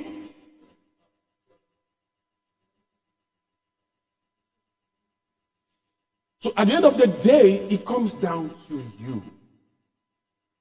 You. And that's why it says start by healing yourself. And the healing to give yourself is practice stewardship. Begin to practice stewardship. Consider that you are a steward, even with your children. I'm just a custodian of these kids. They don't belong to me. Your wife is not your property. Your husband is not your property. Be a steward of that process. Be a steward of your family. Dogs, there's no species in the world that can serve. I hope you know. Service is a preserve of the human condition. Only human beings can serve. If a lion walks in here, he's not going to see us and say, no, let me pack their bag. Who brought me here? These are human beings that are learning. Come on, Aina, let us go. Let's leave this room. There's nothing like that. If a lion walks in here, he's going to say, wow, this is organized meat. Wow. He's going to attack all of us and eat us anyhow, unapologetically. Now, it's not wickedness, it's design. When a human being does that, we say it's inhuman. So there's service in the human being that defies his humanity, so that anything contrary makes him inhuman. So you owe it to yourself as the proof of your humanity to serve. Lions don't serve. No species in the world can serve. And there's no service without a choice. You have to choose to do it. The problem with all the people in government that you don't like is that sincerely, they are all victims. reacting to their own reality. If they had done the opposite of what they were doing, you should actually be surprised. If you had the privilege of going close to some of them, you will understand that their behavior is more than justified. In the same way, a chicken will not rap. Performance is not resident in some people. By the contents of their history, they are incapable of supplying excellence at a level. They are incapable. No matter how sincere they are, they will make promises to themselves. They will break as many as they make. They will make promises to their children. They will break as many as they make. It's not about you. It's not about Nigeria. They don't hate Nigeria. They love Nigeria. They just can't keep the promise they have made to it. Did you hear what I've just said? Somebody told me that there's minimum wage. You know, minimum wage is unfair in this country. How can they be paying somebody this and paying somebody that? I let her finish. How much do you pay your house help?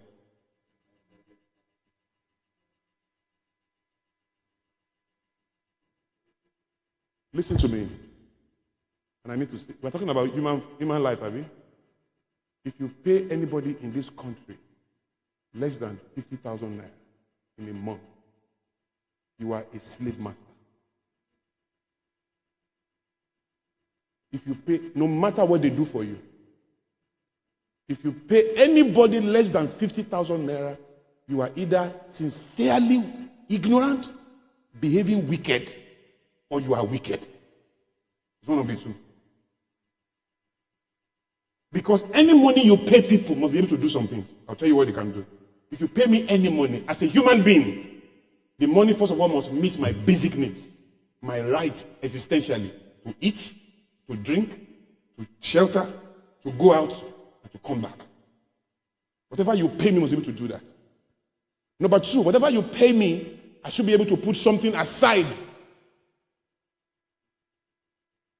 And number three, whatever you pay me, I should be able to make something easier for somebody else through giving from that.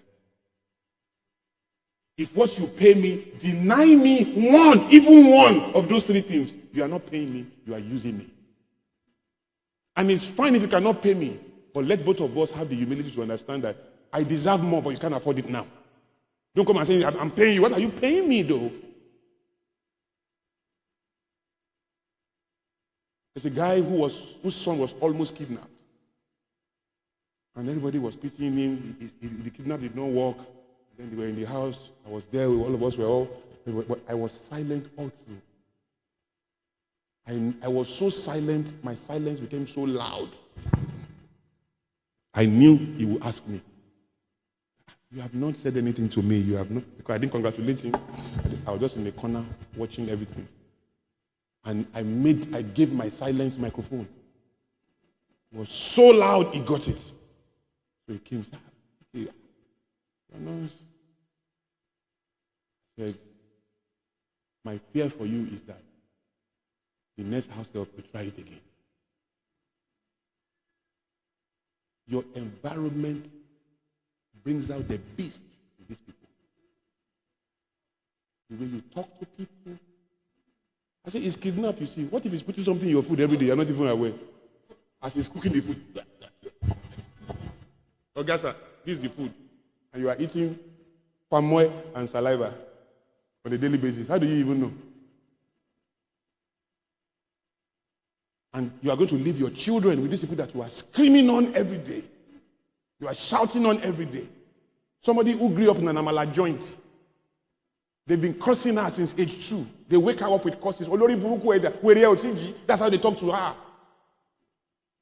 And then she made it into your house at age 16 as house help. And then you want her to arrange the house perfectly like you.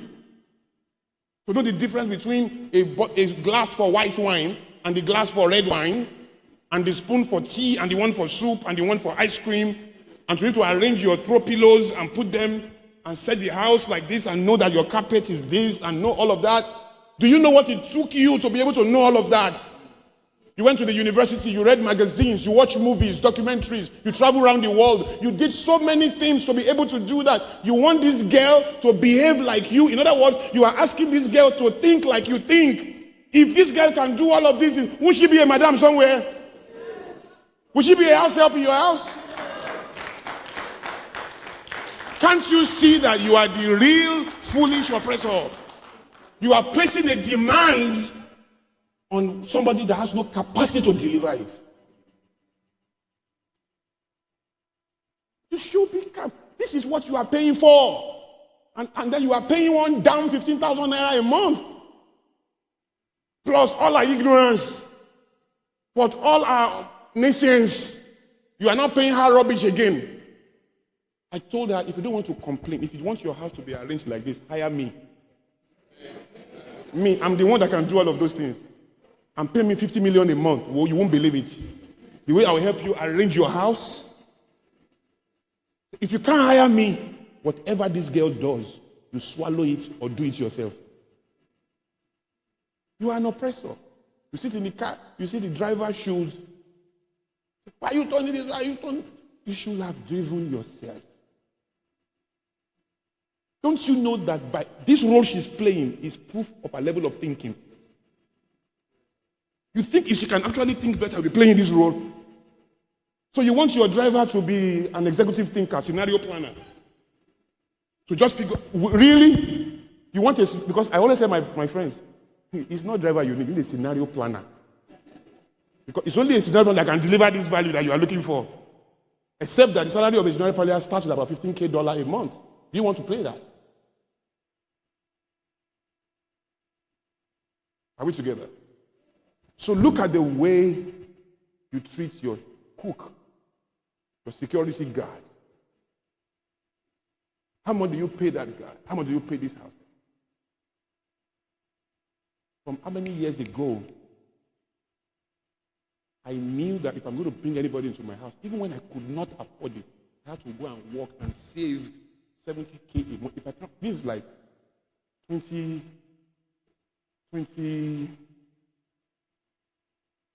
this is like 2010, 2012, 2013. If I don't have 70K, minimum, there's no domestic staff. Not that I have it, because those who know me in 2010, you know I was in a crisis where everybody in uniform was looking for me. From Boy Scout to Guest Brigade, police, everybody looking for me. I was in a crisis, owing over 360-something million. I don't even have money to pay anybody, but I knew that whatever it is I'm dealing with, it can't be anything compared. A policeman grew up in the same neighborhood where an armed robber grew up. I hope you know. That policeman you are looking at, he grew up in Mushin, in the same Akala. He grew up in the same Ajegunle. He has the same economics with an armed robber. And when it was time for them to decide how to navigate the future, one decided to be a police officer. One chose to be an armed robber. First dimension. Second dimension is that the police guy in New York is trained, he joined the police force to pay the optimist price if necessary. The Nigerian police officer did not join the police force to die for anybody. He joined the police force to live. It was a survival instrument. So if they are shooting here, that's against his mission statement. This is not why I joined. If they are shooting here, it's going to go here. This is why I joined. I joined to live, not to die. And it's fair, guys. It's fair. That's exactly what you will do. If you are working in Zenith Bank and they are shooting here, will you go there? You didn't join Zenith Bank to go and die. You joined to live. It's a job. It's a job for the Nigerian police officer. Guys, it's a job. And justifiably so. It can't be anything else. What can make it ideological is not present in the police force. How much more in him? You can't give me what you don't have, and I cannot perform to what you have not installed. Everybody performs to installed capacity. Your 40 kV agent can never perform like a 20 kV agent. And the 20 kV agent will never do what a 100 kVA can do. You perform to installed capacity. What you are asking policemen to give you is not installed. They can't give you. You are jokers. Bunch of jokers. Entitled mentality. Expectation is not deserved, guys. Desire is legitimate. Expectation is not. It's not deserved. You are expecting everything you have not done anything about. That policeman, I'm going to drop the mic soon, sir. That policeman that you are now talking about does not even have a future. I hope you are aware that policemen are killed for you every day. I hope you are aware that policemen actually die, but they are killed by armed robbers. I hope you are aware. They fight battle and they die. And they die for nothing. For nothing, no. Nobody's going to take care of them. Their family is in ruin. Their family has been in ruins, but in an endangered capacity. Because the breath of the breadwinner keeps them as endangered species, not vanquished.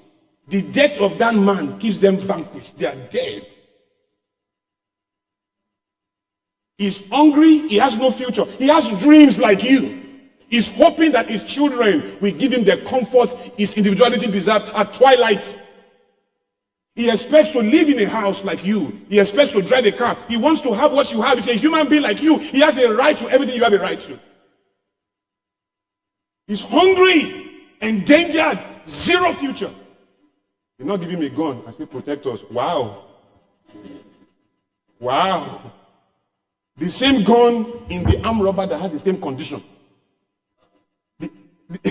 The same condition is the one in the life of the armed robber that is robbing you. The same condition is not absent in the life of the police officer. You're not giving him a gun and say, protect us. Man! What? Man! Guys, look at it this way. If a policeman asks you for a bribe, honestly, it's kindness. Sincerely, if you really know what is going on, it is kindness. He can shoot you. He said they will kill him. Look, a poor man dies twice, just in case you don't know. The physical death of a poor man is second death. His first death is that he has no control over his necessary due human experiences. A dead man. You know when you threaten people to say, if you traffic cocaine, we will kill you. Have you heard it before? Capital punishment. If you come to Malaysia, they will still go. You are threatening a dead man. When you didn't kill me, what was I? What is the killing? If I try it and I succeed, I make it. If I don't succeed, then it's better than suicide. At least I die for trying. Are you here? So the policeman is now on the street with a gun. You should be kind.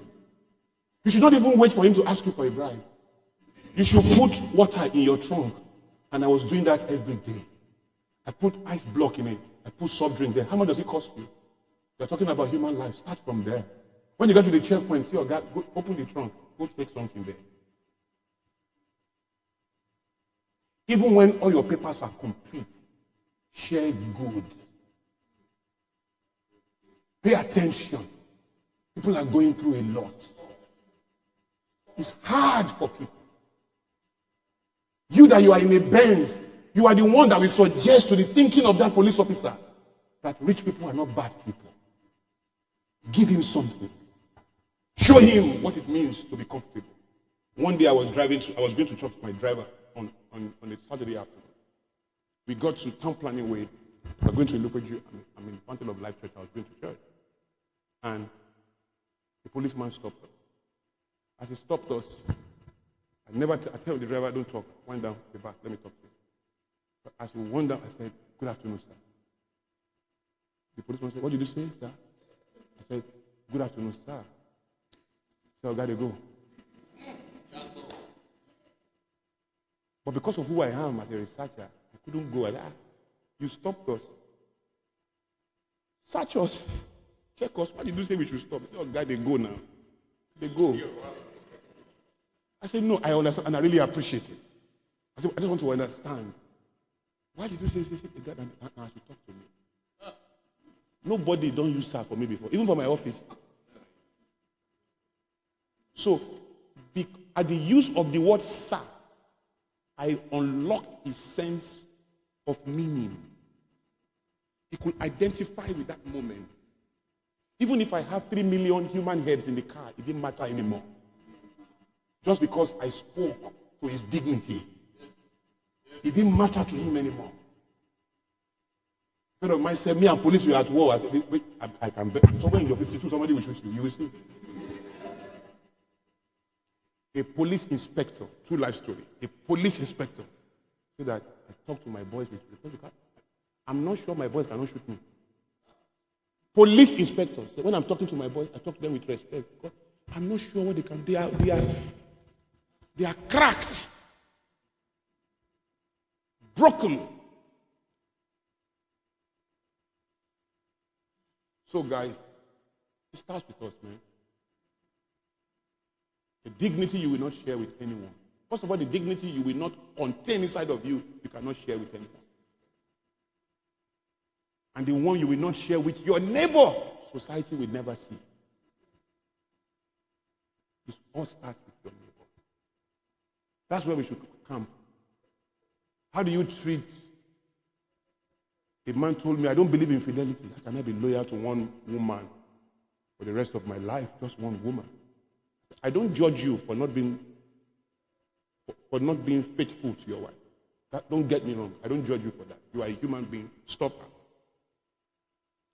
But I judge you for the lie that is making you do it.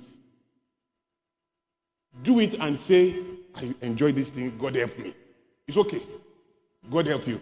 But don't lie to me that you don't believe in fidelity. You have been loyal to a Baba for the past 16 years. You say you don't know fidelity. What's that? One Baba for the past 16 years. You've been going to the same Baba. You moved to this place, you found the Baba. You moved to Ireland, you still came to meet the Baba. You moved to one Baba for the past 16 years. You know fidelity. Please stop it.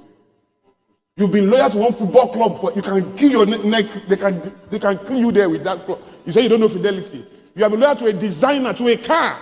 There are people that can't drive any car except BMW. You know fidelity. That is the narrative you give to your conscience to permit yourself to stay in the debate state. It's what you are doing. That is your narrative.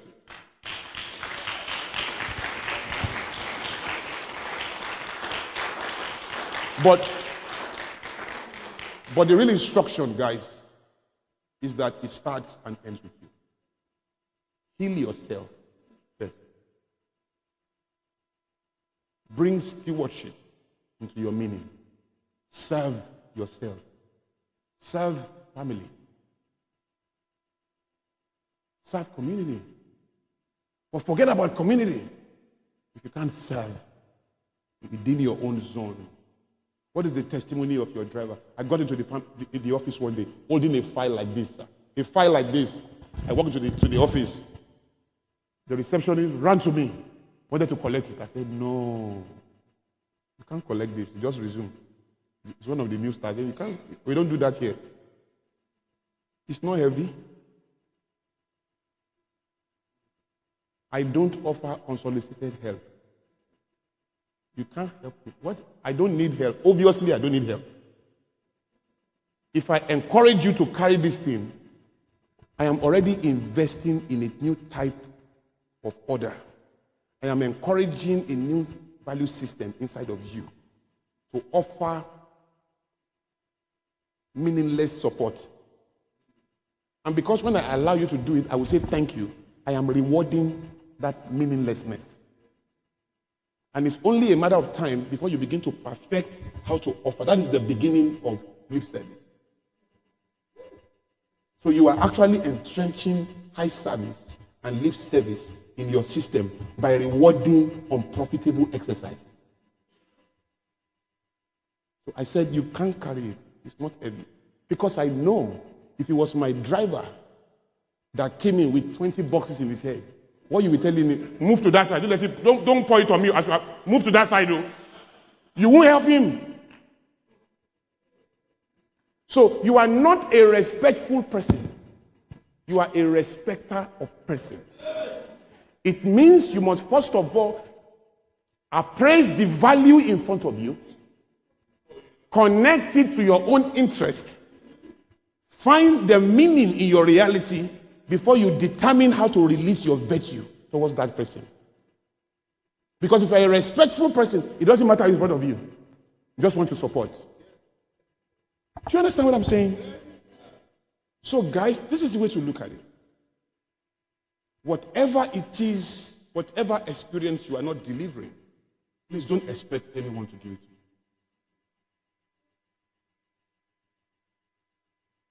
There are many human beings I know. There's little Nigeria in almost every home. All the problem in Nigeria, go to the homes, you will see it there. Everything you are accusing Buhari for, study your boss very well. That's everything. 98% of the time. That's not what is worse. Study your colleagues very well. They all have it. That's not what is worse. Study your lecturers in school. They all have it. I went to meet a lecturer one time. I got to his office. I said, I needed my result. Many years ago. He said, my friend, get out of my office. I said, excuse me, why? Why should I get out of your office? You are a lecturer. I've written your exam. I want to collect my result. I should work out. You are a cultist. I said, formally, yes, but now I'm not. But now, but now, thank God for that cultist, because it has also helped me to be fearless. You are going to give me my result today. It's your job. If you are busy, respectfully tell me that you are busy. Don't tell me to work out like I came to do the wrong thing. I came to do the right thing. You are doing the wrong thing. As I was looking at me, that's how I was looking at me. Because he didn't know what to do again. And I told him, I've already, this is 19, what? I said, I've been here since 1990. 1990. I'm already Methuselah here. You can't threaten me with extra year. I've already done about 11 years already. This is a veteran failure here. So it's me and you. It's a different crisis you are dealing with. You know what you did? You just pick the paper. Put, what result should I give you? I said, 5.0, of course. I'll tell you a true life story. He put it there, sign it, staple it. I said, go. Thank you very much, sir. I left. That man is worse than Abacha. It's worse. But he can lead ASU strike. Let me expand it more a bit. 5 minutes more. 5 minutes. Just 5 minutes. So, doctors come out to strike. Doctors, they say they are on strike. Why are they on strike? They say they want better facilities, better pay, better yada. It makes sense, though. What they are saying is true. And I support it. Except that we are the ones, people are sending DMs when doctors are on strike. We are the ones. They come on social media. Sir, my mom is in general hospital. No, please, doctors are on strike. We need so we go to one private hospital. They say we need so money. We don't have money. Please help us, sir. So this doctor that is on strike in general hospital is not on strike in this hospital. Now, number two, who goes to general hospital? 98% of the people there are the poor. So, the people you are protesting against don't come to general hospital. They don't even go to private hospital. They go abroad. If you are a doctor and you tell me you are going on strike, I accept it. But if my mother is sick, I can't treat him because we are on strike. If my son is sick and I don't have the money, I'm a security guard, I can't afford a private hospital, and my son is sick, when you are on strike, I can't treat him. But because I believe in Nigeria, and you are fighting for Nigeria, I can accept that maybe my son should die. Except that if your own son is sick, you will treat him. Then you are a hypocrite.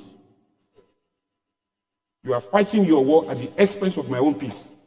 If your son is sick, you must not treat him too because you are on strike.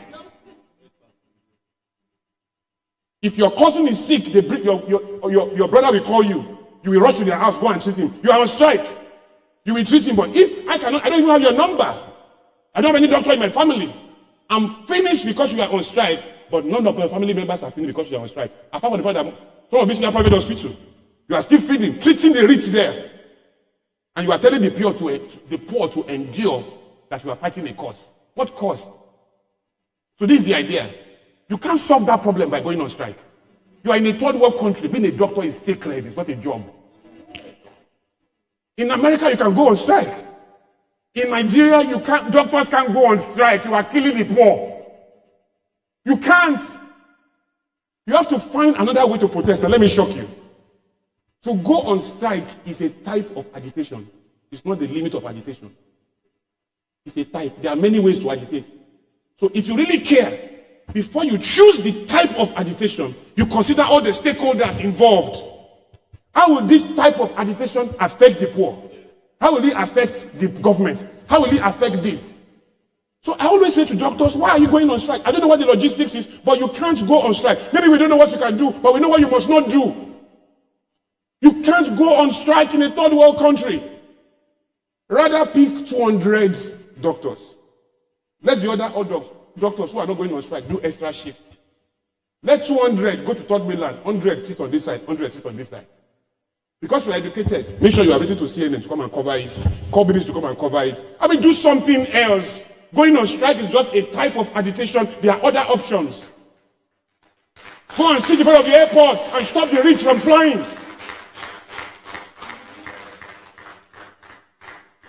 Pick the touch points. If you block third mainland or you block Awolowo roads, and you sit down there and CNN is watching you block it, your message will travel faster.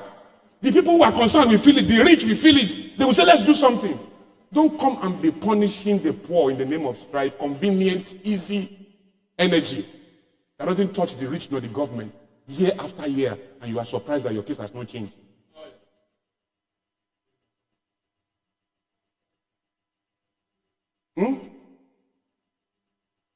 Think about it though. The same thing with this fuel scarcity thing. And then a plane drops from the air. How many people are in a domestic flight at a time? How many people? 150 tops. Local flight in Nigeria, 150 tops. The average plane. So if one plane drops, everybody dies, 150 people. The 150 people, one plane drops, and we declare national anthem today, fly at half-mast, every national morning, everybody's crying. Just 150 people. Except that it's 150 serious, powerful, rich men.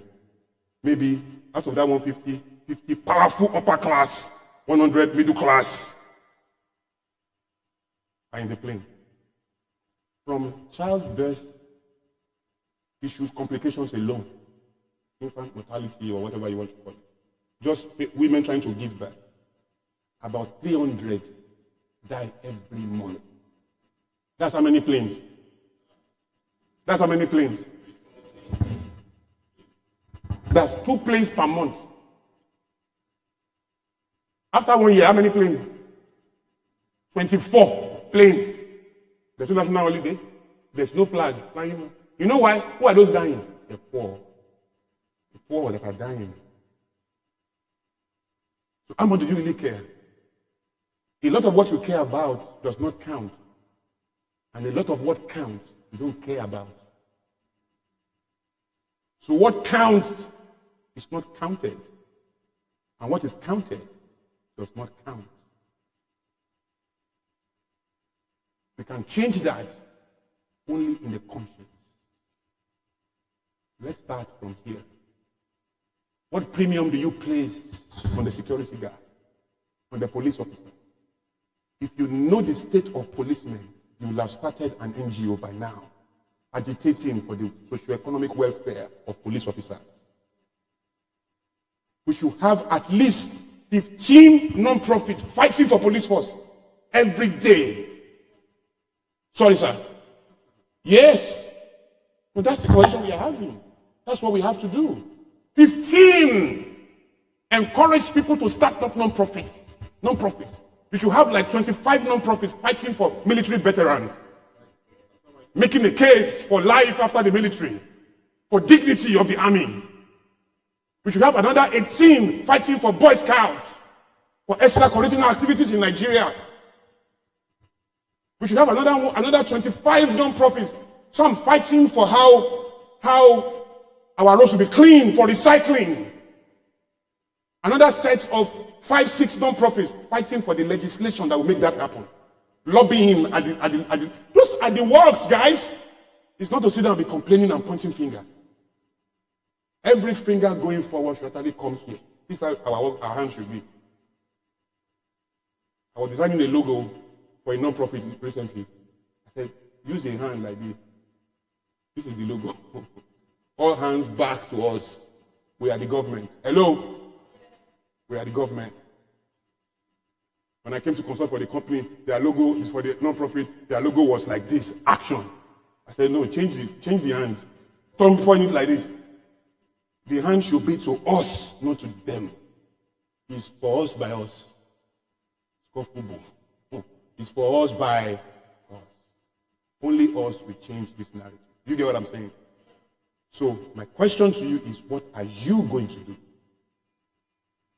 First of all, heal yourself to empower yourself, because you must be well to donate blood.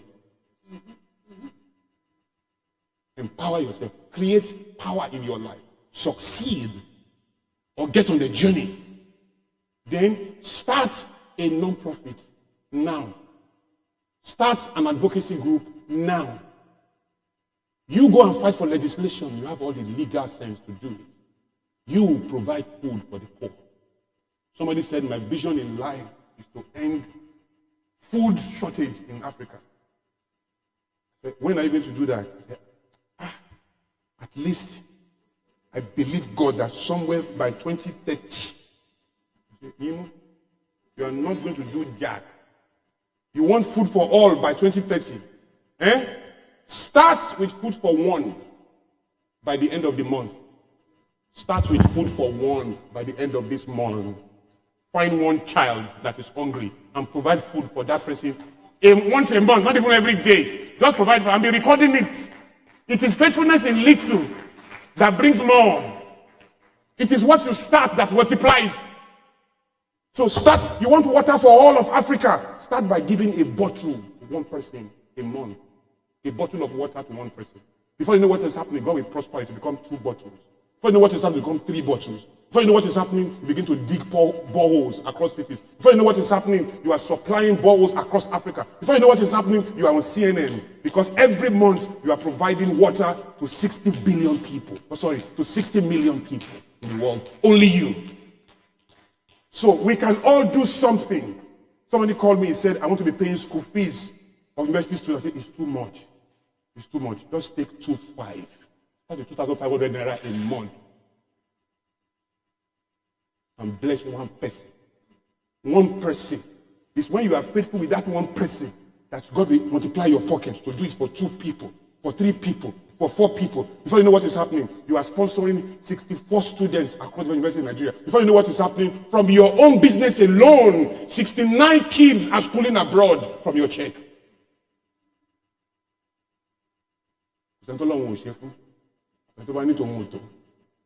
Every one of us can give. Let me shock you further. If you have the time and the room to listen to this kind of program, you are enough. Those who are not enough, they can't find their way here. You don't understand. You are enough. So start something now. Please, please, I beg you. Not tomorrow. Don't join those weak and timid souls who will get so fat on pointing fingers and never move an inch to change anything. Start something yourself. Be a part of Virtues for Life Foundation. What can we do? Okay, I'm busy, I don't have time. I have 5K every month. Can you take that, Pastor? What can that do? Can I bring 2K every month? What can that do? Who can that help? Can I supply 500? I'm a student, I don't have too much. But I have 200 naira I can supply every month. Can I bring it every month and commit to it? The power of that 200 naira is not in making it available. It's in being consistent. It's not in the size. 200 naira every month. At the end of the year, it's 1,200. That's food for a family. I kid you not. Ask what you can do. There's something dormant in your life right now you can activate to make life easier for somebody else. That improves a corner of your space that you occupy. And this is putting ourselves out to say, we are here. We're trying to do something. Somebody came to me and said, we want to do this, we want to do that, we want to do that. I said, but why? Why are you duplicating so much efforts? Why though? Why don't you join something that is already ongoing and then plug into that? It doesn't matter who takes the glory. It's about the impact. The guys who are being blessed by that impact, they don't care who started it. You are the one saying we start. We did that. I'm the one who started. The guys receiving it, they don't care who started. They just want help. Did you hear what I said? Please, don't leave this room waiting for somebody to undo something. Have a territorial mentality. Have the mentality of a king and think about your own decrees and decree change around you. And where the word of the king is, there's power. And release your power. And don't think of all the sea of problems in the world. Just think of the one you can solve. A bottle of water for one police officer a week. That is water for all. That's water for all right there. Water for all right there is not building a machinery. Water for all is one bottle to one person. A day, a week, a month, it will become a whole factory producing water for free. Imagine that Everwater is a factory that is producing this quantity of water they produce in Ever, but distributing it for free. Because God has expanded the pocket of a man who was given a bottle a week to produce 2 million bottles a week for free. Have I helped you? Thank you. Awesome. Awesome. Can we do that a little better than that? I think we can do a lot better. Let's make it a stunning one. Thank you so much. Thank you so much. Thank you so very much. Please, let's be seated in a jiffy, and we're about bringing this to a close. So let me tell you something that happened. While I was speaking, I was very intentional to want to allow him come in on time. So I rapped. Well, as I saw you, I was happy. He has come. Give him something. If you leave the Rukus here, please, if you don't mind, free up your hands one more time. Let's give him a round of applause and appreciate him. Come on. Wow, that was beautiful. That was beautiful. All right, we want to put quick closure to things now, but we have one more session. I noticed some of us might have responses, questions, things you want to ask. Someone wants to just add value to it. We'll be very straight to the point. I will anchor that session. But before we go to that session, we have a short poem that we will take. Is he around? Yeah, the gentleman will come up and just render a very short piece of poem. We don't know him before, so I'm going to be as surprised. I'm meeting him like he's meeting himself in this place. So I liked the flow of his thoughts. I thought it was a good one. And right after that, I'll be back. I'll anchor the respondent session, that is the panelist session.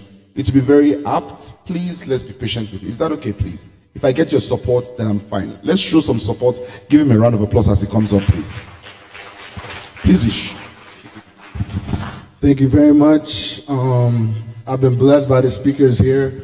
And I go by the name Chigo Azonye. I'm a poet. And I just found out about the event and thought there were a few of my poems from my book titled Ink Strokes, which is at the back. So if you enjoy this, you can come and purchase a copy. It only goes for 1,000 naira. But a lot of great thoughts that you'll find encouraging and also thought-provoking for the kind of audience we have here. So it's just 2 short poems I'd like to share. We're talking about valuing life and the value of life. And like our second speaker, Mr. Alexander, clearly stated, you can't value another life if you don't value your own life, first of all. And how do you value your life? You have to have goals. You have to have a vision for yourself. You have to see something, in a sense, kind of hope.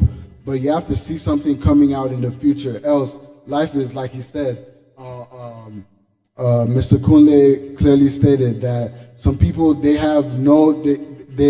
dead people. They're already dead. So they have nothing to live for. So the first poem is titled Go Hard or Go Home. Halfway was never the chosen path. Easy was never the settlement. Well done was the only guarantee. Perfection seemed the only solution. Analysis, a major component. Paralysis, a subtle opponent. Soft was hardly a compliment. Strength was not to our detriment. Arise, O sons and daughters of valor, young but mighty heirs to the throne. No half-stepping, always full motion. No small swings, always home runs. Shooting for the stars, loaded with ammunition.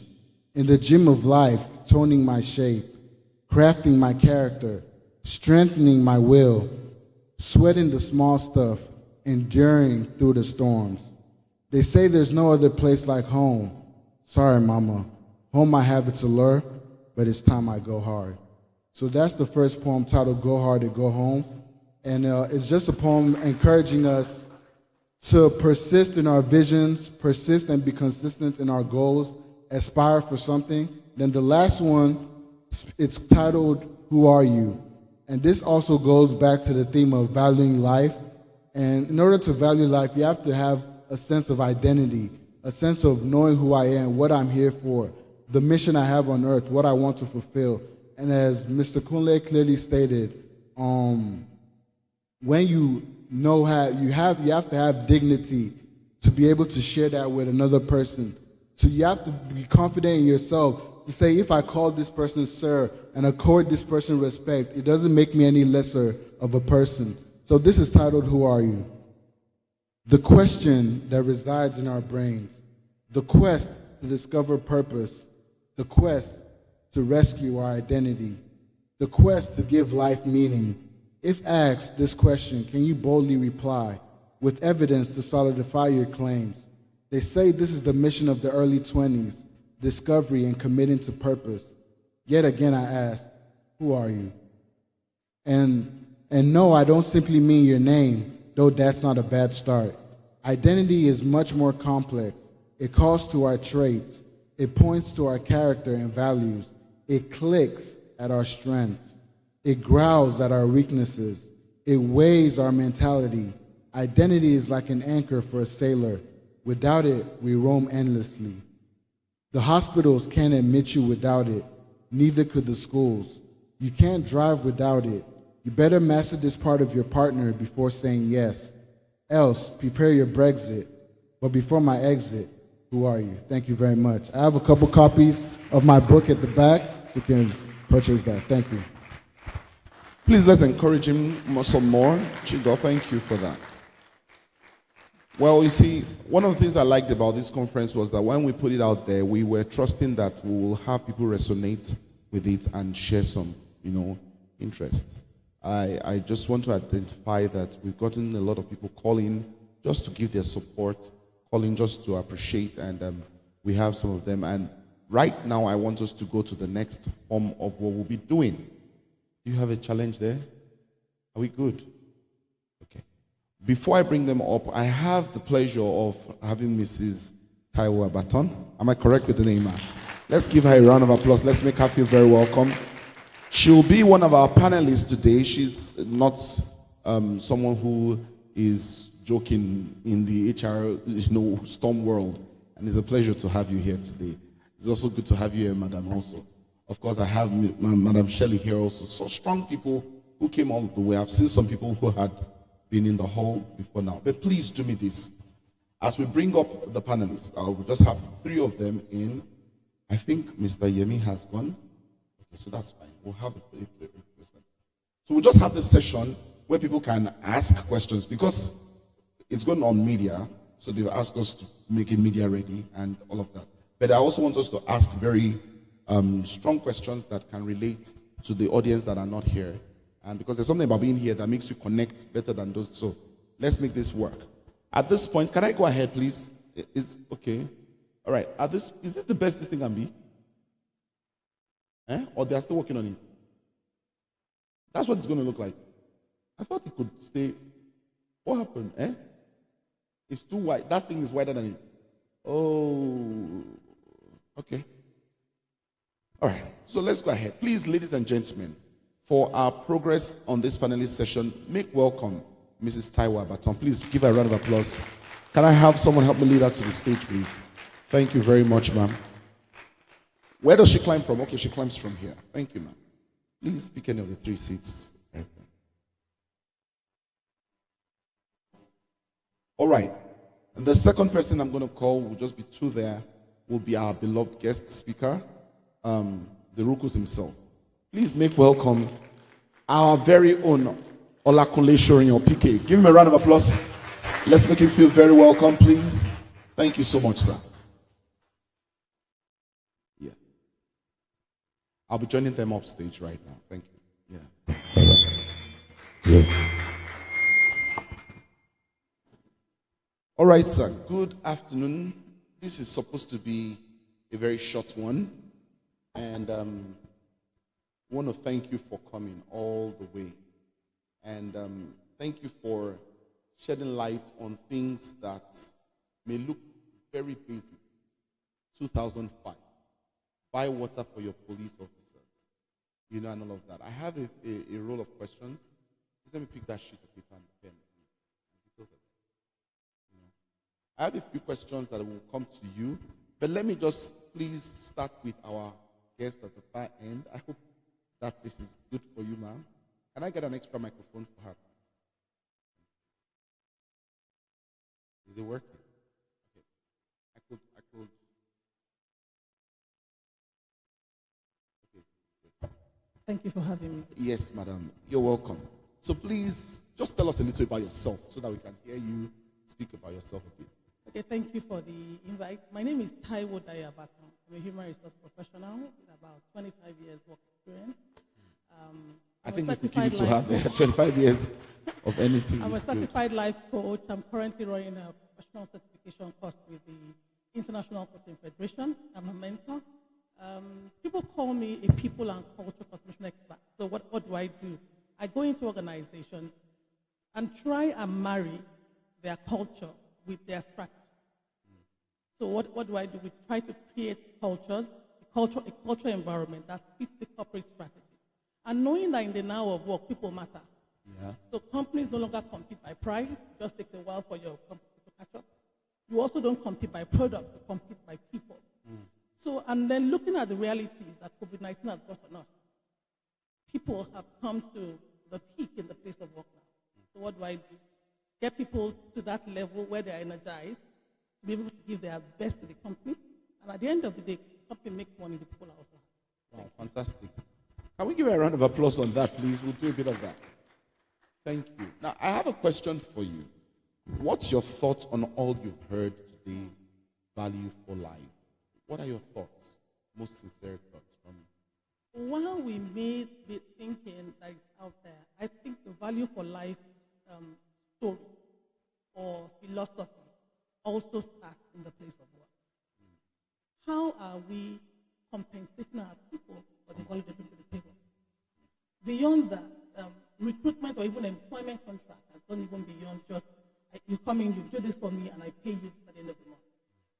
It's about what other things are we doing as employers of labor to bring value to our people? Are we connected to them? Because that one person in your office has life and destiny tied to he or she. So the family, what value proposition are we putting on the table for our people to make life better for them? Even the workplace, what's the workplace economics looking like? How comfortable is the work environment?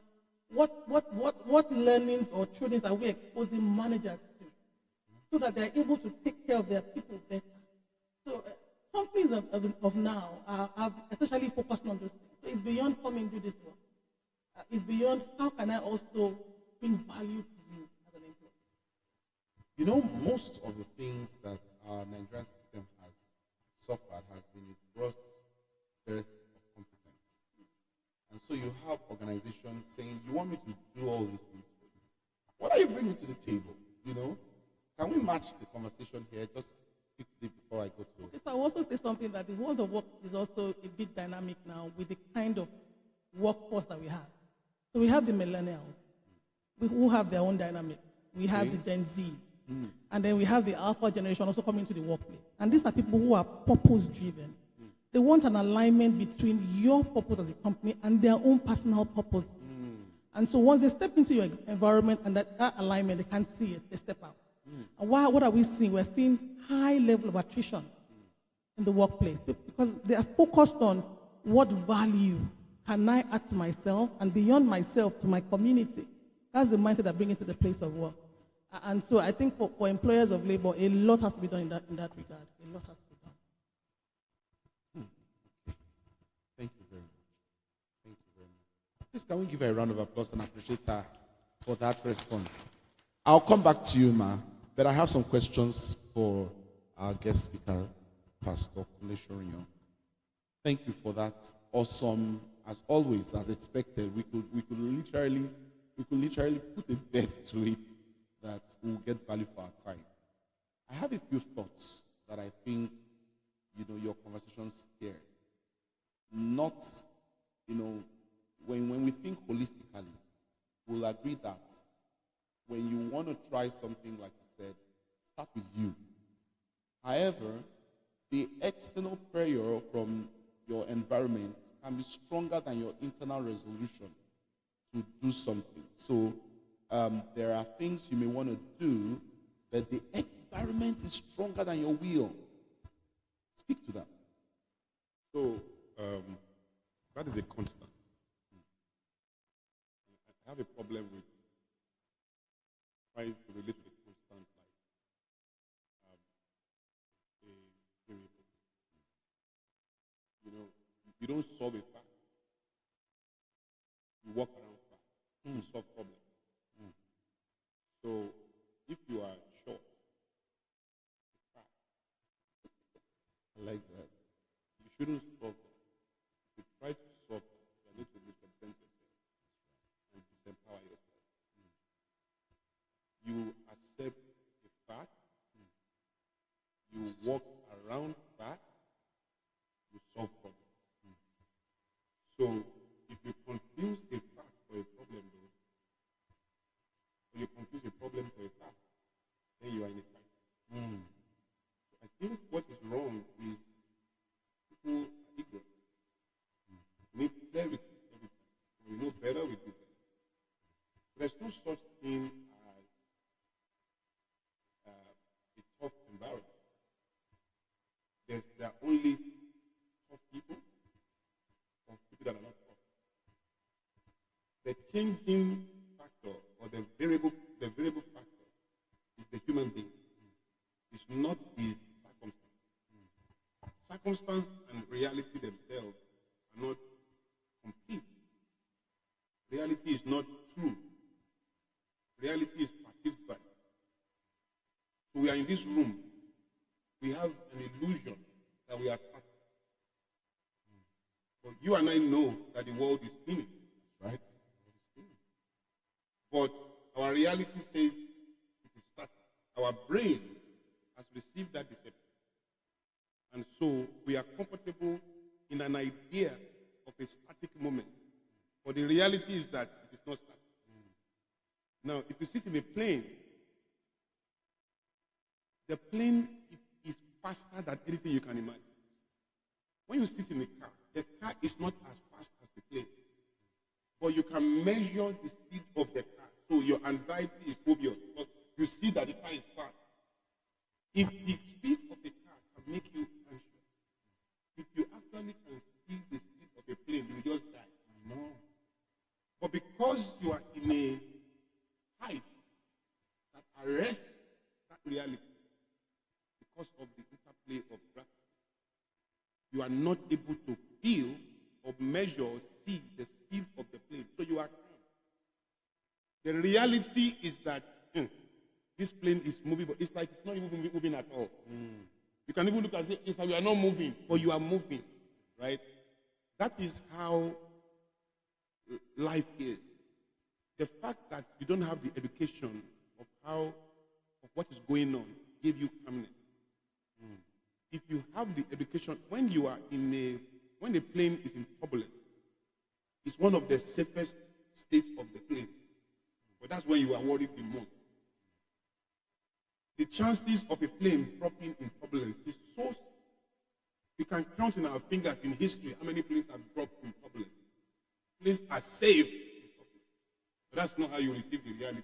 The pain goes this way, it goes this way, we are about to die. But if you actually know the science of what is going on, you'll be calm. So, perception is manipulative. And people have to get better in the education about themselves so that they can have more power over their reality. I do agree that majority of people cannot do that. And so they are defeated by what is going on around them every day. Right? Sadly so. But what can we do? The poor you will always have. The weak you will always have. The strong you will always have. Foolishness is an option. Stupidity is an option. Honor is an option. Dishonor is an option. Human beings are going to choose which one of them they want. That's the way it is. Nobody is born to be poor for the rest of the time. But he's going to make choices about that. May Providence help him to come to terms with education that help him make good choices. But I do believe that every human being will have a chance to change their own life, whether they will take that chance or not. So in a flawed world, in a flawed society, there's no point overflogging what is wrong because it's already obvious. People are feeling it. What we want to look for is a kind of conversation or narrative that help people to identify options to the default of things that they know easily on a daily basis. My thought, therefore, is that I break for such a fellow who has overrated his circumstances over his own mind, over his own things. May God help him. May society give him the hand that he needs. May Providence support his timber and help him to grow. But I do pray those who somehow understand that they are weak, and that no matter what society brings, what is coming with them, it is who they are, how prepared they are, how they hear, how they interpret, how they respond and make the difference. So those who are clear should continue to invest in education. That's what we are doing. We commend efforts like that because people don't know. When we know, we do better. So teaching people to understand how to birth options, how to create options. And I will close by saying that what is missing in our society is education. True education. Academics is not education. Academics is what you are taught. Education is what you teach yourself through observation and self-improvement. And part of that is the ability to experience your world, to question that world that you are experiencing enough to birth options from that questioning, and to know which of those options to embrace as a matter of urgency. Even at a PhD, you may not be educated if you can't question your environment. If you can question it, but if you cannot experience your environment, if you can experience it but you cannot question, if you can question it but you cannot birth options from your question, and if you can birth options but you don't know how to make a decision in the face of options, then even at the PhD you are still not educated. The proof of education is the ability to communicate rebellion to the status quo intelligently in a way that does not obsess the system but multiplies it. To say we don't have to continue like this for yourself and for those who are around. So when I say rebellion, please, I'm not saying the dissonance cause trouble everywhere, but to know the expiry of a system, to know the expiry of a idea, to know that we can't go forward into this. But most importantly, to use that capacity to interpret society, to find options, and to know the ones to navigate for us. If people know better, they will do better. And I want to challenge everyone listening wherever that organizations like this should find new trend. That new trend is support of time, of energy, and of resources. It is only through education that we can improve the lot of the human being. Wow, please can we just appreciate? Come on, let's do that a lot better. We can. Thank you so much. You know, some people, I personally have said that some people are mentally lazy. And it has caused, it's not just that they are lazy about many things, but the worst of it is mentally. Such that when they hear words, I'm actually going to take one more question with you, sir, and then I will go to her and then come back to you to finish it. That's the plan. So it's very short. So I was saying that we can't afford to be mentally lazy. Sometimes we need to invest in this thing. And you know, it just looks okay. I don't feel like reading. I don't feel like hearing. What is he saying? Go back and listen to this thing he said. And pay the price to be different for your generations. you might be surprised that the outcome might save a lineage of poverty. It's the truth. Thank you very much, sir, once again, sincerely. I have one more question for you. I'll go to her, and then we'll come back to you to close. The next question I ask here is, tell us personally one of the things that you have done that has demonstrated that rebellion in projecting a you that we have today, just in a simple form, so that someone can be inspired. Thank you. So I was born into a polygamous home. It was quite rough. And you know, in a polygamous home, once you are born in there, you can't be you have just lost your right to normal. And normal again. You will need another type of intervention for you to stand a chance to be normal. You learn competition when it's not necessary. And you are competing against people who bear your same last name. And by normalcy, those are people that you should be safest with. They are all bury your surname. But your mom says that they are your adversary. Your dad says they are your siblings. As a young child, that's too much. And so you become an adult and become incapable of trusting anyone. Because you grew up not trusting people who carry your last name. And then your mom wants you to be first in class, not because of the ideal of excellence, but because when you are first in class, your daddy is happy, the resources come to your side. Yes. So you are being taught to pursue the best things in life for the wrong reason. As a child, that's too much. And as an adult, you become incapable of pursuing things in their essence. You always pursue things in their secondary value, not their primary value. Yes. Right? Yes. And then, so you grew up in that terrible state. I was dumped in a boarding house at the age of 3. At the age of 3, I did not know how much it meant until I gave birth to my son. And I saw him at the age of 3. And I said, was this the age that I was dumped in a boarding house? And look at my son at age 10. I still can't take him to a boarding house. But I was in the boarding house at the age of 3. So I began to understand how damaged I was. I became completely dispassionate. I don't feel anything. I started feeling as an adult. You know, I never said I love you to any human being. First of all, I never heard it before. I heard it in movies. I read it in comics. But I never heard a human being say I love you. I didn't hear that until I was 31. How can I be normal? So I was programmed for error. I spent a lot of time on the left doing all the wrong things. I blame myself for so many of those things. But when I gained understanding, I realized that I actually didn't have a choice. By my history, I'm programmed. It's either I end up in jail or I'm shot before I'm 30. I end up in a psychiatric home. None of them is an option for any normal human being. So I think the greatest rebellion that I experienced in my life, quite frankly, is accepting Christ at a time when it was unpopular to do so amongst my peers. I find it difficult to give the credit of my turnaround to any other thing outside the arrival of Christ in my life. And I say that very humbly. I would have preferred to say a lot of other things and say that, you know, this happened to me, I was thinking, but it was that I gave my life to Christ, and by God's grace and mercy.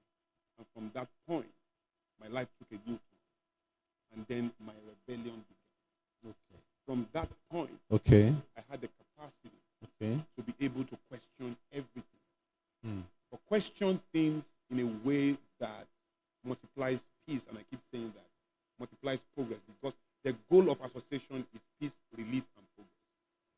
Every time you have an association, whether with a friend, or a marriage, or a staff, or an employee, or a pastor, or a mentor, the goal of association at any level is peace, relief, and progress.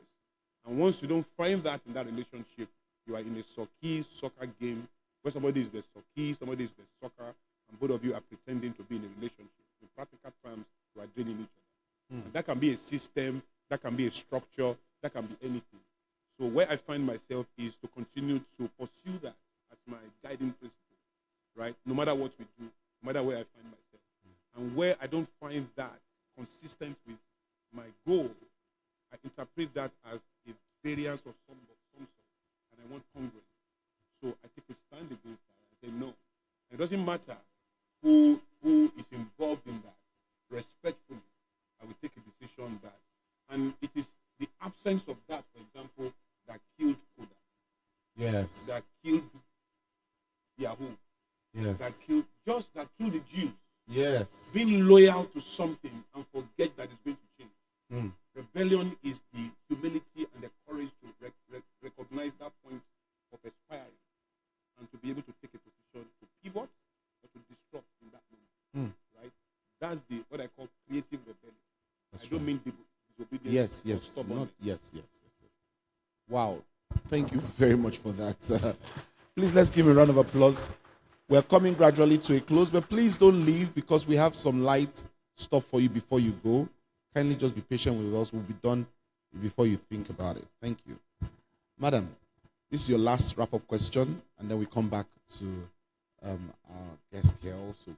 Madam, I want to ask you, how do you think, what will be your recommendation, your sincere recommendation for our organization, Virtuous Life Foundation, in introducing systemically this vision into one acceptance and even efficient delivery of their promises? What would be your recommendations? Let me first of all say it's laudable. It resonates with me also. Giving back. People feel that it's until you get to that level, if you're using the Maslow's hierarchy of needs, self-actualization, you begin to give back. But it takes a few people to get to that level or to that understanding that irrespective of what level you are, you owe it to other people to make life better for them. Now, if you're asking how should it be done, I believe there should be strong partnerships and synergy with groups, with associations. So, for example, I run a platform called the HR Foundry. It's a platform that have about 1,000 HR professionals. And so automatically we are partnering with you. Wow, can we just accept that? So can we do that a little better? Thank you. The group will be 3 years, 1st of June. Okay. And we actually had earmarked some amount for CSR. Wow. So as I was listening, I was like, we're doing it with this foundation. Yeah. So partnering with people. I also believe that advocacy and sensitization will go a long way. That's right. Many people want to do, but they don't know who to partner with or even how to go about it. So if possible, set up, I don't know how the foundation has been set up. Set up or partner with people who are strong, who have that presence that we could leverage on their platforms to reach more people. I believe with that. So advocacy, partnership, and alliances will make it. Will Thank you very much, man. One more word from you will be, as an HR expert, how do you think value for life can be expressed some more? Just to wrap up on that, how can we improve value for life? So beyond the giving, meeting the basics, I also believe that it's important that we also teach people how to fish. Okay. Not only give them fish, but also teach them how to fish. Okay. So it would be nice, or it would be good also, if the foundation could do some form of learning opportunities to people, or partner with professionals.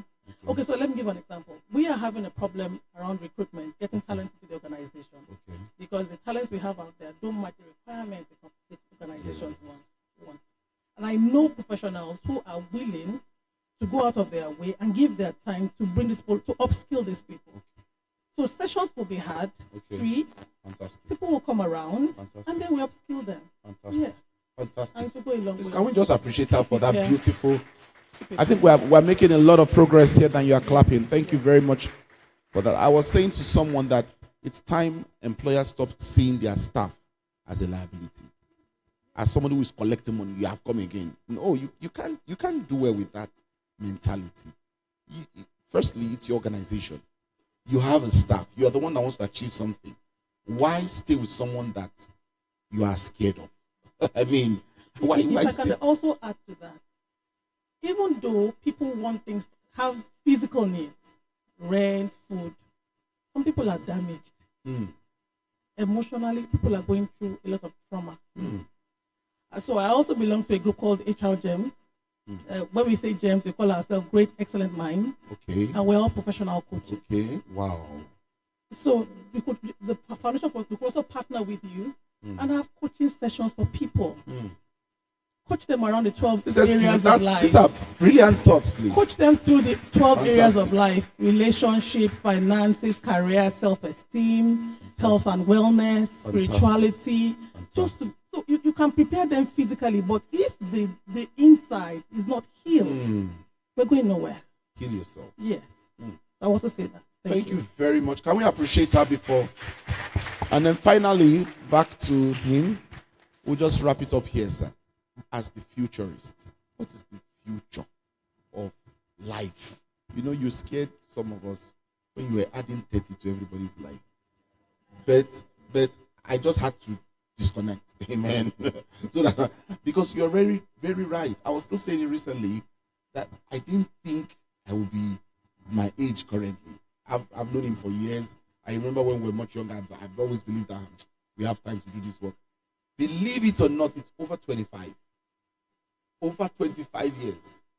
And it's interesting, we've been coming a long way. I've always known that someday I was going to meet the Rukus, and thank God this is happening. But I'm just saying this to you, ladies and gentlemen, believe it. Add 30 to your years. If you are over 30 or if you're over 40, you can remember some 30-year ago events. And I just want you to speak to that. What's the future? What should life look like? How can somebody put value to life as we close? You know, it's a very interesting question because that's what I spend every minute of my life. Yes, because that's what I spend every minute of my life studying the future. Life is very interesting in the future. There's so many blocks of power that are working tenaciously today to birth the future that they want. Unfortunately, there are only 3 people in the world, whether we like it or not. Just a fact. The people you see every day, everywhere, otherwise called the masses. The people you see when they are appointed, when they emerge, CEOs, public figures, governors, presidents, celebrities, artists, actors, the people you see when they are appointed on a platform. Then the people you don't see at all.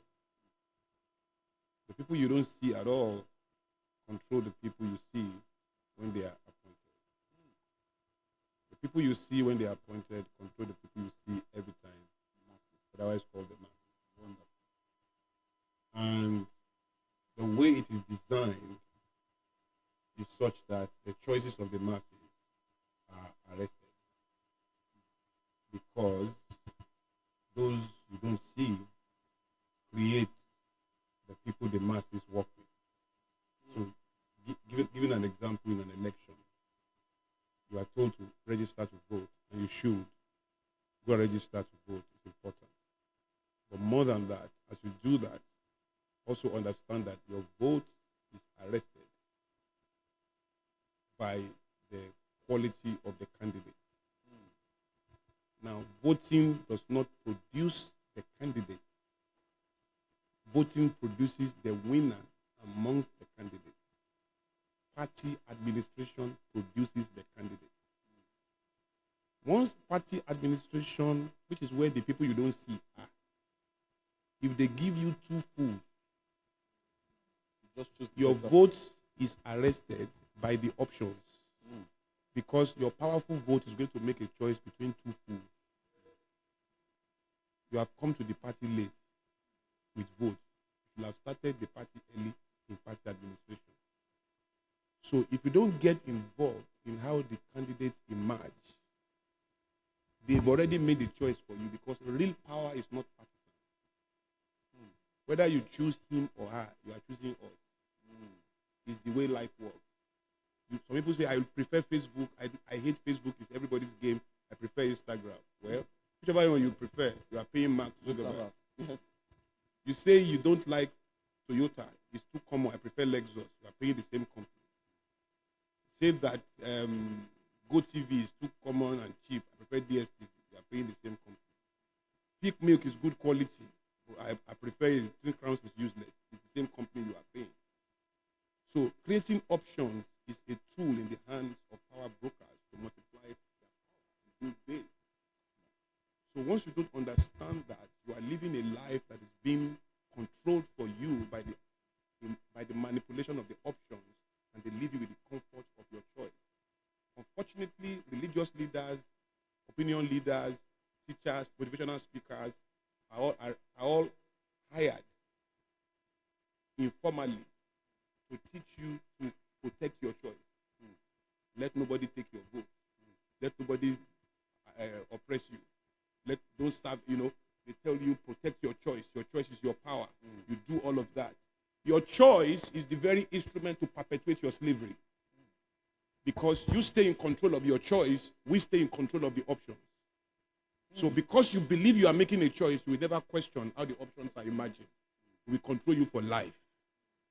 So you are going to live 1,000 years twice in the narrative of the option managers.